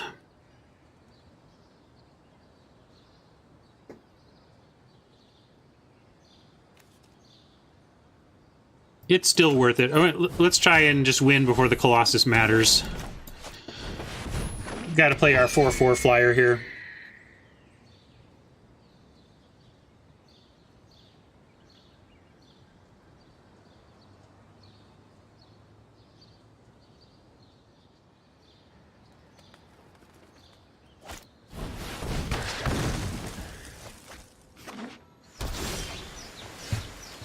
Oppo got it all every time. We will run the messenger out, not bad as a 3/3 flyer in the current conditions, and then we can insight next turn and try to find the tools to get that Colossus down.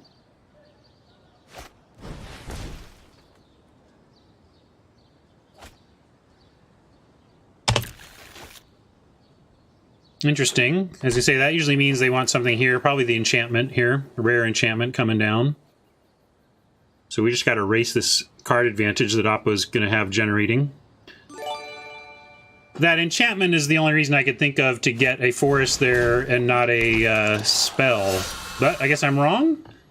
Interesting. Or, sorry, a gate rather than a forest. A forest rather than a gate.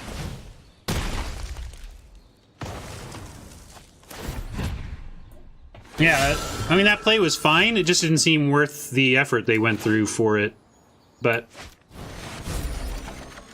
do that.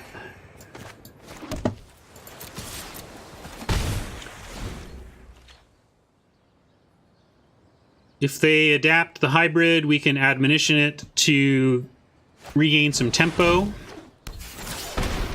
Unfortunately, we're now going to have to do that on the Colossus.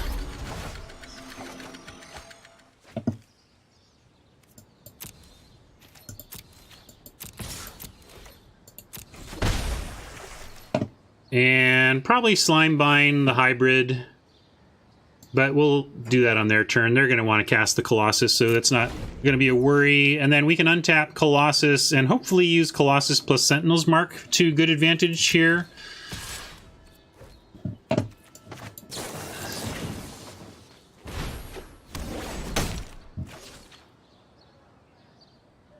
I could save that for the Colossus, but again, I'm going to try and use Colossus plus Sentinel's Mark to get above their Colossus.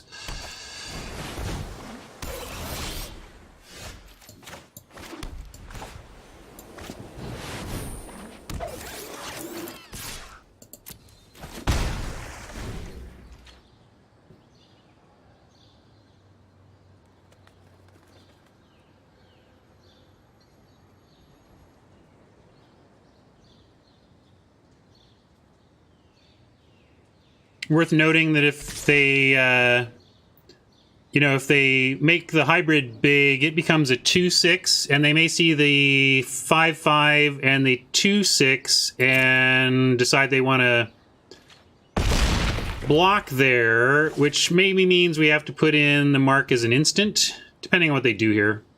If they pass and leave up hybrid adapt mana, we have to use mark as an instant.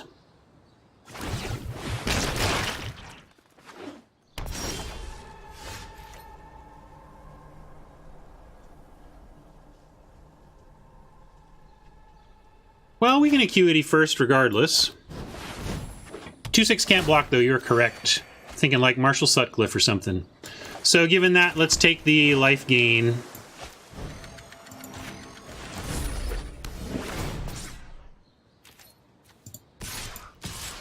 No reach. Okay.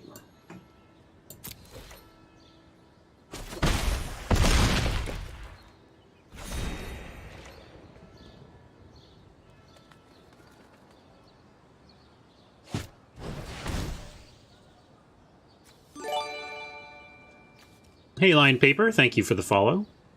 Welcome to the stream.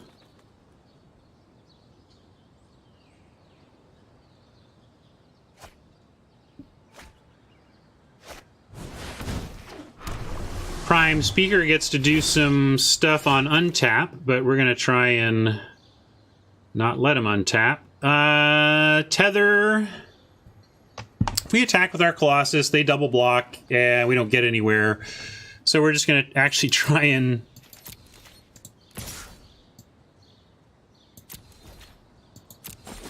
get in there with yield 1/1. Do we want to tether anything here?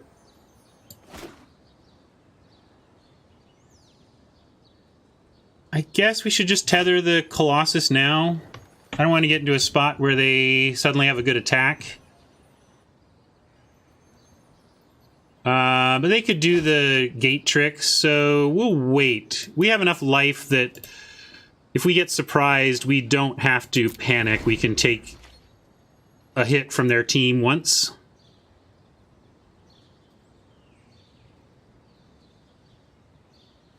Right, that's why I don't want to do it. If I put the tether on, Prime Speaker can sack it for no value except to get it into the graveyard for the gate, the last gate ability there.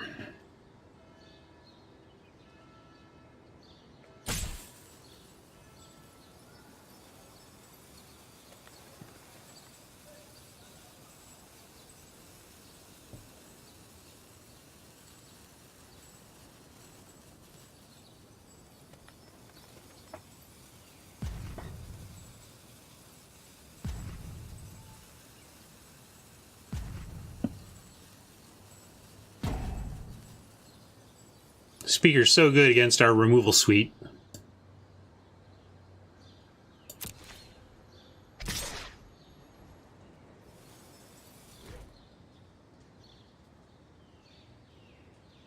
Sure feels like a pump spell, but what's our plan?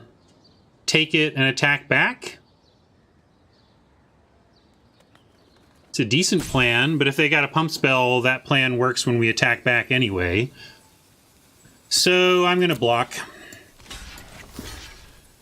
It feels like a trick, but what's the plan? Let's say it is. What's the plan? That we cleverly take 8 from the Colossus until we're dead? I guess we could take it this turn and tether it. Actually, I'm going to do that. It's such a weird attack, and we do have the tether that I'm going to try the tether.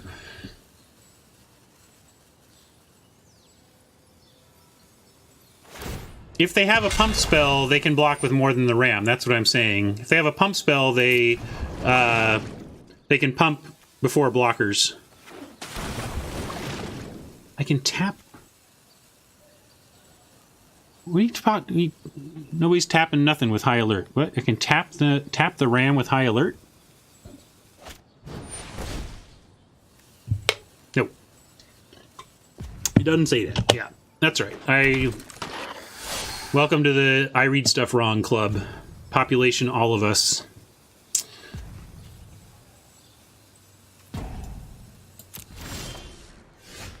Interesting. Very interesting. Let's start there then.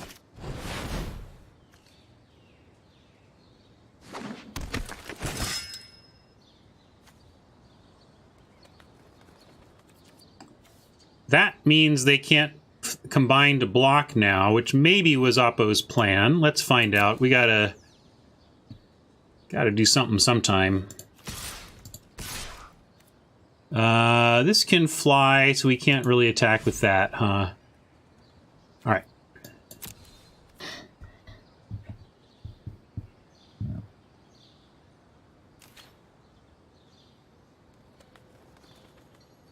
I feel like it just kind of light blinked there for a second. Don't know. A little flicker.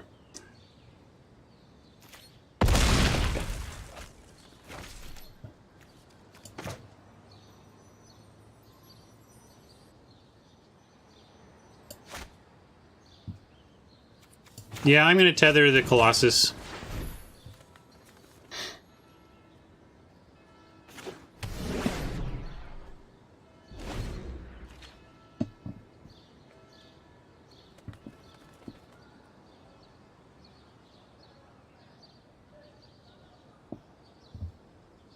I think it was going to stay back and block anyway.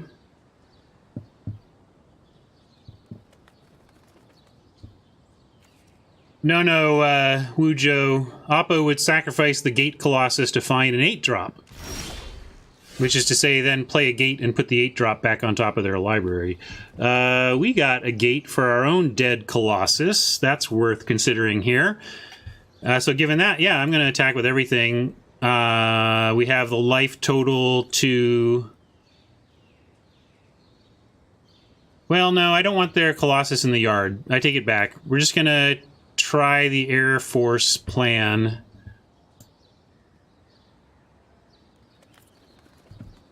Yeah, maybe I should have tethered the Creeper. But it could still block. I mean, if we tether the Creeper, they can still... Does it lose flying? Can it... How does that work? Maybe I should have. I don't know. But we are... Looks like maybe we're on one shorter turn clock... Or one longer turn clock because of that. But I don't think the Gate makes it so that we should necessarily...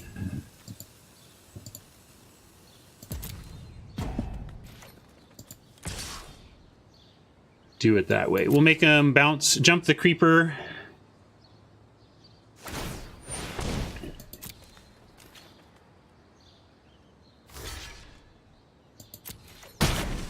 Interesting that, is that sorcery? Oh, sorcery, that's why. It's like, why didn't they do that? That's why. Sorcery. Well, okay. No need to play that gate. We're gonna have high alert ready for untap in case that matters.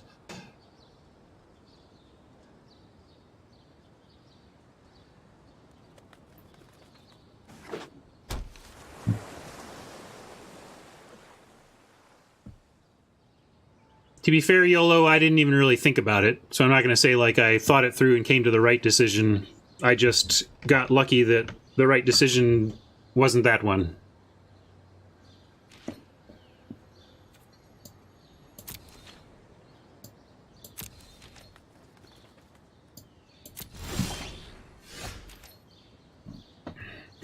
Alright, this gets us some life back too. I don't know if we have any like insta-wins that we could possibly get from the cognition, but I think we should start here.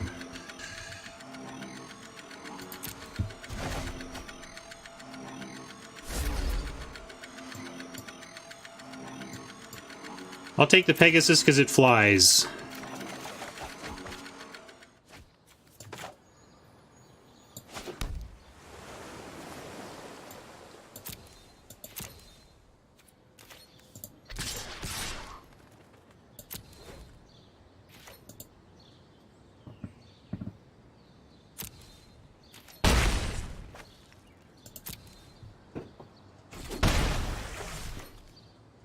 And with 5 mana, I will focus on the flyers rather than the acuity, although I'll do it this way. This gets us... No, I won't. I'm gonna do this and have the transparent duelist, or at least the transparent instant, because Oppo knows we have the acuity and I'm not playing it in here.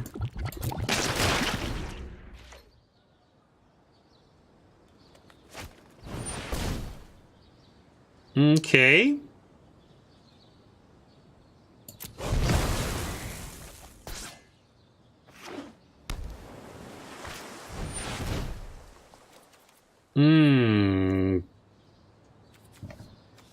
Okay. Oppo's playing a tight game here. All right, everyone. Giving themselves all the Chill. chance.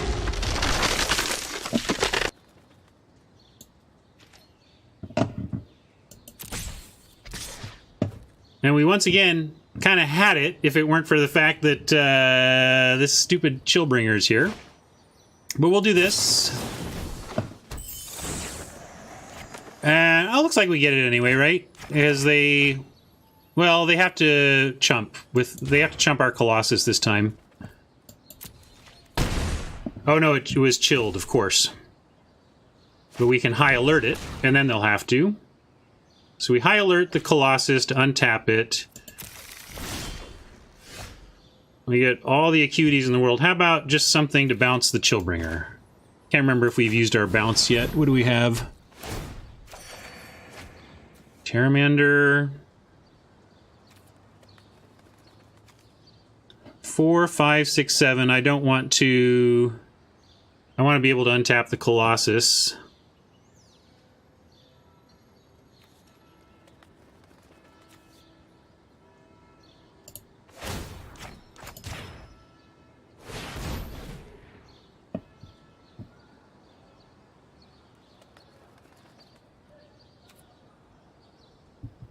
If I attack with both... If I attack with one, they can double block to kill it, but we have the gate, so that's fine. Yeah, let's do that.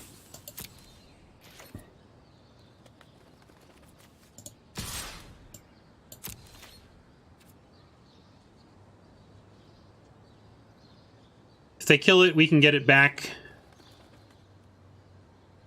I haven't played a land yet, have I? Maybe I did already play a land. Oops.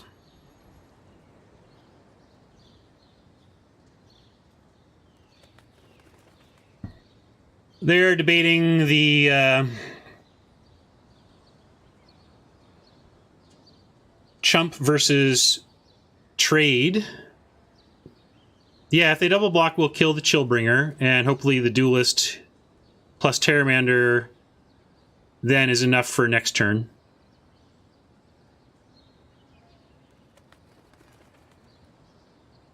And we don't know what one of their cards is, but again, we are again putting Oppo in regular check here, and we're going to see if they can get out of check again like they did last time.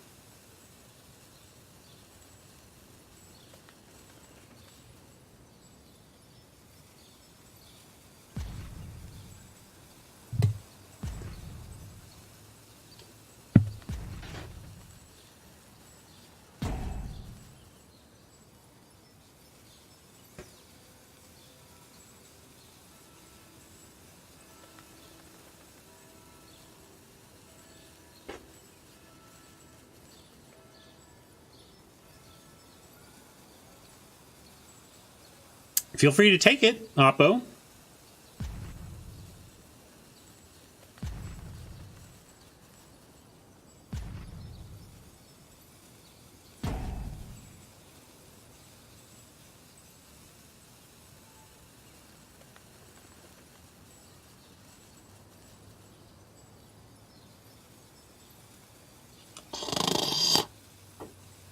This one is, I think last game was better than this one. Maybe it's all running together.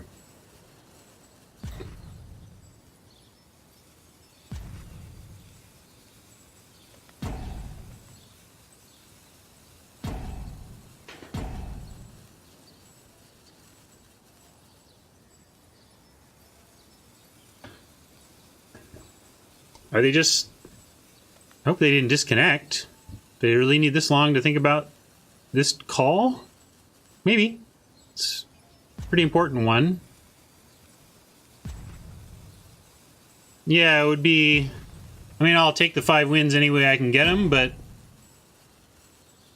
this is weird.